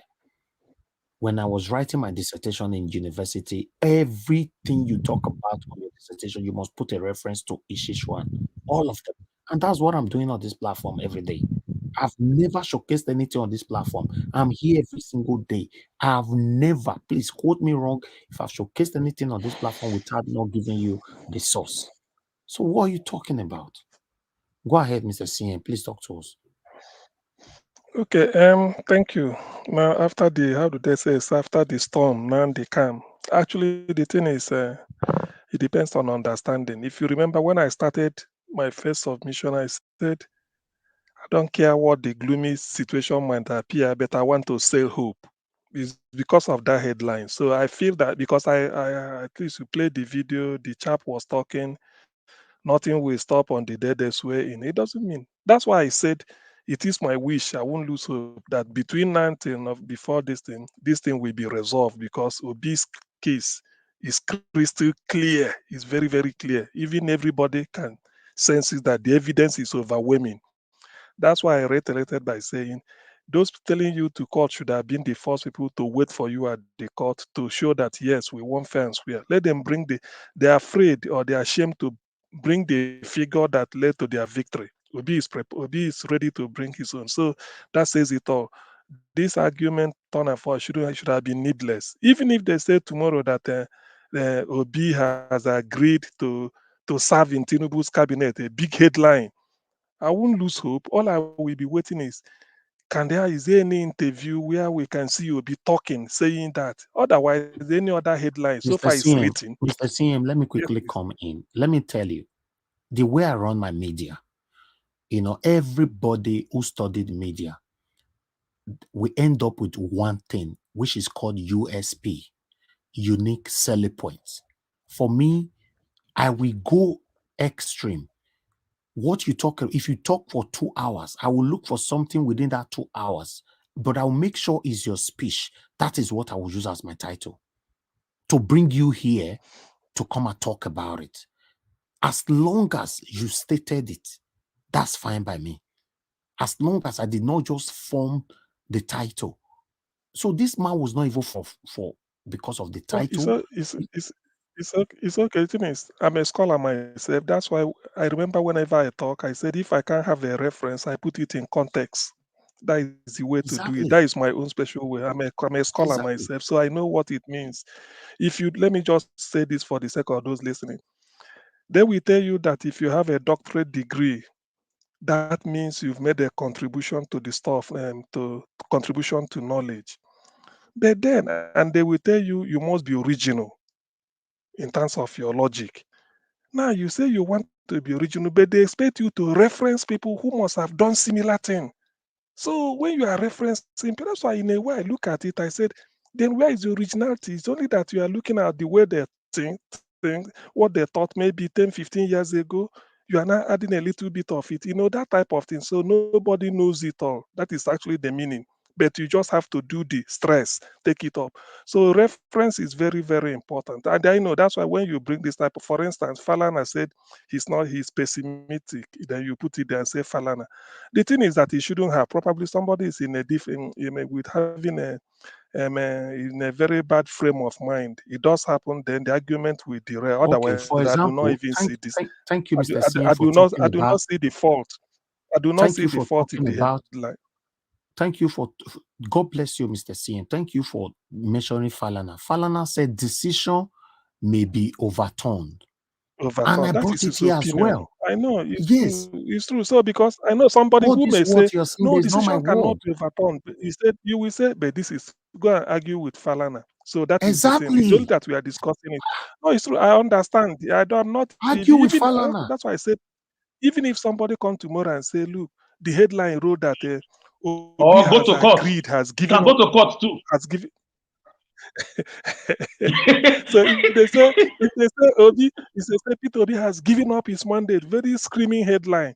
When you look at it, you might feel depressed. But in retrospect, when you want to think, you now said, okay, Obi said so. Can we see Obi and interview him? Put a microphone to his mouth and say, did you say so? That is it, because he's the final person to nail it.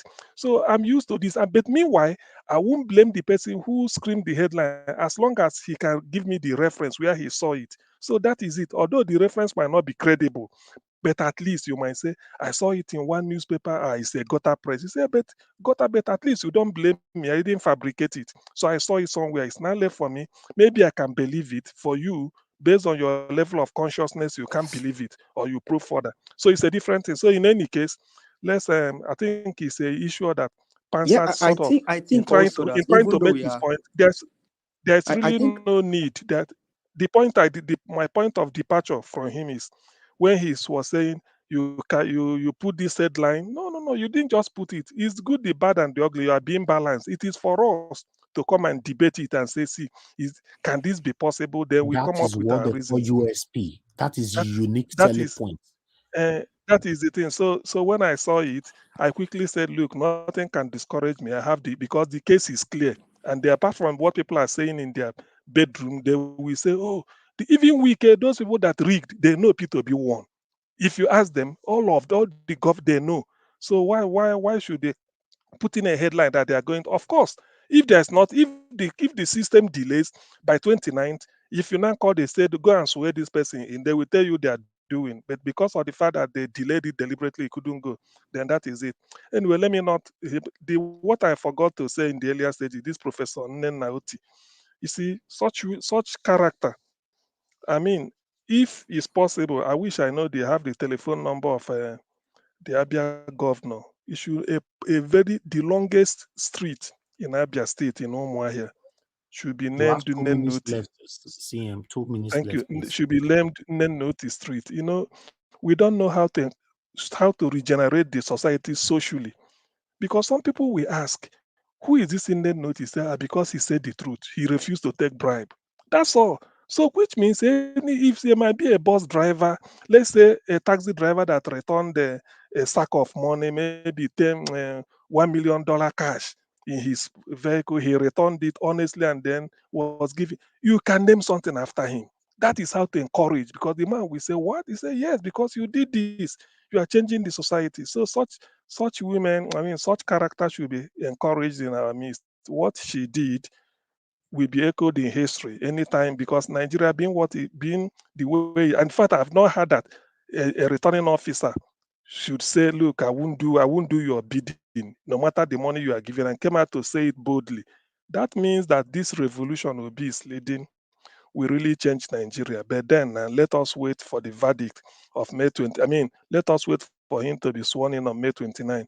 All these things, Tinubu is running helter skelter, it won't work. And like Pansat wanted to say before, I think that is a point. America did it with Daniel Ortega or somebody in Nicaragua. The man that made Reagan see red is a drug dealer, baron like Tinubu. He got into power. America knows that every drug ends in America. So they quickly go and remove the man, even while in office. I think that was the point Pansat wanted to make before I started looking and fishing in what should have been necessary, talking about the headline. Now, Tinubu as a person, being president of Nigeria is not in order. It will give Nigeria a bad name, a bad image, a bad record.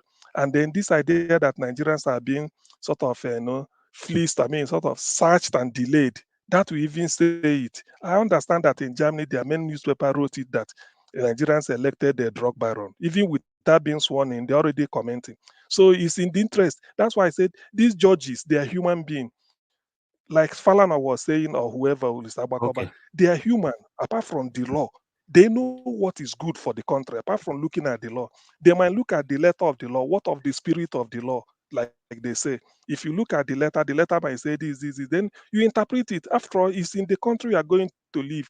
Even if you swear, you agree that Tinubu should be the president. Tomorrow, as a judge, you will travel out. When you tender your green passport, maybe you are going for medical. We will look at this Nigerian criminal, their leader. Some of them might not know that you were part of the people in the bench that legitimized Mr. this. CY, Mr. CN, I beg throw more Yes, light please. in the spirit of the law. The spirit of the law. Throw more light on it. I'm not a lawyer, man. I'm not a lawyer. I'm only learning what I learned from them. The spirit means that what you feel, something like somebody might come up to correct me. What you feel the law should have, that is the moral part of it. What you feel the law should have been. I remember one justice Akpara at Ibadan High Court. He said something. He said in his judgment, said, I'm not setting you free because you did not commit the crime. I'm setting you free because of the technicalities of law. You know in your mind who killed the accused. You know that type of judgment. He said, look, because of technicalities of law. So let them not go to technicalities. Let them just do, because there are some judgments you will give. when you want to interpret it, say, but that is what the country wanted. Because the opinion of the people, that's why no matter the law you make, the voice of the people, they didn't say the constitution is the word of God. They said the voice of the people is the voice of God. The people have spoken. They are demonstrating. You declare somebody, supposing they ask on that day, if I'm to be the judge, you ask people with Tinubu, say, the day Tinubu was announced, did Nigerians rejoice all over to reflect the geographical spread they claim that were the one won? Let me just Yes, help you please. there. In the state versus DSP Iyamu in Bender State, when Justice Omo Agege, when he was giving judgment, he said, with all your lawyers, you've entertained me and you've defended yourself reasonably. He said, but when the society needed you most, you turned your back against the entire society. For that simple reason, I'm taking my judgment based on the security of the society. You see, that is the spirit of the law. That is the model. That's what they have to consider because they are also living in the society. So this is quite clear. That's why when I look at this like this, I'm really not. I know the headlines they are popping out. Niger Watch, you are just like you are helping us to bring it to for us, so that some of us who missed it, that is just your job or whatever you are doing here. So you are not original. You didn't create anything. The thing is, when they are putting up all this, when they sometimes they say this or this, it's just to demoralize some people, but not somebody like me, because I know that deep, even Obi himself, if you what he was telling Innocent the other one short video 2 days ago somewhere in Inewu, he's telling them that what is going to change is wealth without enterprise. People are having billions, but they're not doing anything. You can't see them. What are they doing to earn the money? Obi said he will change it. So these are the type of things that you have to know that people, all these things they are doing, they are fighting. There is a principalities and power. Tinubu is nowhere to be found. He's not making a going around and sort of entertaining people. I mean, sort of acknowledging cheers and then thanking people. I will thank you for voting me. I mean, he's not even a TV interview, press interview. They are just hiding him so that day they will say, okay, technicalities, he goes in. No, the world won't take it this time because this election has shown the world that Nigerians are ready to depart from the past. Before, they said we elect thieves. This time, Nigerians did not elect a thief as a president. Therefore, no force on earth will ever stop it.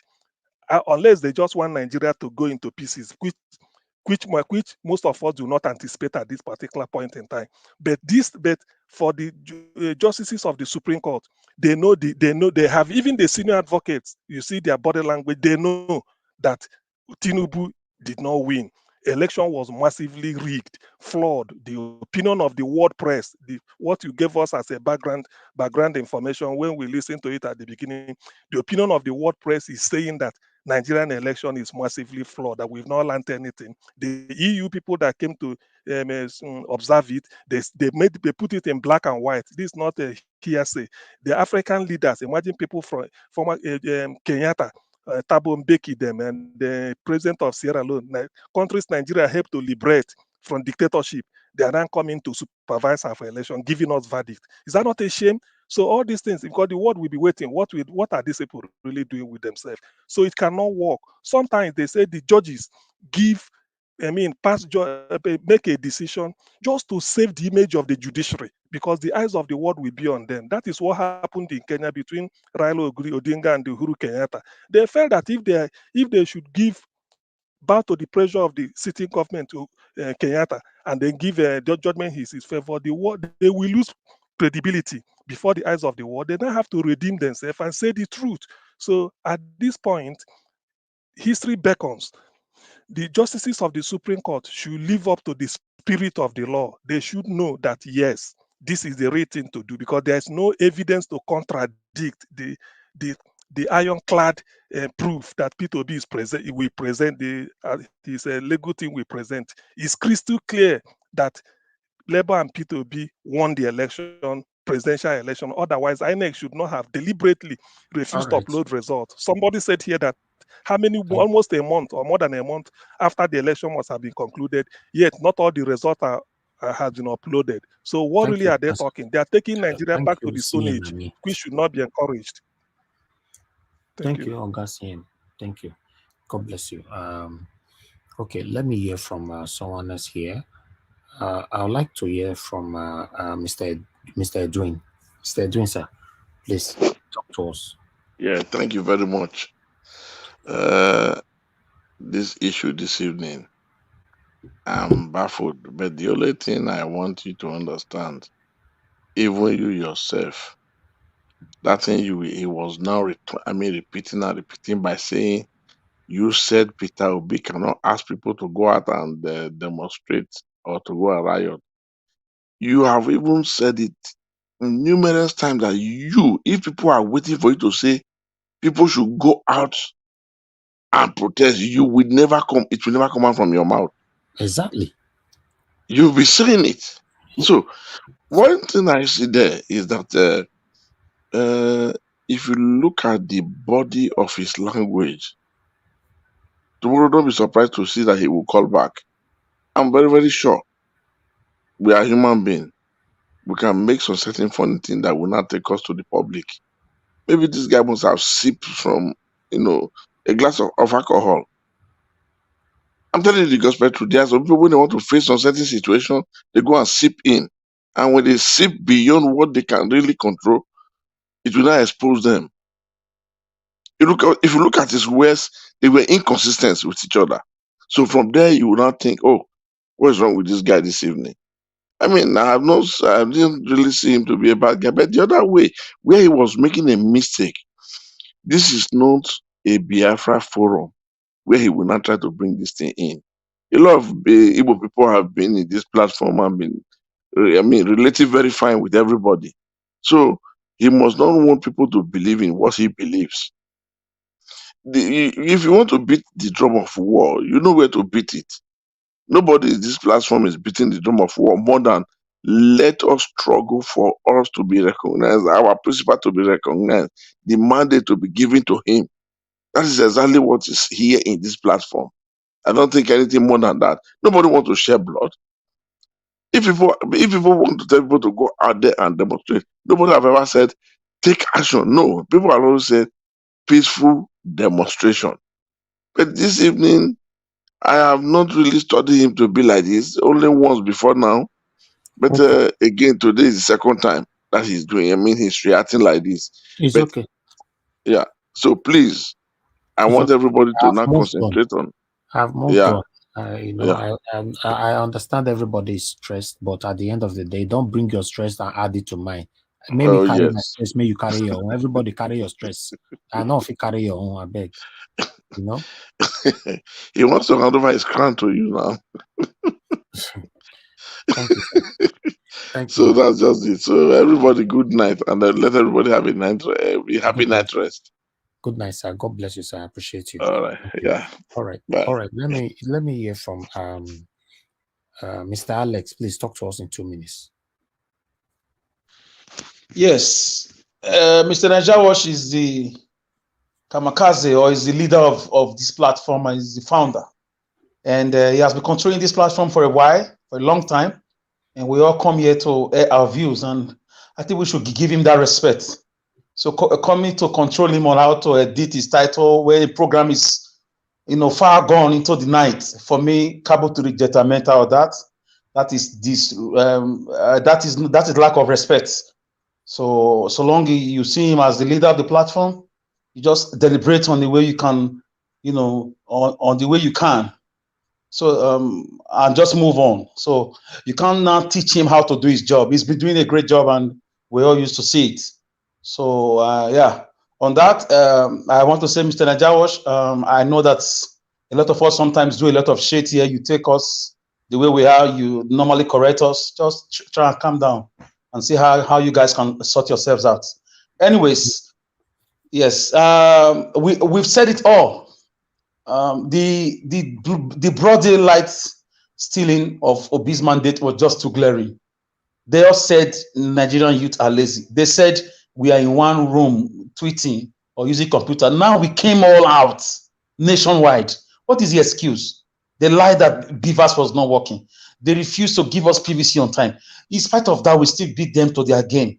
Okay. We took their game to them and we defeated them nationwide. They fabricated results. And we have evidence. Our what's it called? Agents in all the polling units have got their own copies. These are the days of technology. You can't just do things and get away with it. Thank you. So I see stand. I see. Let me round up. I see stand on the American role. I know exactly what I'm talking about. America is the police of the world, and they hate drugs. They don't want to hear that you are a president and you are related to drugs at all, because it will tell on your presidency for the next 4 to 10 years or so. So they will do something about it. While we continue to do our own, to the way we are doing, as Obi is doing its own, the pressure we hit these guys, they will do the right thing. Thank you. God bless you, my brother. Thank you. Mr. Victor, are you there with us? Yes, so I am here. Let's use your 2 minutes. Thank you. Thank you, sir. Mr. Najawa, thank you. You see, sometimes when we go to invest, people go say capital rejectamento. How you call that? Did I get it? Capital rejectamento. Mr. Pamsat, we still love you. We still. But the thing you did today is capital rejectamento. But we still love you, Sha. You are a man. Mr. Najawash, I will say we love you too. And then keep up the good work. There is time, always time, something like, you know what is bringing all these things together? You know why I'm so happy? You see, Nigeria has come of age. We are no longer docile, but we are here to fight for the good work. We are here to speak the truth. We are here to take this cabal out of Nigeria. And I so much love it because, you see, when anger comes, this kind of anger can easily come down because we all know what is bringing about, what brought about this whole anger. This whole anger is just because Nigeria is not working the right way. We are not going the right path. That is why all of us have at least every little percentage of madness in us. So in this little, why we are here is to speak everything out. I can understand everything, anger, I can understand it, and I thank God it's under control now. And I will say to every one of us, thank you, my brother. No matter how you go to the extreme, we always try to make an amendment. No matter the anger, we'll surely come together and make an amendment. Thank you, everyone. Mr. Najawa, we still love you. No, thank you. I love you too, my brother. I love everybody here. Even Passat, I love him. But me carry stress, I carry my own. At the moment, everybody is stressed. I know if we carry anybody, I not carry my own. More just control our own stress because the situation of the country is stressing everybody, but you cannot, stress someone else again on that. Meanwhile, let me hear from give us our mandate. No, Victoria, sorry. Madam Victoria, if you're still there with us, please use your 2 minutes now. Okay, I'm not sure Madam Victoria is available now. Give us our mandate. Please talk to us 2 minutes. Thank you very much for all that you do. You appreciate it. To everyone that keeps coming, you appreciate it. One thing we must understand is that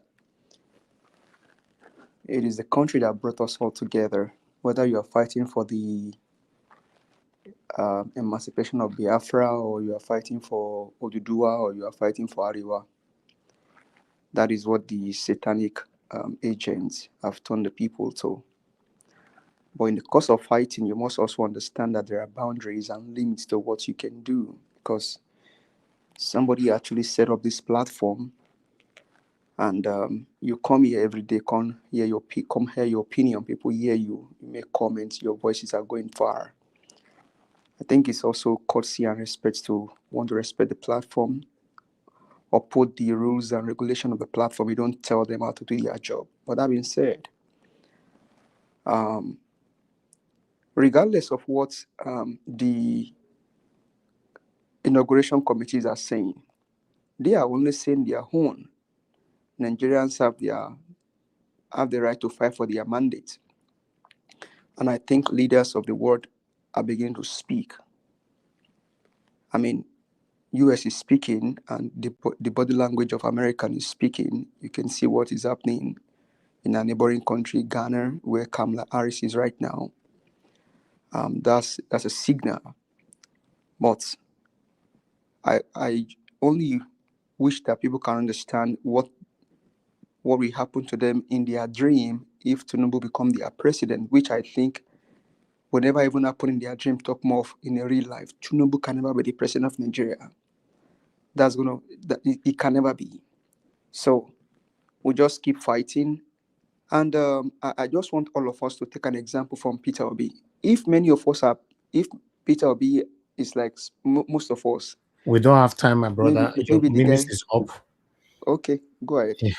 I'm sorry, and you did come on time today. What happened? Where were you?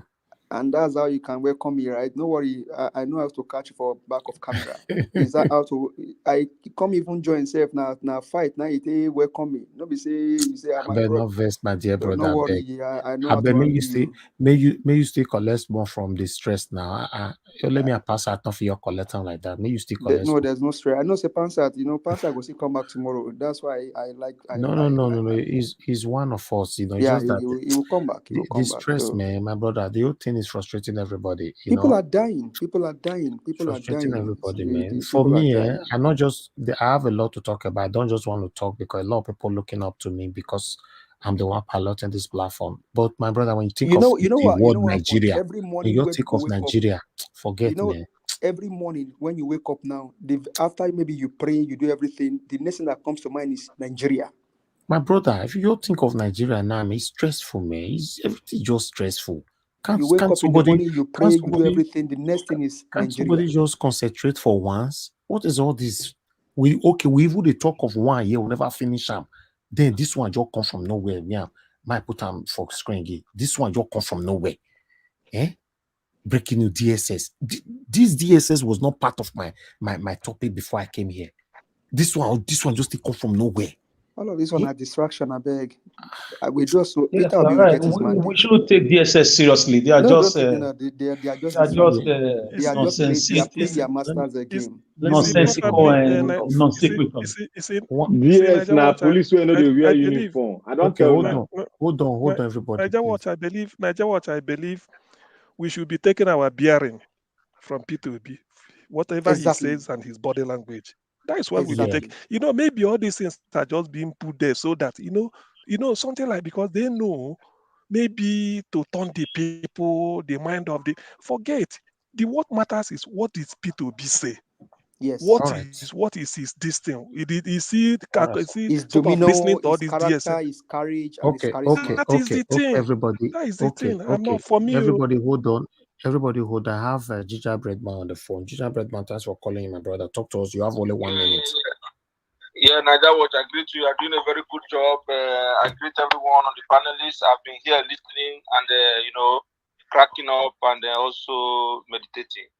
Let me say something. Nigeria Watch, all due respect, you are doing a very good job. And I want to believe that Mr. Prasad did not conceive it in his mind or premeditated it to come to your platform to disrespect you. Exactly. However, what I could picture out of Mr. Prasad, what he was trying to say is that maybe he feels that the heading of your broadcast for today would have been tweaked a little bit, but he is not a media person, so you know better. Exactly. And I don't think it's right for him to do teach you your job. But another thing is that there's something Mr. Edwin say. There's a day Mr. Passad is a very jollification man. You need to understand Mr. Passad. Of course. He's a jollification man. Mm-hmm. He doesn't joke with Jack Daggett. So maybe it's that mood. So I want you to see it that way. And just let us use the language of I beg, come on for my phone. You understand? Is it a locker room talk? And let's just leave it there. Thank you very much. Thank you. Yes, and I'm very sure you and Pansat we come around because people are always having these Vabagogigo effusions and these this razzmatazz on your platform. So I believe you said Bagabigi also. Which one be Vaba, altercations like that. And then Vabagogiko effusion, or you can say Vaba. That is Vabacity. capital regimento. Capital regettamento. That's a Latin word. Capital regettamento. And I want to tell you something. And you are a very strong man. What you're doing, me, I can't do it. To be honest, you know, one problem with us Africans, we can never see what if someone is doing what we cannot do. We find it we are too proud to say the truth. So for you to even react in any way, we should even excuse you, because I was thinking you can be reacting like this every day, because the stress would have been too much to control millions, thousands every day, sometimes twice a day. I won't blame you for anything. I even Pastor will not blame you. So yeah, I perfectly agree with you. It's not easy. It's not easy. Naija Wash, you know what? We will send Frank Umba to go and arrest Pansat. He has been promoted to AIG now. Pastor will come around. He will come around. No, if he come here tomorrow, now I ain't go first. He said, Naija Wash, Mr. Elvis, you are doing a great job. Then your guy now. Might tell you character. He could use 1 minute, tell me say you are doing a great job. He could use 10 minutes to finish me. So this man sometimes you don't understand. And your guy, It's the defense for that platform too. Now me and Pansa quarter pass on this platform. Me and Pansa pass on this platform. Ah God. He go you come tomorrow night. I go say, don't tell me that. You can't tell me that. I'll see you, sir. You can't say that. Anyway, let's move on. You see, I want you people to think this way. Do you think that the suffering of Nigerians hasn't gotten to God since all these years? What haven't Nigerians done? Years or decades. Yes, or decades. And suddenly the angels of heaven is even on the ground to settle this matter. Exactly. Something like Peter Obidan emerged. Because when people want to stay sometimes I ask God, democracy everywhere is go and put your finger on that is what anybody expects you to do. If you didn't vote, then probably it's a sin. But you've done the voting and you selected who you want. They don't change your opinion in America anywhere. They allow your opinion to be. So the opinion of the people is P2B. So the world know. We all are aware. So all these things they are doing, that's why to me, it doesn't count. I'm not, whether tomorrow Buhari didn't talk or DSS come and they start to share more, all those ones, it doesn't bother me. All I'm interested is, I wish when they will start showing the legal proceedings, what they are doing in court or whatever, that's what I'm interested in, so that we know the actual figure from P2B and this legal team. Thank you, everybody. I believe there's somebody I didn't call. That is Isha Oluwa. Isha Oluwa, I beg use your 2 minutes. I know if it cheat on you.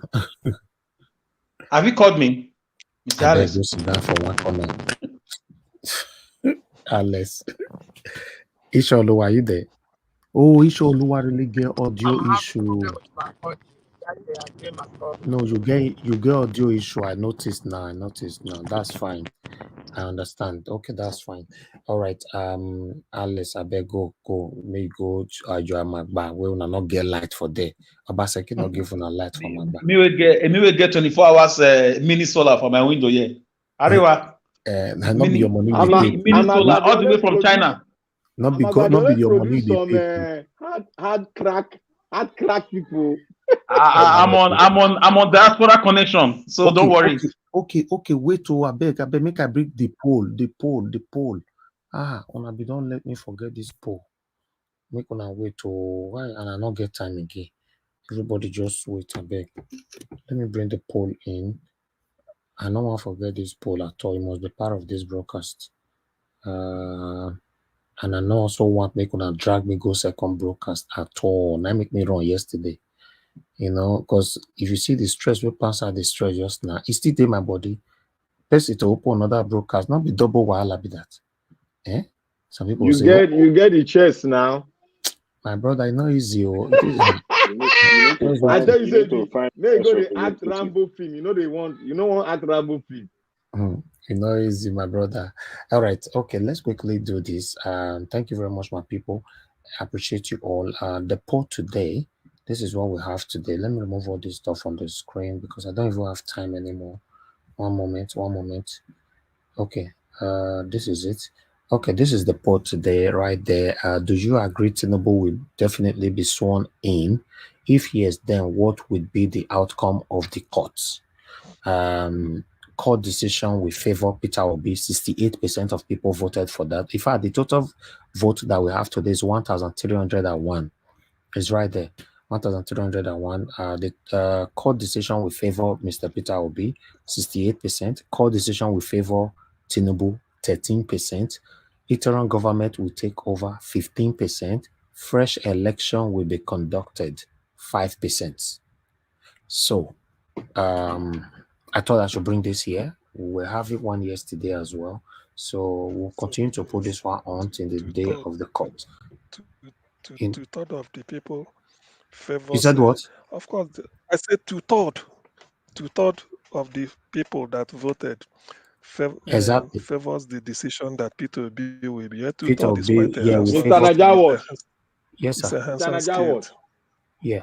If mark my word, if this interim government percentage gets to 40, it will happen.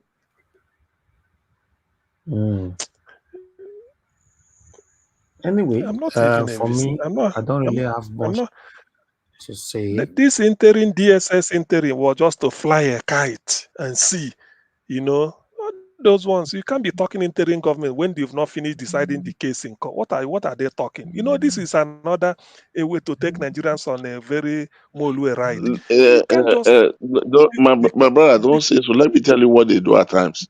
They psych the public they psych it out to collect public information on what will the mind of the All right. people go for. All right, my people. I But see it more failed, people man. just joined us right now. Please, But we are leaving now. We don't have the time. Mr. Juden, we are leaving now. I can give you 1 minute to But it quickly say failed. something anyway. Please, Najawash, everybody I stay thought you were mute going to give me 1 now. minute just now. Oh, You actually called everybody my stay name. mute. We don't have time. Please, I understand that less. It's okay. Thank you. Somebody just joined. Mr. Juden. Hey, sorry, guys. I don't want to take you back. I've been listening since morning. Just that where I was, I couldn't get in. Oh yeah, quickly talk to her. We are rounding up now, sir. Well, what I want to say is, there's so much at stake if Obi didn't get in, and but the truth of the matter is that he's going to get his mandate. But for those who continue to wish Nigeria evil and want Tinubu to get in, I want them to understand one thing. You will not, if Tinubu gets in, you cannot expect him at the end of 4 years to go and change electoral or to do electoral reform so that at the end of the day, we won't have to go through this nightmare that we are going through now. Of course, if he could do as much as he has done to rig election, even when he's not there, when he's not in the seat of power, what would you expect from now till 4 years if should he get in, forbid? What would you expect? You will expect him to, one of the things he's going to do is to make sure that, you see, all these challenges that he's going to make sure he squashes them so that at the end of the day, he will just rig and nobody will dare challenge him. Okay. Thank you. Thank you, sir. That is going to mean another 8 years of nightmare. So you people should just understand that those who are still continue to support him. Thank you. Thank you. Please come on time next time. We can only do 6 hours today. It's okay. I understand very well. Thank you so much for your understanding. I really do appreciate it. Patriotic Nigeria, you just coming in as well, please. You also have a 1 minute. This part that we're rounding up. Unmute yourself, please. So they get patriotic Nigerian. Please unmute yourself. Patriotic Nigeria. Mr. CM, you're looking for trouble. Oh, please, somebody's talking. Out of the platform, Hello, be it as it may, I just want to say thank you for all the good work you're doing. And I just also want to say that with regards to what is going on, people just want positive vibes. And anything, I know that when you say something that people don't want to hear because of the mental health of what people are going through, they get agitated. Exactly. I do humbly apologize on that on that aspect. And with regards to Peter Obi's victory, I know we pray, and I believe today I heard from a prophet that I believe so much on, Brother Ebuka, that Peter Obi is going to get his victory, and I just want everybody to believe that. In Igbo land, they say, "Onye kwe chi ekwe." So when you believe something is going to happen, but also in addition to that, once you're believing something, you have to follow it up with actions. So we're writing petitions and we're filing lawsuits, and I'm encouraging the people in the United States that if they, at the time Peter B came here and they were getting money from people to get to see him, this is the time for them to organize pressure groups, to go to their legislators. I've written to my own senator and my House legislator. Thank you. Organize them and groups upon groups to put pressure, because look at what's going on. Most Iran got changed from outside of Iran. We can make a difference. People in diaspora, we can make a difference. Thank you. God bless you. I'm so sorry that I could not give you enough minutes because we're rounding up now, but I'm happy that you came in. Thanks for your peace stand and encouragement. I really do appreciate you. I appreciate every one of you right here today that came in here. I understand the only person that is not happy that he could not get enough minutes today is Alex. Okay, you come on time next time, Alex, you know. Although you still talk for 40 minutes today now, so it's enough for you to take home. Me 14 minutes, Mr. Raja, me? No, your first contribution was 14 minutes. Really? Yes, now. That's more one. Wow. It's that's more about that. You not be Madarita now. Small one. You get meter. You know that you read your meter well now. All right. Okay, I want to make an announcement. Everybody mute. Thank you. I have 1 minute to do this. Thank you very much, my people. I appreciate you all. I do like watch. Thank you for the super chat. Every one of you that super chatted on DJ MTV. Thank you. Lola, thank you very much. Abu Azi, thank you so much. Abu Azi, God bless you. And Chika. So every one of you on the panel that came in today, I appreciate every one of you. May God bless you all. Thank you, thank you, thank you. And Mr. Pansat, you are my brother. You are my elder brother. You are like a father to me as well.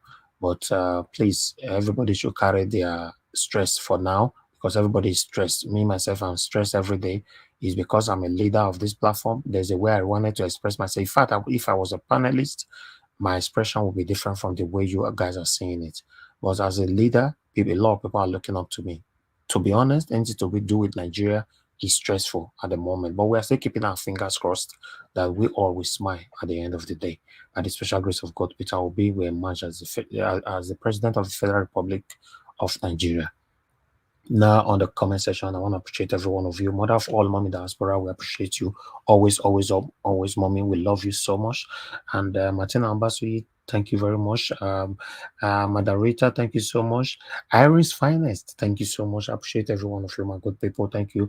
And the people right there, right now, I can see Tony Africa right there. Simon Eguavon, thanks very much.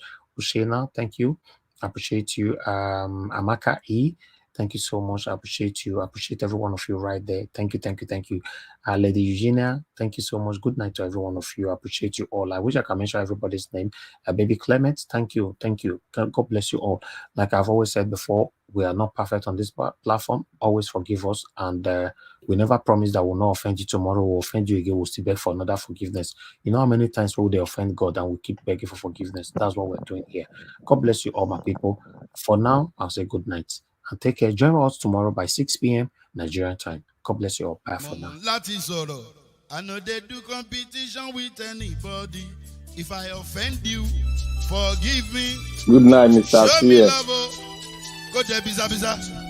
Kama bara wa lo ninu ife kan akanbi. I know they do competition with anybody. If I offend you, forgive me. Show me love. I go show you love. But I know they do competition with anybody.